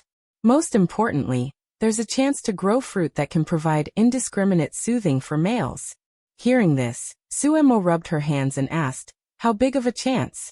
The boss held out one hand. Sumo's face lit up with joy. 50%. The boss gave an awkward 5%. Sumo's smile collapsed. Good grief, what a joke. Such a small increase for such a high price. Miss, you can choose others. For example, this one increases it by 0.5. The boss pointed to the small bags costing 10,000 star coins. Suemo glanced at it and considered for a moment. Miss. Growth-promoting agents are mainly for promoting growth. If you want to grow those rarest fruits and vegetables, it largely depends on your own luck. Suemo sighed. True.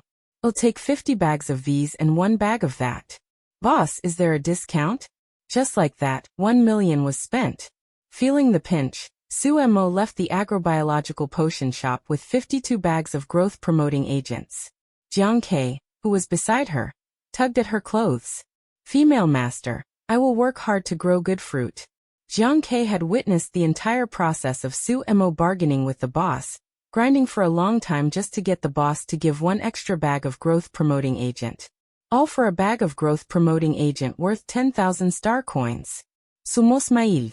Alright, you know a lot, so I'll listen to you regarding farming from now on. Jiang Ke smiled back. Good. Female master, are we going home now? Suemo shook her head. No rush to go home yet. Let's look around some more. There were also clothing stores in the trading center. Suemo pulled Jiang Ke into a shop and pointed to the first few rows of clothes. Go pick out 2 sets of clothes. Just 2 sets, no more. Jiang Ke thought Suemo wanted to buy clothes for herself. He didn't expect them to be for him. He stammered, unable to speak clearly. Female master, go on. Don't worry, I'm not buying them for you for nothing. You have to be obedient and farm well from now on. Consider this a reward in advance. Jiang Ke clutched his clothes and stared at Suemo. Suemo felt embarrassed by his gaze and stepped in to pick them for him herself. A shop assistant sighed. That female is so good to her partner. She's even picking out clothes for him personally. Unlike my female master, who wishes I'd work 18 jobs a day. Aren't you already working 10 jobs a day? Sigh. Don't mention it. It's miserable. Different beasts have different fates. Do you like this one? Hienkenadith. How about this one? Jiang Ke nodded again. Suemo looked at him. Jiang Ke, do you really like them? Hienkenadith. Yes, I like anything the female master picks. As he moved, the curly moon soul silver strands on his forehead bounced. Suemo rubbed her thumb and index finger together. Alright then, I'll take charge and pick for you. She picked 2 sets of clothes and paid the star coins. Here, you carry them. Jiang Ke carried the shopping bags, his heavy gaze falling on Suemo. His hands felt heavy. and his heart seemed to swell. Female master, I think I left something in the shop just now. I want to go get it. Suemo said, oh. Go ahead. Should I wait for you here? Jiang Ke nodded quickly and turned back into the shop. The assistant frowned when he saw Jiang Ke return. You're not here to return the items, are you? Jiang Ke hugged the clothing bags and shook his head. The female master had bought them for him. He couldn't bear to return them. Then you are? Jiang Ke pursed his lips and said, I heard you say you work 10 jobs? Staff members smiled awkwardly. Yeah. Can you tell me where I can find work? Staff member, huh? By the time Jiang Ke came out, Suemo had just found a decent kitchenware shop. How was it? Did you get your thing back? Hyang Ismail. Yes. Alright then, let's go check that place out. Suemo pulled him toward the kitchenware shop. After taking a few looks inside, Suemo almost wanted to kneel. This shop was simply her paradise. Jiang Ke scanned the room and asked cautiously, Female master, are we going to buy these strange things? Hey, how can you talk like that, little male? How are these strange things? Dear female miss, feel free to browse. Everything in our shop is sold by the gene 10,000 star coins per gene. By the gene? Everything. The boss laughed. Of course. Suemo rubbed her hands. Then don't blame her for being ruthless. This, and these few I want them all. The boss raised an eyebrow. Miss, you have a good eye. I can tell you know your stuff. One should know that these were her masterpieces, which had taken her years to replicate. Unfortunately, they had been ignored in the shop, and she had never met a beastman who looked at them more than a few times. Sumosmail. Boss, since you're praising me so much, can you give me a better price? Chapter 26. Caught playing with fire during a live stream. Aou is about to cry. In the end, the boss was praised by Suemo until he was grinning from ear to ear, and he rounded down the total for her. Little Sue, these things are all made based on some old data combined with my own understanding. Their instructions are all here. If you have any questions, feel free to find me anytime. Don't be a stranger. Alright, Sister 11. Sister 11. Can I come to you for custom orders in the future? Shu Wenwen's eyes lit up. You know how to design too? Suemo waved her hand. How could she? It was just that she had seen a lot. Not really, it's just that I share some of the same ideas as you, Wenwen. The two had a pleasant conversation and added each other on their light brains. Shu Wenwen smiled, glanced at the dozen or so kitchen utensils Suemo had bought, and called out her robot butler. With so many things, I'll have the robot butler deliver them for you. Sumodidntrifuse. Thank you, Sister 11. The robot butler helped load the items onto the aircraft Suemo had brought. Suemo treated it to a bit of electricity. Thank you, go on back now. The robot butler shyly floated a heart onto its screen. Suemo scanned the trading center. About half were established shops like Shu Wenwen's, while many beastmen used mobile stalls or, like Sumo's previous visit, just spread a cloth on the ground, and they were set. After investigating the market, Suemo left with Jiang Quebec. The trading center was divided into two main areas. Area A was more upscale, simply put. Things inside were expensive, and the potential customers were wealthy females. Area B was the control group. Sumo's potential customers were in Area A. Only beastmen with star coins would bother to buy the fancy things she came up with. On the way back, Jiang Ke offered to pilot the aircraft. Suemo nodded and let him, while she pondered what kind of food to make with her newly purchased kitchenware. As a veteran foodie and someone who had learned to cook many things in her past life, Suemo quickly decided on a direction based on the current conditions. Thinking of the interstellar influencers Zhou Yu had mentioned that day, Suemo considered it. She had great confidence in her creations. What she needed was to build a reputation. To build a reputation. Live streaming was an excellent method. Suemo wasn't against it at all. She'd do whatever it took to make money. This trip to the trading center was quite a harvest. Just as she and Jiang Ke returned to the residential area, Su Ran and Zhou Yu came to her door. Suemo, you're finally back. Let's head to the community hall together. We can talk on the way. Hearing this, the smile on Sumo's face faded slightly. She instructed Jiang Ke, move the things inside first. Just leave them in the living room. I'll handle the rest when I get back. Sunset Forest. Aou, Songming, and Lin Xiao had already hunted over a dozen exotic beasts.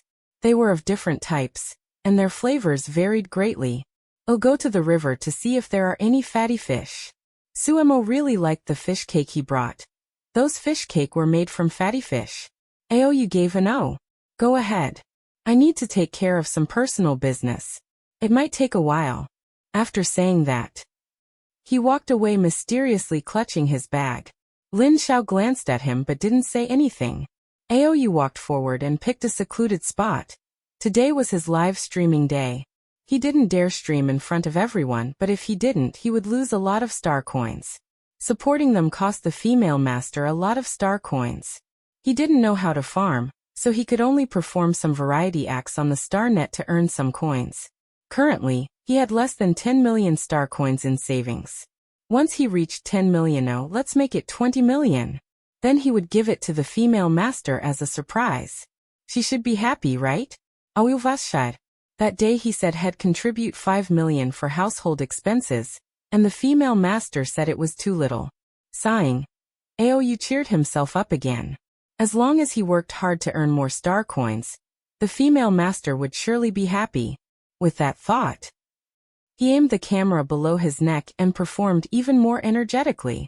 On the other side of the sunset forest, Song Ming went to look for fatty fish. He transformed into his dragon form and dove into the water. Before long, fish were jumping onto the shore on their own. Lin Xiao strolled over from somewhere. Seeing this, he casually fashioned a fine mesh net out of leaves to hold the fish. Song Ming drove the fish from below, while Lin Xiao picked them up on the ground. He was fast. Some fish were caught by him while still in midair. The two beasts coordinated perfectly, unaware that this scene was being captured on video by a passing recorder. That's enough. Seeing that they had caught hundreds of fish, Lin Xiao shouted toward the river. Hearing the voice, Song Ming flew out of the water, sending up countless splashes. He stepped through the spray and transformed back into human form. Lin Xiao glanced around, and then looked back. How are we getting these back? The female master likes fish cake made from fatty fish. That one sentence set Lin Xiao to work without even asking how. Song Ming used his supernatural ability to create metal baskets, put the fish in, and filled them with water. As for Lin Xiao, he used his high speed to transport the fish back to the aircraft. The two beasts once again coordinated with peerless efficiency. For Song Ming, as long as there was metallic matter, he could manipulate it. For Lin Xiao, he could use the wind to lift the fish baskets for transport.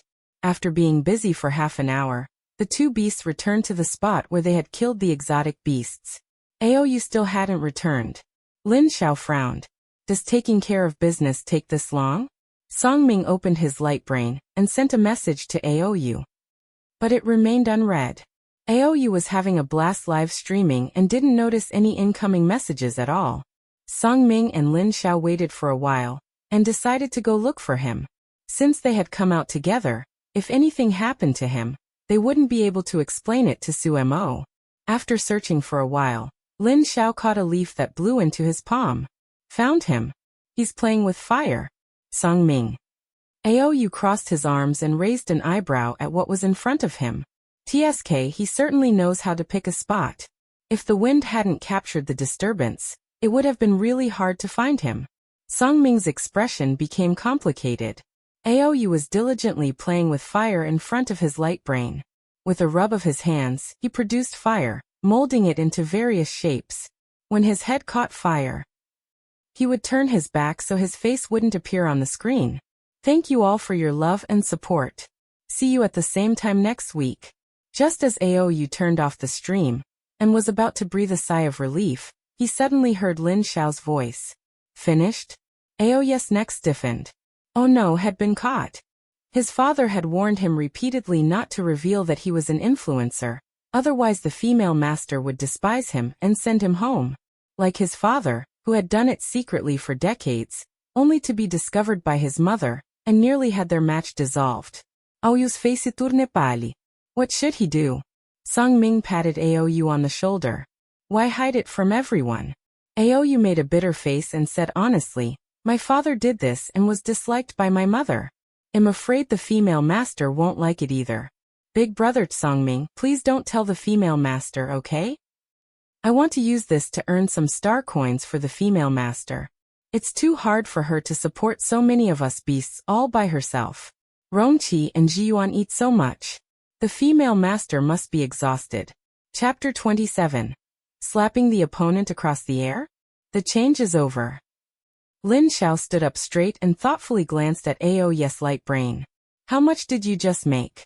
Ao Yu let out an ah. Let me see. After scrolling through the light brain for a while, he said over 600,000 star coins. Lin Xiao's expression turned serious. This was much more than what one could earn in the mission zone. There weren't many high-paying tasks in the mission zone, and even if there were, one couldn't always snag them. He had only saved up less than 2 million star coins after being out on missions for half a year. For a moment, Lin Xiao felt a bit ashamed. He wanted to ask Ao Yu how he did it, but he felt a bit embarrassed to speak up. He dryly said, "That's pretty good. Keep it up." Ao Yu grinned and nodded vigorously like a big fool. "Then you want tell the female master?" Lin Xiao hummed in agreement. "Tell her when you want to. It's not like it's something shameful for a beast."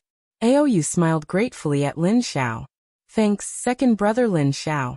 Lin Xiao's mouth twitched. "Why second brother?" Ao Yu explained as if it were obvious. "Big brother Songming is the eldest brother." "Big brother Songming, what about you? Can you also not tell the female master for the time being?" Songming nodded.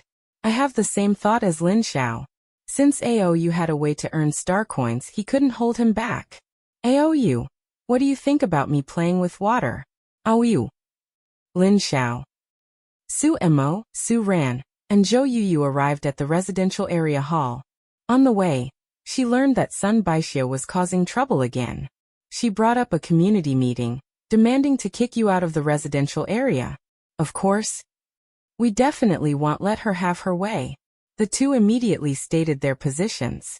In their hearts, Su Mo was easy to get along with, and since her partners were so powerful, she couldn't be bad herself. Whether out of emotion or reason, they couldn't possibly side with Sun Baixio. Sumosmail. Sun Baixio. She really was courting death. She didn't know where Sun Baixio got the confidence to pull such a stunt. "All right, thank you, sisters." When the three entered the hall, several people inside were arguing until they were red in the face. The ones facing off were Sun Baixio and Chu Tianjiao. "You only beat me last time by luck, but I accepted it. Unlike some people who can't afford to lose. You lost to little Su and now you're causing trouble again. Who do you think you are, kicking little Su out?" I'll be the first to disagree.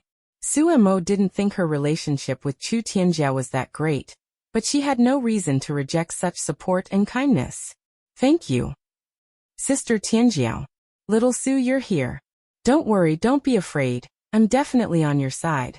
Su Mo smiled at her gratefully, then looked at the instigator. Seeing Su Mo being surrounded like a star, Sun Baixio felt a surge of jealous rage. "Sumo. Stop pretending. You've all been deceived by her. This Su Mo is no good female." Su Mo raised an eyebrow and looked at her with a beaming smile. "Deceived?" Sun Baixio snorted. Su Mo had an extremely bad reputation in her previous residential area. "If you don't believe me, you can go ask. It's right next door in Sanli community. You also wouldn't want the community's evaluation scores and rankings to be affected by a female with such a disgraceful past, right?" Sumo kulikut hertongu. She had to admit that Sun Baixio really knew how to hit where it hurts. After she said that, many females' gazes towards Su Mo became hesitant. Su Ran didn't believe it. Between Su Mo and Sun Baixio, she would definitely choose Su Mo Sun Baixio. "Stop talking nonsense." Zhou Yuyu felt the same way. Sun Baixio was too self-centered and arrogant, and she liked to stir up trouble. Zhou Yuyu didn't like her. "I'm not. I have recordings of what Sumo's former neighbors said. Do you want to hear?" After listening, make sure to vote properly and kick Su Mo out. Su Mo stared at Sun Baixio quietly, calm and unhurried. In contrast, Su Ran and Zhou Yuyu were so anxious that their lips were blistering. "Su Mo, why aren't you saying anything? Are you just going to let Sun Baixio splash dirty water on you?" Sumos mailv. Whatever Sun Baishio releases will definitely be unfavorable to me. Otherwise why would she show it? However, Sun Baishio, I indeed had no relationship with the neighbors in my previous residential area. As for the reason, it's because I dislike them as much as I dislike you. Sun Baishio almost laughed from anger. How could she say she disliked her so blatantly? Also, you want to use the past to attack me? Suemo held up a finger and wagged it. How stupid. Do you think everyone in Xingfuli residential area is so easily led by the nose by you? The females looked silently at Suemo and then at Sun Baishio. Sophistry. Sun Baishio shouted angrily, directly projecting an image from her light brain. In the video several females were blurred, and each one spoke of Suemo with disdain. That Suemo. She only brings shame to us females. It's one thing to let her beast husbands walk all over her, but she doesn't even greet us when she sees us. Suemo couldn't help but roll her eyes. Su Ran and Zhou Yuyu's expressions changed. They wanted to stop Sun Baishio, but she dodged them, and the video continued to play. Villa número uno. Jiang Ke, why did you come back alone? Where's the female master? Jiang Ke explained that as soon as they reached the entrance, Suemo was called to the residential area hall by Su Ran and Zhou Yuyu. Initially, Chi Bai and Wei Lin helped Jiang Ke move things. But after waiting for a while, the three beasts tacitly decided to go out and find Suemo. Just as they arrived at the entrance of the residential area hall, they heard the sentence, her previous 5 beast husbands were spoiled by her until they were lawless. The voice continued, the 5 beast husbands followed the female next door every day, showing no respect for her as their female master. It's simply a disgrace to us females. However, Suemo is no pushover either. She usually looks weak and fragile, but who would have thought that in the end? She sent that female's partners, and her own 5 beast husbands to a remote satellite planet for labor. Sun Baishio spread her hands. Finished watching? After seeing this, do you still think Suemo is fit to stay in our residential area?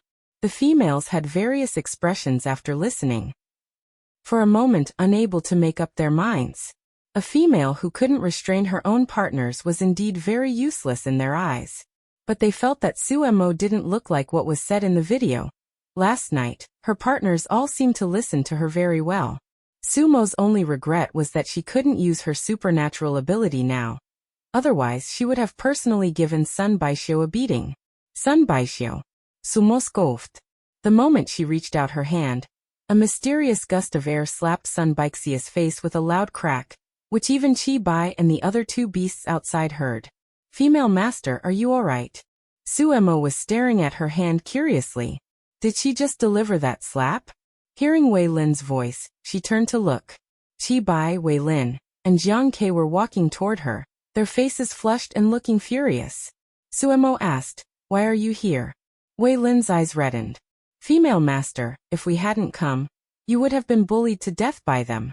Chapter 28. Suemo challenges, the mining group discovers star ore. Chi Bai and Jiang Ke stepped forward to shield Suemo, aggressively confronting Sun Baishio. This action was a resounding slap to the claims in that so-called video about Suemo letting her beast husbands walk all over her and shaming other females. The other females thought to themselves that everyone has a past. The looks they directed at Sun Baishio couldn't help but contain a hint more disdain and disgust.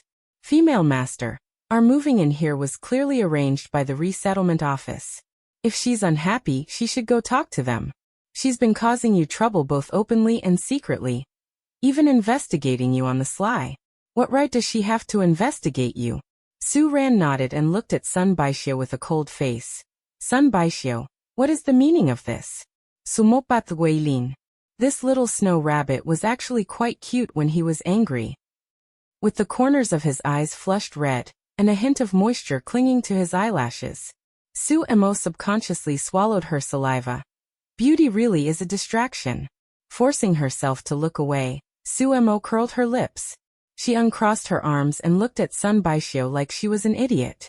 Sun Baishio, there's no turning back once the arrow is shot. Since you sneakily produced such a video, you'll have to bear the consequences of your regrets. Sun Baishio remained stubborn. So what?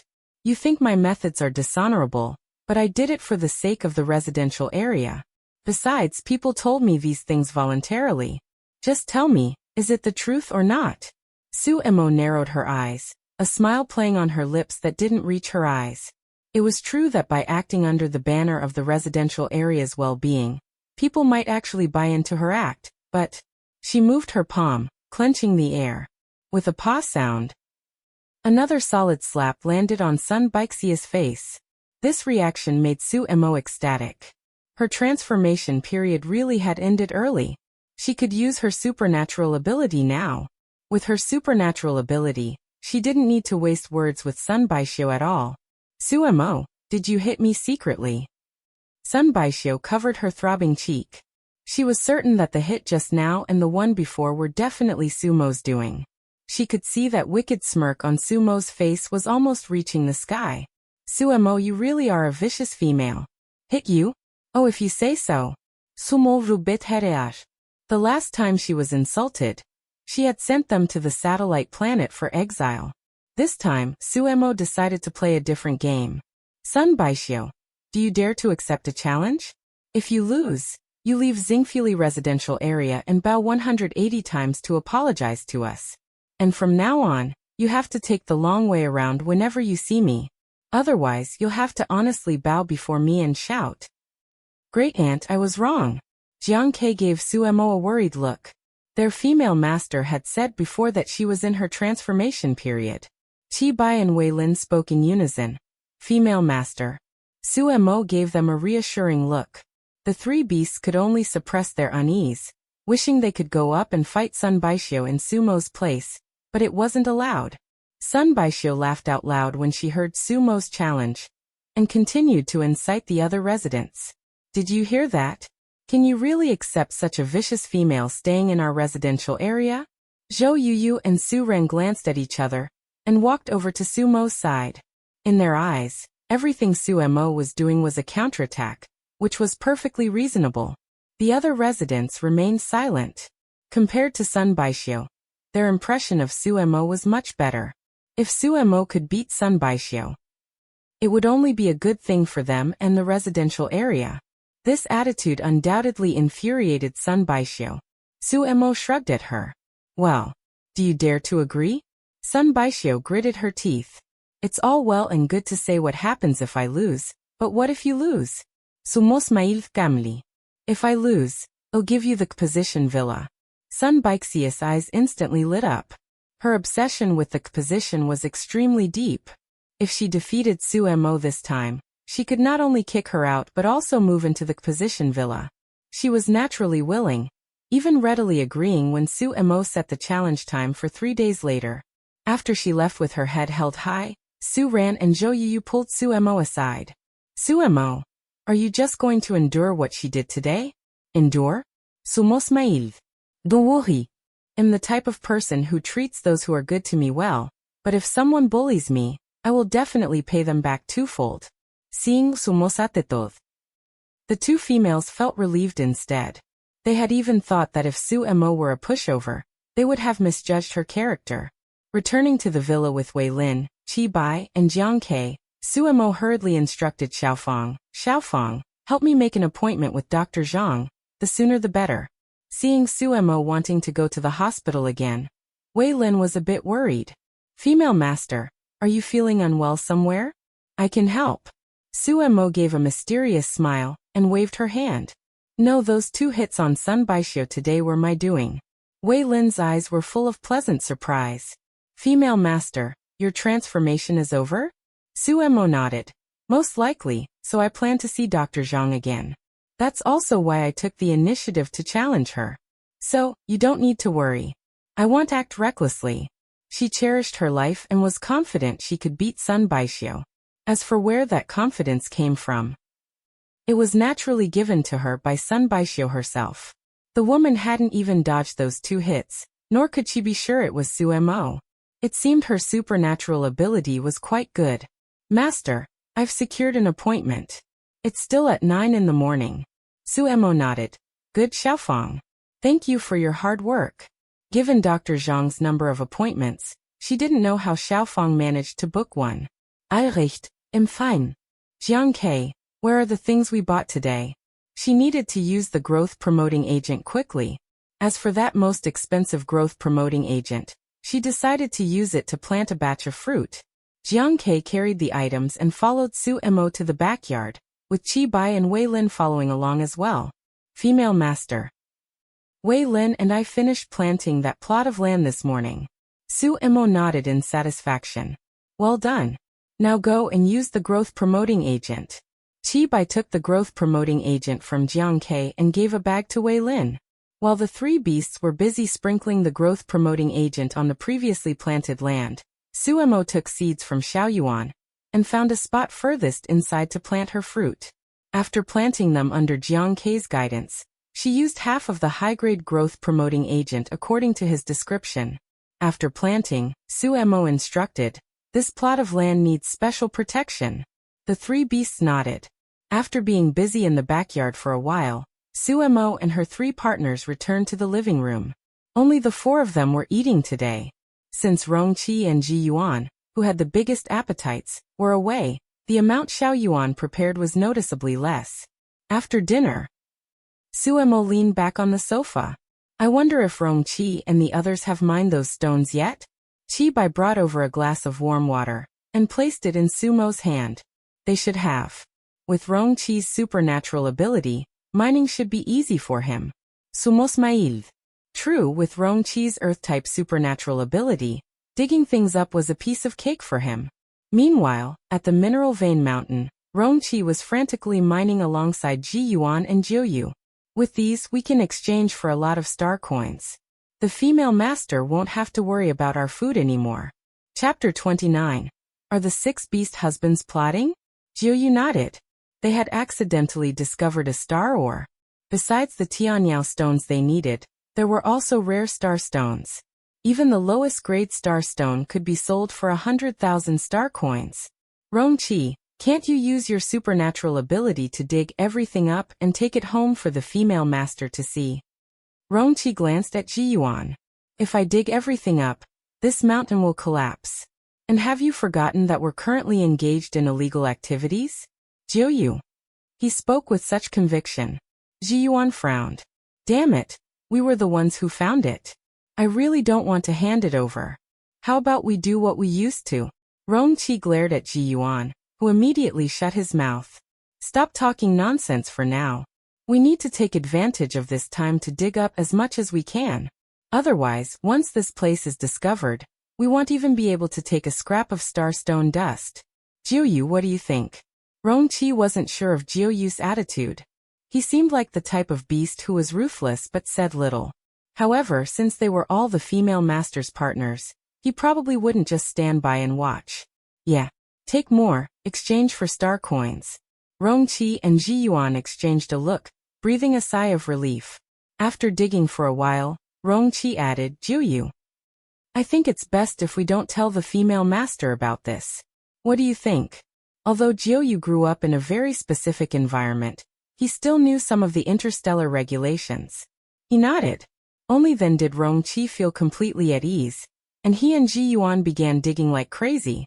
Jiuyu suddenly spoke up in warning, there are beastmen coming this way. Many of them. Rongqi clicked his tongue. They're getting here too fast.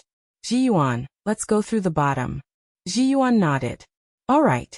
Jiuyu, we'll leave the Tianyao stones to you. Tianyao stones can be collected freely, so it doesn't matter even if he is seen. Jiuyu nodded. Rongqi dove into the earth, the soil automatically moving aside for him. Ji Yuan followed, jumping in. Once their figures disappeared, the soil returned to its original state, making it impossible to tell anyone had been down there. After Ji Yuan and Rongqi left through the ground, he unhurriedly packed the Tianyao stones. Jiuyu only stopped once the bag was packed to its limit, bulging into a sphere with a radius of 1 meter.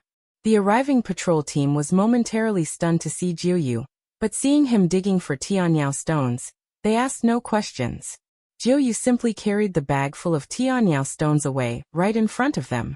The patrol team wasn't worried about Jiuyu secretly taking starstones either. Their detection instruments hadn't sounded, meaning there were no starstones in his bag. Jiuyu carried the bag onto the spaceship. After putting the Tianyao stones away, he sent a message to Rongqi. You go first. Jiyuan. And I might need a few days to get home. Please let the female master know for us. And don't mention the star stones. Jiuyu read the message and piloted the spaceship away. When he returned to the residential area, Suemo was having dinner with the others. Hearing the doorbell, Xiaofeng went to open it. Seeing Jiuyu carrying a ridiculously large bag in one hand, he hurried over to help. Master Jiuyu, you're back? What is this? Jiuyu. Tianyao stones. Suemo heard the voice and came out, just in time to see Jiuyu placing two massive bags on the floor. She scanned behind him but didn't see Rongqi or Jiyuan. Where are those two? Jiuyu answered according to Rongqi's instructions. They'll be back in a few days. Sumonadith. Hard work, Jiuyu. Come in and eat. We can deal with the Tianyao stones later, no rush. Jiuyu nodded and followed her into the living room. Inside, Xiao Yuan had already set out another pair of bowl and chopsticks. Chibai was curious about their outing today and asked Jiuyu, did you only collect Tianyao stones? Jiuyu's eyes flickered, and his lips pursed slightly. He wasn't used to lying. But he had promised not to speak of the star stones. There were a few other things. Rongqi and the others will take them to exchange for star coins. Jiang Ke looked at Jiuyu with envy. They had earned star coins on their first day out. He needed to speed up as well. Sumosmailv.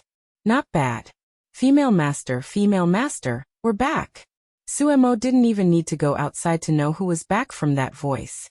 By the time Xiaofeng opened the door, Xiao Yuan had already added several more sets of bowls and chopsticks. Fortunately, it had included the other male masters when it was cooking. Female master, look, this is the prey we caught today.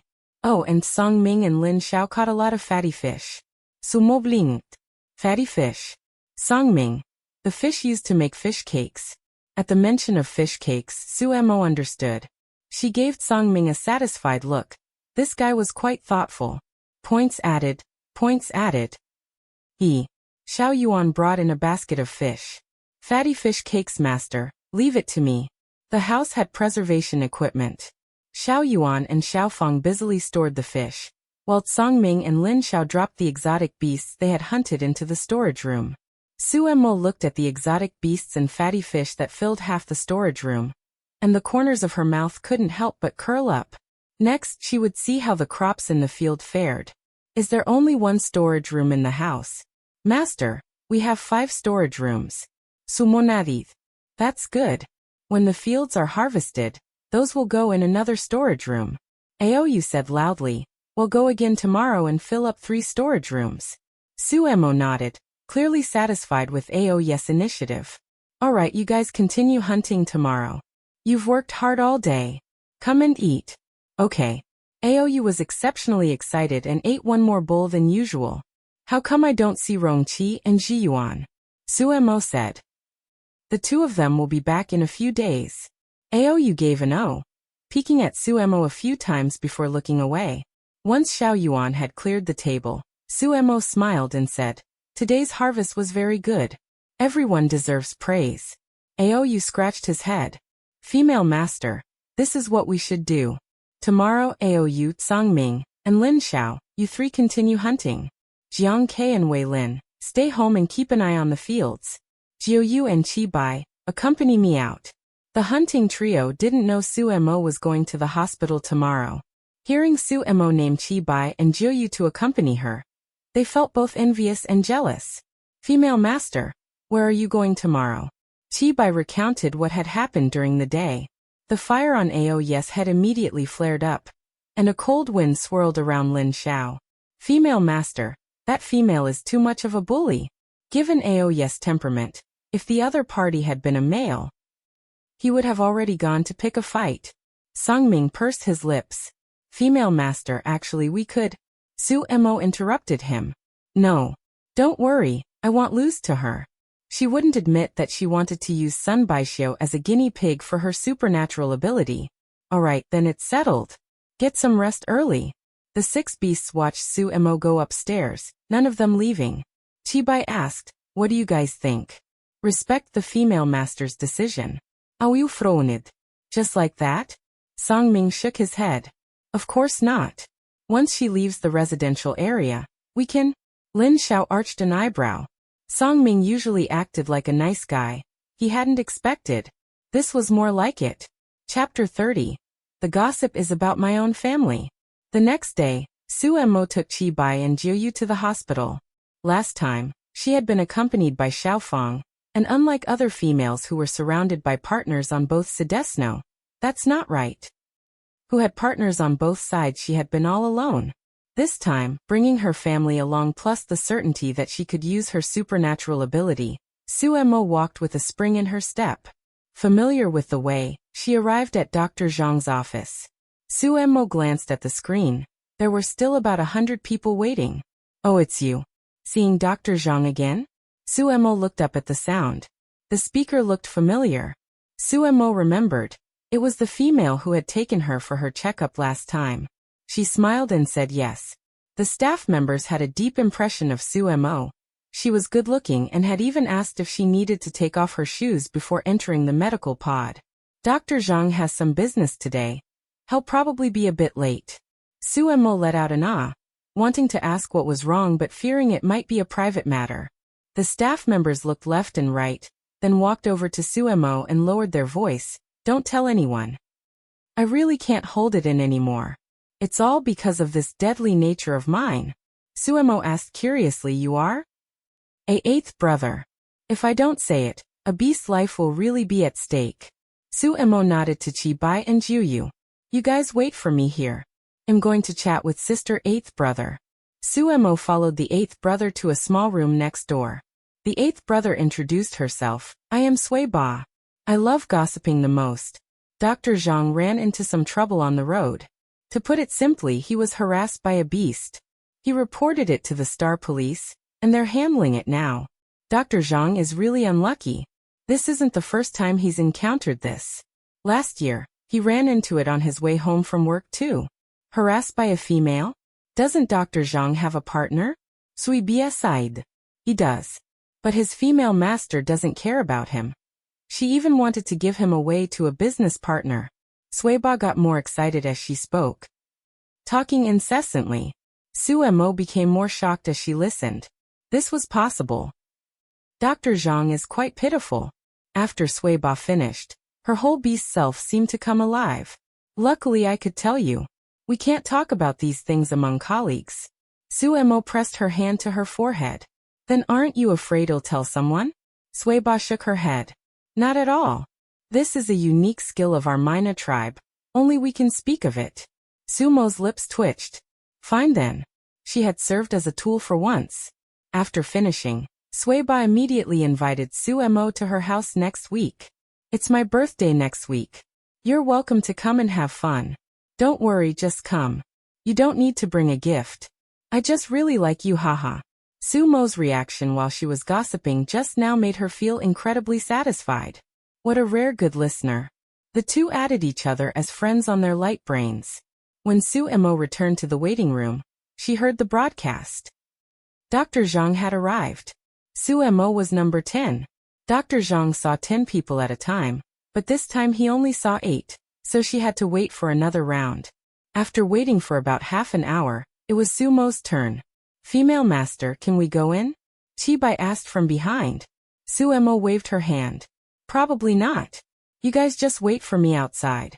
The two beasts sat back obediently, their eyes fixed on the room Su Mo had entered. Familiarity breeds ease. Without waiting for Dr. Zhang to speak, Su Mo reached her hand inside. You are? Oh, I see. Weren't you undergoing a transformation? Why are you back?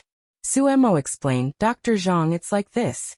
I used my supernatural ability yesterday, and it was the kind used from a distance.